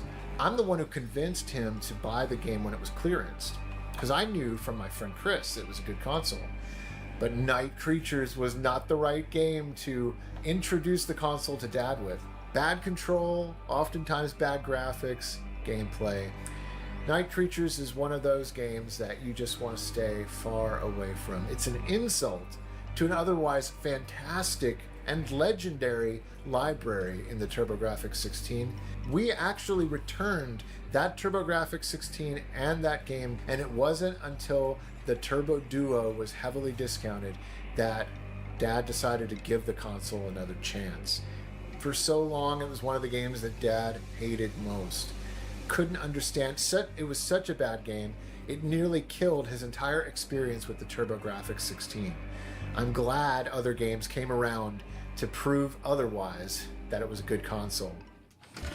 Conan on the NES is one of the worst video games ever made, and it was one of the games Dad hated most by far. This game, it had so much promise in its franchise. Conan the Barbarian, when I was a kid growing up, my dad would actually show me this movie with Arnold Schwarzenegger, who was every kid's hero, and he would show me a censored version of the movie, skipping through the more adult portions of the film. He wanted me to experience the movie because it was such a fun and great movie and character. And I actually really loved the Conan character as a result when I was a kid. So when it came time to rent this game, I remember we rented it from our local mom and pop video rental store back in the early 90s. It is just so clunky, so poorly executed in its design. It feels like you're pulling teeth just trying to do and accomplish anything in this game. Dad and I never made it past the first stage of this game because it's so cryptic. It doesn't tell you what you have to do to pass the boss character at the end of the stage, and you're just running around in this horribly controlled game with the worst music playing on loop. You punch skeletons and you knock their heads off, and you just trying to land a hit feels like a chore. And we made fun of it for years. For years, this was in our minds. Dad and I would call this the worst NES game, if not the worst game we'd ever played. Don't put yourself through any torture by playing this game. Really, you would have to be some sort of masochist to play it. It's that bad. Don't even touch it. In fact, I'm sorry for even bringing it up. I'm sure a lot of you have a lot of PTSD with this one. Awesome, awesome, kicks Dr. Machino's butt. I'm awesome. Awesome Possum Kicks Dr. Machino's Butt, the full title. It's such a bad game. This is one of the worst Sega Genesis games ever made, and it's one of the worst video games ever made, honestly. Dad hated this game, despite my desire to really want to like this game when I was a kid. It was a side-scrolling platformer that was sort of like a Sonic clone, and I loved Sonic the Hedgehog games. It just plays so horribly. It's a chop fest. Some of the most choppy gameplay I've ever seen on the Sega Genesis, which was a console that, you know, had some of the fastest and smoothest games ever. I mean, this is trying to be sort of a Sonic the Hedgehog clone, and Sonic the Hedgehog makes this look like garbage. It's a really bad game. It plays awful. This game makes Bubsy look like Super Mario 64 or something. You know, this is terrible. This is one of the worst games ever, and it's one that I often make fun of even to this day with my friends, my gaming buddies who are into the retro scene. They all know I hate Awesome Possum. Well, it wasn't just me. Dad hated this game too. And I have so many fun memories of the disgust he had for Awesome Possum. This game is so bad, I'd rather eat the Awesome Blossom at Chili's and get sick to my stomach and throw up. Like, that's how bad this game was. And now I'm realizing most of you probably don't even remember what the Awesome Blossom at Chili's was. And coming in at number 1 at the very top of this list, Dad's most hated game of all time, Fantasia on the Sega Genesis. If the game has Infogrames written on the box, developed by Infogrames, run for the hills. They're one of the worst developers of all time, responsible for some of the worst games ever made, including this turd, Fantasia. There was so much hope and potential for this game coming after Castle of Illusion, and for this game and its terrible music, its clunky controls, just how the game plays, you don't know what you're doing. You don't even know what your goals are. I can remember looping constantly the first stage and never being able to actually beat the first stage because I didn't know what I was doing or how to progress. And the stage keeps looping until you get the right item or collect the right thing. Honestly, to this day, I don't even know what you're supposed to do. And I can remember Dad just being so frustrated. And it's so funny because you can even see it in this clip from us showing off our Sega Genesis games on tape, on camera. You know, Dad filmed us on the couch. It's Mickey Mouse, Castle of Illusion. It's even better than the cartoon playing at your local theater. And the sequel to it, which is not as good, Fantasia. Yes, Fantasia. This game became one of the games we made fun of the most, and it was a game that it set the bar for what not to do in a video game. Because of that, because of how angry I know this game made him, and I remember his reactions like it was yesterday. I know for a fact that this was the game he hated most. And I think it was also because of the property that it represented. Dad was a huge fan of Disney, and especially the classic golden age of Mickey Mouse cartoons and early Disney animated films. And this was something that he appreciated big time. And oh my gosh, the failure of this game was only magnified because of it. And Dad hated it to no end.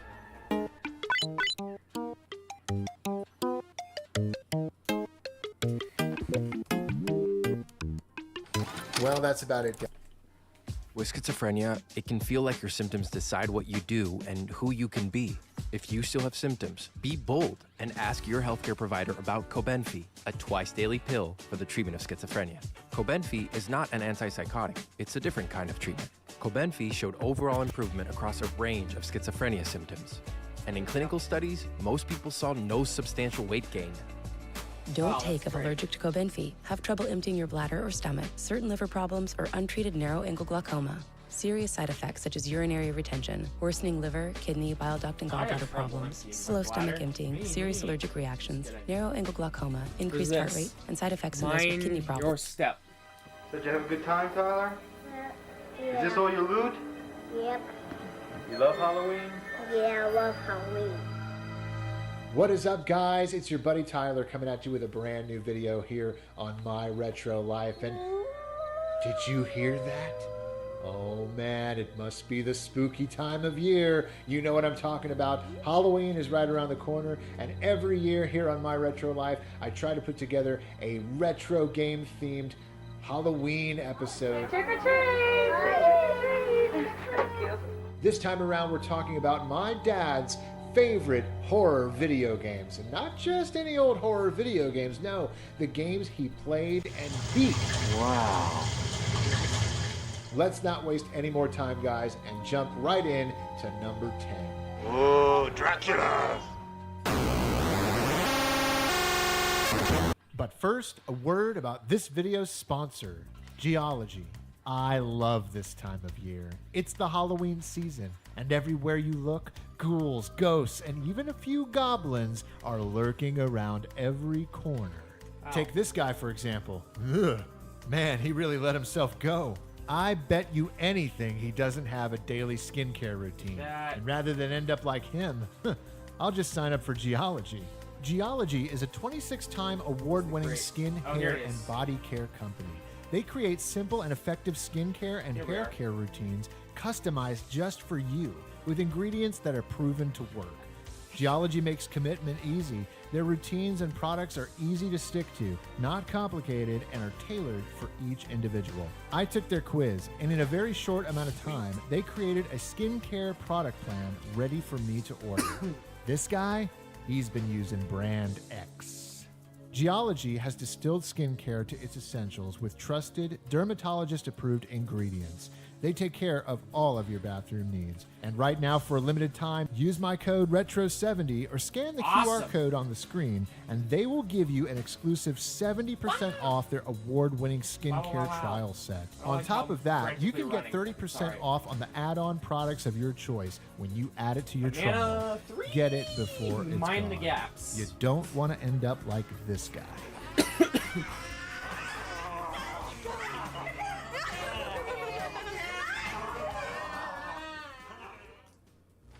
Coming in at number 10, it's Doom on Atari Jaguar. That's right, not the PC, not the Super Nintendo, the 3DO, or any of the other thousands of ports that Doom received on home consoles. No, the Atari Jaguar was heads and tails my dad's favorite version of the game. And this game, oh man, it creeped us out to no end back in the day. I remember watching my dad play Doom with the lights turned down late at night. We'd be done with school and work, and here we were ready for a nighttime of thrills with this incredible first-person shooter by id Software. I mean, this game is legendary. Everybody and their dog, I feel like, has played this game, including my dog Maggie. My dog Maggie loved playing Doom. Actually, no, that's not true, but my dad did. And he eventually got to the very end of this game. I mean, we worked hard together Doom's a hard playing game. the Atari Jaguar version of Doom. I remember trading levels back and forth with Dad and making our way deeper and deeper into the hellish world of Doom. And man, this game was nightmare fuel, but at the same time, it was such an action game where you felt such control with the various weapons you had, you know, the shotgun, the rocket launcher. I mean, you were just destroying these demons and monsters, and it was scary, but I always felt like we were in control of the situation. And so we made our way to the very end of the game and eventually beat the game. Doom, only better than any other system on the Jaguar. The Atari Jaguar version is my favorite home console port of Doom, and it was Dad's also. He loved getting to the end of this game. And even though the Atari Jaguar version does not have any music, I actually applaud the developers for not including the in-game music. What? I know it has something to do with hardware limitations, but the fact that Doom on the Atari Jaguar doesn't have music, it makes it all the more creepier. Coming in at number 9, it's Blue Stinger on the Sega Dreamcast. Now, this was a launch title on the Sega Dreamcast. We originally got this game as the Japanese imported version with our Japanese Sega Dreamcast in 1999. And oh my gosh, early 1999, getting this game way before the system launched in September. We got this around my birthday in April of 1999. And man, guys, Blue Stinger, I loved it. And so did Dad. The Japanese version of the game is so much better than the American version. From your first note. The Japanese version of Blue Stinger actually has cinematic graphics. The camera was placed in these traditional kind of cinematic positions, just like those older survival horror games, and it made for a much better gaming experience. This was the way the developers intended it. For some reason, when the game was ported to the West, they decided, we're going to ditch the fixed camera angles, we're going to ditch all of these awesome cinematic angles, and we're going to make it a behind-the-shoulder, third-person action, adventure, survival horror game. And the game really suffers in the American version. I love the fact that Pen Pen Triicelon, another Sega Dreamcast launch title, actually makes its way into the game in the mall segment of the game, which is by far my favorite area to explore in this whole game. That music is so perfect, and I've often used this music like for Christmas episodes of my retro life and stuff. It's so perfect to be hearing this kind of Christmas mall music while you're killing these evil monsters and trying to survive. Oh, it's so much fun.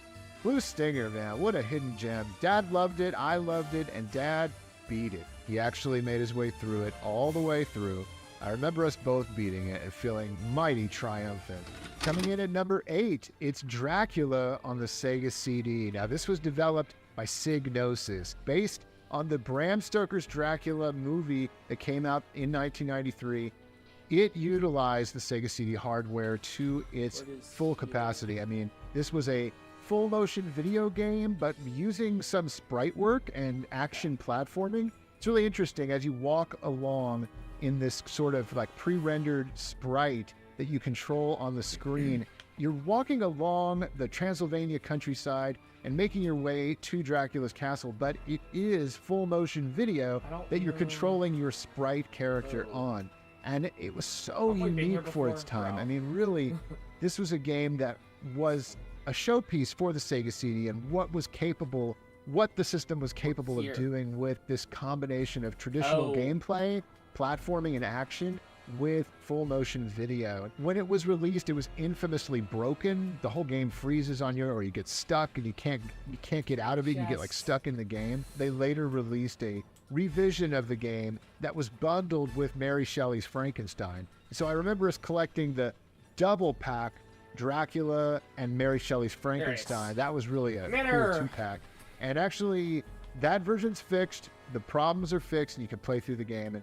But my dad, man, he was pretty hardcore with this game. He loved the movie. He made his way through it, and I can remember watching him play it, you know, just kind of moving along and taking his time. I think he really liked this action platformer because it was a game that he could go at with like a pace, a slower, more methodical pace. It was so much fun watching him get through this game with all the full motion video cutscenes from the movie. And just the atmosphere, the feeling that this game gave you was unlike any other. And really that was, you know, a testament to the Sega CD and what it was bringing. And you know, it's not a perfect game. It's not fantastic by any means, but I enjoyed it for what it was. It was really cool to play back in the day.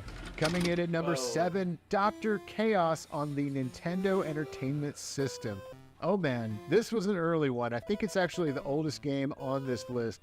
And I was a wee little lad when I first played this game with my dad, probably 4 or 5 years old. We got it from my original Nintendo. Dr. Chaos was one of those games that kind of came out and we didn't know what to expect from it. We didn't realize it would be such a scary game, and it really was. The atmosphere, going around this house and making your way in and out of the doors. It was such a unique game back then, especially. I think it was the first game I ever played that was a combination of action platformer, you know, side-scrolling action platformer. But then when you go in the doors and inside the house, you actually go into a first-person mode. As you're exploring in those first-person modes, looking for objects and, you know, things to find, and those monsters jump out of the doorways. They come without warning. It startles you. You're not expecting it. You feel like you should be safe in this room, right? But no, the monsters jump in and you have to fight them. You go outside of that first-person perspective. You're back out in the side-scrolling action platformer mode, and they chase you out of the doorway still. You still have to fight them. And so there's this real sense of, like, I'm not safe. I have to fight this monster, and you never know when those monsters are going to jump out at you in those first-person modes. And so, man, this was a really scary game for me, so I left it all for Dad. This was his game through and through. I would watch him play Dr. Chaos, and I specifically remember watching him get all the way to the end and fighting that final boss and having trouble with the boss and actually calling up my cousin Manny on the phone because Manny also had this game and discussing with Manny, trying to figure out how to beat the final boss. Now, I've talked to Cousin Manny about this and he doesn't remember. But I remember, specifically, I remember Dad having conversations with Manny about Dr. Chaos, and of course it was the king of games who knew how to beat it. Well, I can say that I remember Cousin Manny helping Dad beat this game. Coming in at number 6, it's Carrier on the Sega Dreamcast. Another survival horror game in the same vein as Resident Evil, but this one comes to us courtesy of Jalico. Continue your journey with the DLC for the Pokemon Legends ZA game.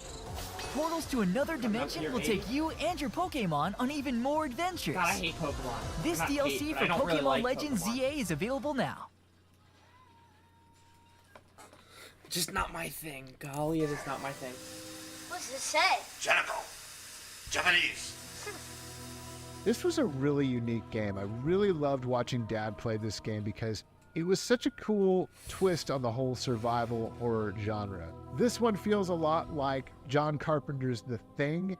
You're on this aircraft carrier, this giant aircraft carrier that crashed, and you're part of a rescue team that goes in to figure out what went wrong. They go to the crash site, and the carrier was carrying this virus, this sort of chemical that got into all of the crew members. And the thing I really remember about this one is that all the monsters are turning into these kind of plant creatures. Really gruesome, really creepy looking too. I remember actually having nightmares around this time, playing it in 2000. I was probably 14 years old. And I remember having nightmares of turning into a plant monster because of this game. So this game gave me nightmares. Well, Dad really loved the game. I don't think it gave him nightmares because he was able to get all the way to the end of it. And one of the things that I know that he loved so much about this was it was not like other survival horror games of the time that used pre-rendered backgrounds. No, this was a full 3D environment that was sort of similar to Resident Evil Code Veronica and Blue Stinger. And so this was another Sega Dreamcast survival horror game that really just, it just clicked with Dad. He loved it. He played a lot of horror games on the Sega Dreamcast. I remember this game being pretty difficult back then, and specifically Dad having to look at GameFAQs, Game FAQs, that website, pulling up the walkthroughs and reading through them and trying to figure out what he had to do next. And oftentimes I would lay on the couch as he played the game, and I would read through this printed GameFAQ. We would print it out from the internet, and I would read through it and try to help him through a game, and vice versa. Oftentimes he would do the same for me on other games, and so I got to do that for him on this game, Carrier, and it was really cool getting through it. It's been forever since I played it, but I really remember him loving it, and in part he loved it so much because the game really felt like a spiritual successor to this next game on the list. Coming in at number 5, it's Deep Fear on the Sega Saturn. Now this is a real hidden gem, guys. This is a game that flew under so many people's radars back then in 1998 when it came out on the Sega Saturn in Japan and Europe. It did not have a North American release. And so Dad and I had to import the game. We were just hungry for these survival horror games. We loved Resident Evil, and this just looked fantastic. And you were on a underwater research facility, like a submarine type of research facility. It's mutants that you're fighting. You're not fighting zombies, but they might as well be zombies, right? Resident Evil underwater. Best way I can describe it. The game, it's crazy that they got a release in Europe, though. Would have been cool to have the English version. This was another game that I remember having to print out FAQs on GameFAQs.com and reading and helping Dad get through the game. And we had that cool partnership back then when we played games together. It was so much fun. And I have so many good memories of him playing this game and just all the shocks and the scares. This one was scary. I think it was the graphics, the primitive kind of graphics of the time. It wasn't quite 128-bit generation. It was still 32-bit. And a lot of those jaggies and a lot of those kind of, early polygons made for a scary time in these horror games that were released back then. I remember Dad getting all the way through it. Again, he just loved the premise, really hooked onto the gameplay. And sometimes he would buy a game like this, and he would buy it for me, but then I wouldn't necessarily get into it. And so a lot of times Dad would then basically say to himself, okay, well, if Tyler's not going to play it, then I'll go ahead and play it. And so This, I think, was one of those games. I think maybe he got it from me, but maybe he thought in the back of his mind, maybe Tyler's not going to play it. Might be too scared of it. I was 12 when it came out. And yeah, I was a little scared of this game, and so I just let Dad take care of it. The creepy environment and the underwater setting really sets a tone for this one that's different than other survival horror games in the same genre, and I really recommend it. Definitely check it out with the lights turned down low, boot up Deep Fear on the Sega Saturn. You're not going to regret it. Coming in at number 4, it's Mansion of Hidden Souls on the Sega CD.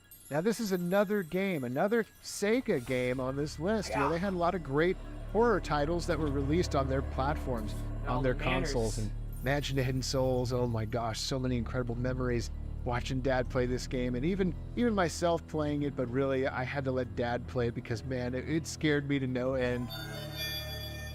You know, walking around this mansion where all these butterfly creatures are flying around, and they're like the spirits of humans that have been turned into butterflies, and they're trying to warn you about this hunter that is roaming around the mansion looking for you. He's like taking your little sister who's gone missing, and you have to find her in this mansion. The first person perspective, oh my gosh, it was so scary. It was so unique. You know, this was a kind of a point and click style game, like Myst. Find your perfect domain name and start turning your daydream into your dream job. Go to Wix Domains Not really a fan and make it happen. This one, as you can see. For this, we just literally need to walk into the balloon, right? And we're gonna just do this, and then there we are. Stupidest song ever. Please. Or Seventh Guest, those kind of games back then. But I really feel like this game had such a personality and atmosphere. And I think Dad loved it so much because it really felt like you were playing one of those old 1950s and 40s black and white horror movies back then. You had movies like The Old Dark House and House on Haunted Hill. You know, he just loved that stuff. He loved B horror movies, and this felt like you were playing one of those movies. Oh man, so many great memories going through this game with him. And I've talked about this game on the channel before. This was one of his favorite Sega CD games of all time, and he beat this game, so it was definitely one of his favorite horror video games of all time. That's why it had to make it on this list. Coming in at number 3, it's Splatterhouse 2 on the Sega Genesis. This classic series by Namco, of course, you know it had to be on this list, right? Dad loved the Splatterhouse series, and I had to pick one of the trilogy, you know, the classic Splatterhouse trilogy. Man, Splatterhouse, such a great action horror platformer. I mean, you play as this guy named Rick who is being terrorized by this terror mask, very much like Jason Voorhees in Friday the 13th, but the mask is basically turning you evil, it's controlling you, and it's telling you that you need to try to save your wife, Jennifer, and she is somewhere inside this house, and you've got to rescue her. This is the sequel to the first game. It basically has a very similar storyline, just more of the same here, but really what they were able to do in Splatterhouse 2 was just up the ante in almost every way. The graphics are fantastic. It's got some of the most macabre, creeping visuals that you'll ever encounter in an action platformer, even besting that of Castlevania, really. When I want to go for those really creepy, like, just really give you that sense of horror in an old school video game, I'm going to probably put on a Splatterhouse game. And really, it lives up to its name. It's very violent, very gory, and man, the bosses in this game are really where it's at. I mean, those are the creepy parts of the game. That first level boss, oh man, that really stands out to me. What a crazy, creepy looking creature. And it just goes on and on from there. This was a game that Dad really loved and latched onto. It leaned so heavily into the horror genre and the classic movies that came out of that genre. And this was one that he played and got all the way to the end of and beat. Coming in at number 2 is Alien vs. Predator on the Atari Jaguar. Man, Dad was a big fan of the console, and Alien vs. Predator was by far the killer app for the system. I have so many great memories roaming the corridors of Alien vs. Predator as the Marine. The best way to play the game as the Marine. You could play as the alien, you could also play as the Predator, and really it was 3 different campaigns, which was great. It really made the game really feel like a big, long game. And the Marine, though, was the best way to play it. It felt the most, like you were a Marine. He was a human character, and you were there trapped on the ship with the alien and the Predator. And oh my gosh, guys, the atmosphere in this game, with there being no music, all you hear is the hum of that corridor as you walk through. I'll never forget those first steps and him picking up the shotgun and saying, "What on earth got a hold of this guy?" What on earth got a hold of this guy? Oh my goodness. He sounded so much like Wolverine from X-Men. I remember that's all I would always say, hey, it's like Wolverine from X-Men. And oh man, this game, just the sense of dread that you felt turning and walking into every corner you take. You feel like those aliens are gonna start flocking towards you and kill you. And then when you shoot them and kill them, you can't step over their acid because the acid will kill you.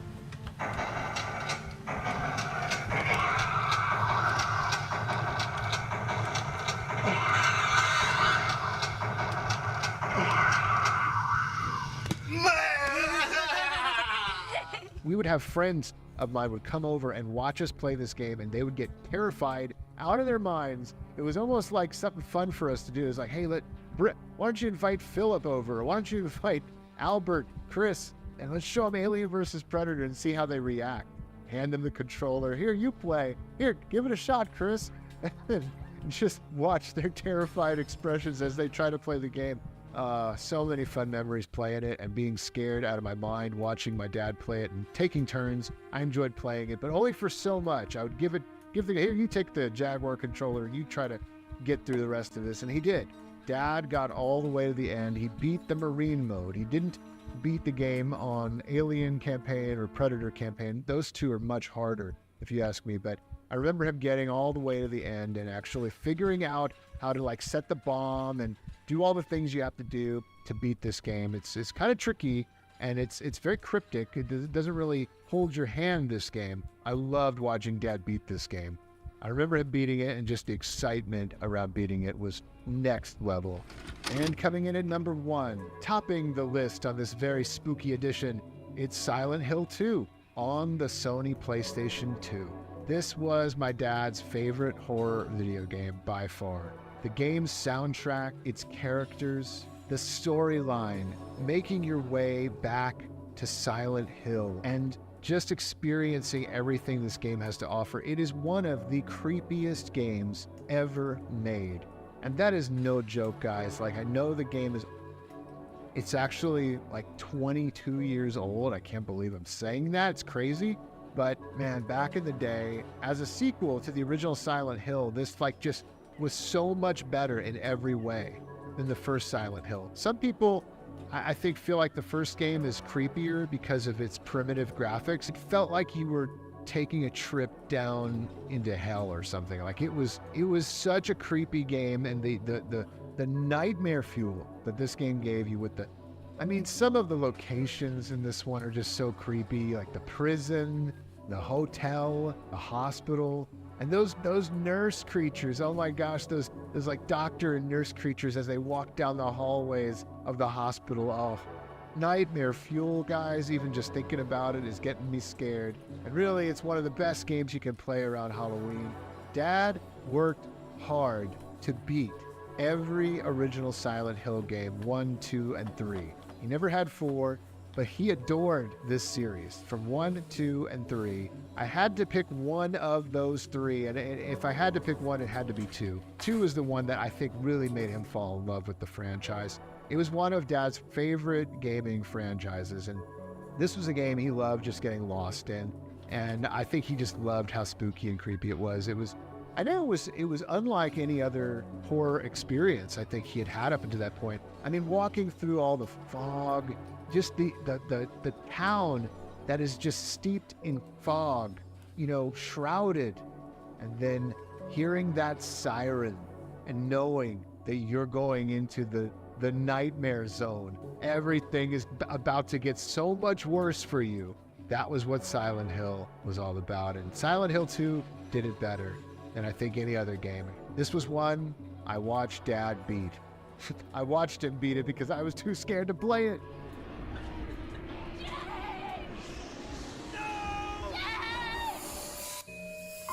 Well, that's it, guys. That's it for this episode. I hope you enjoyed this top 10 favorite horror video games that Dad played and beat back in the day. You might be surprised that Resident Evil... Meet our TurboTax experts in person and let them do your taxes for you. Now this is Taxes.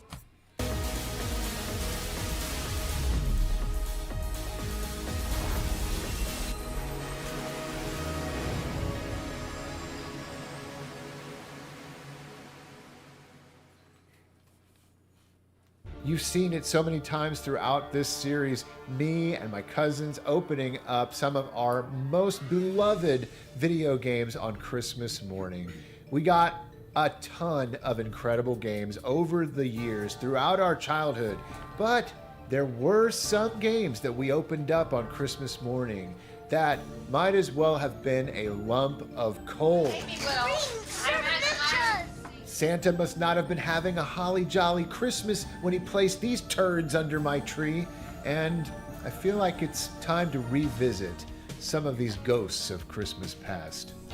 Let's start with number 10. Mario is missing. Mario is missing. Well, now you found him. But first, a word about this video's sponsor, Private Internet Access. Here in America, we just celebrated Thanksgiving. Naturally, it was a time for turkey, family, and friends. You know, the 90s hit TV show Friends. And we would watch them on Netflix, but here in the States, Friends is only available on Max.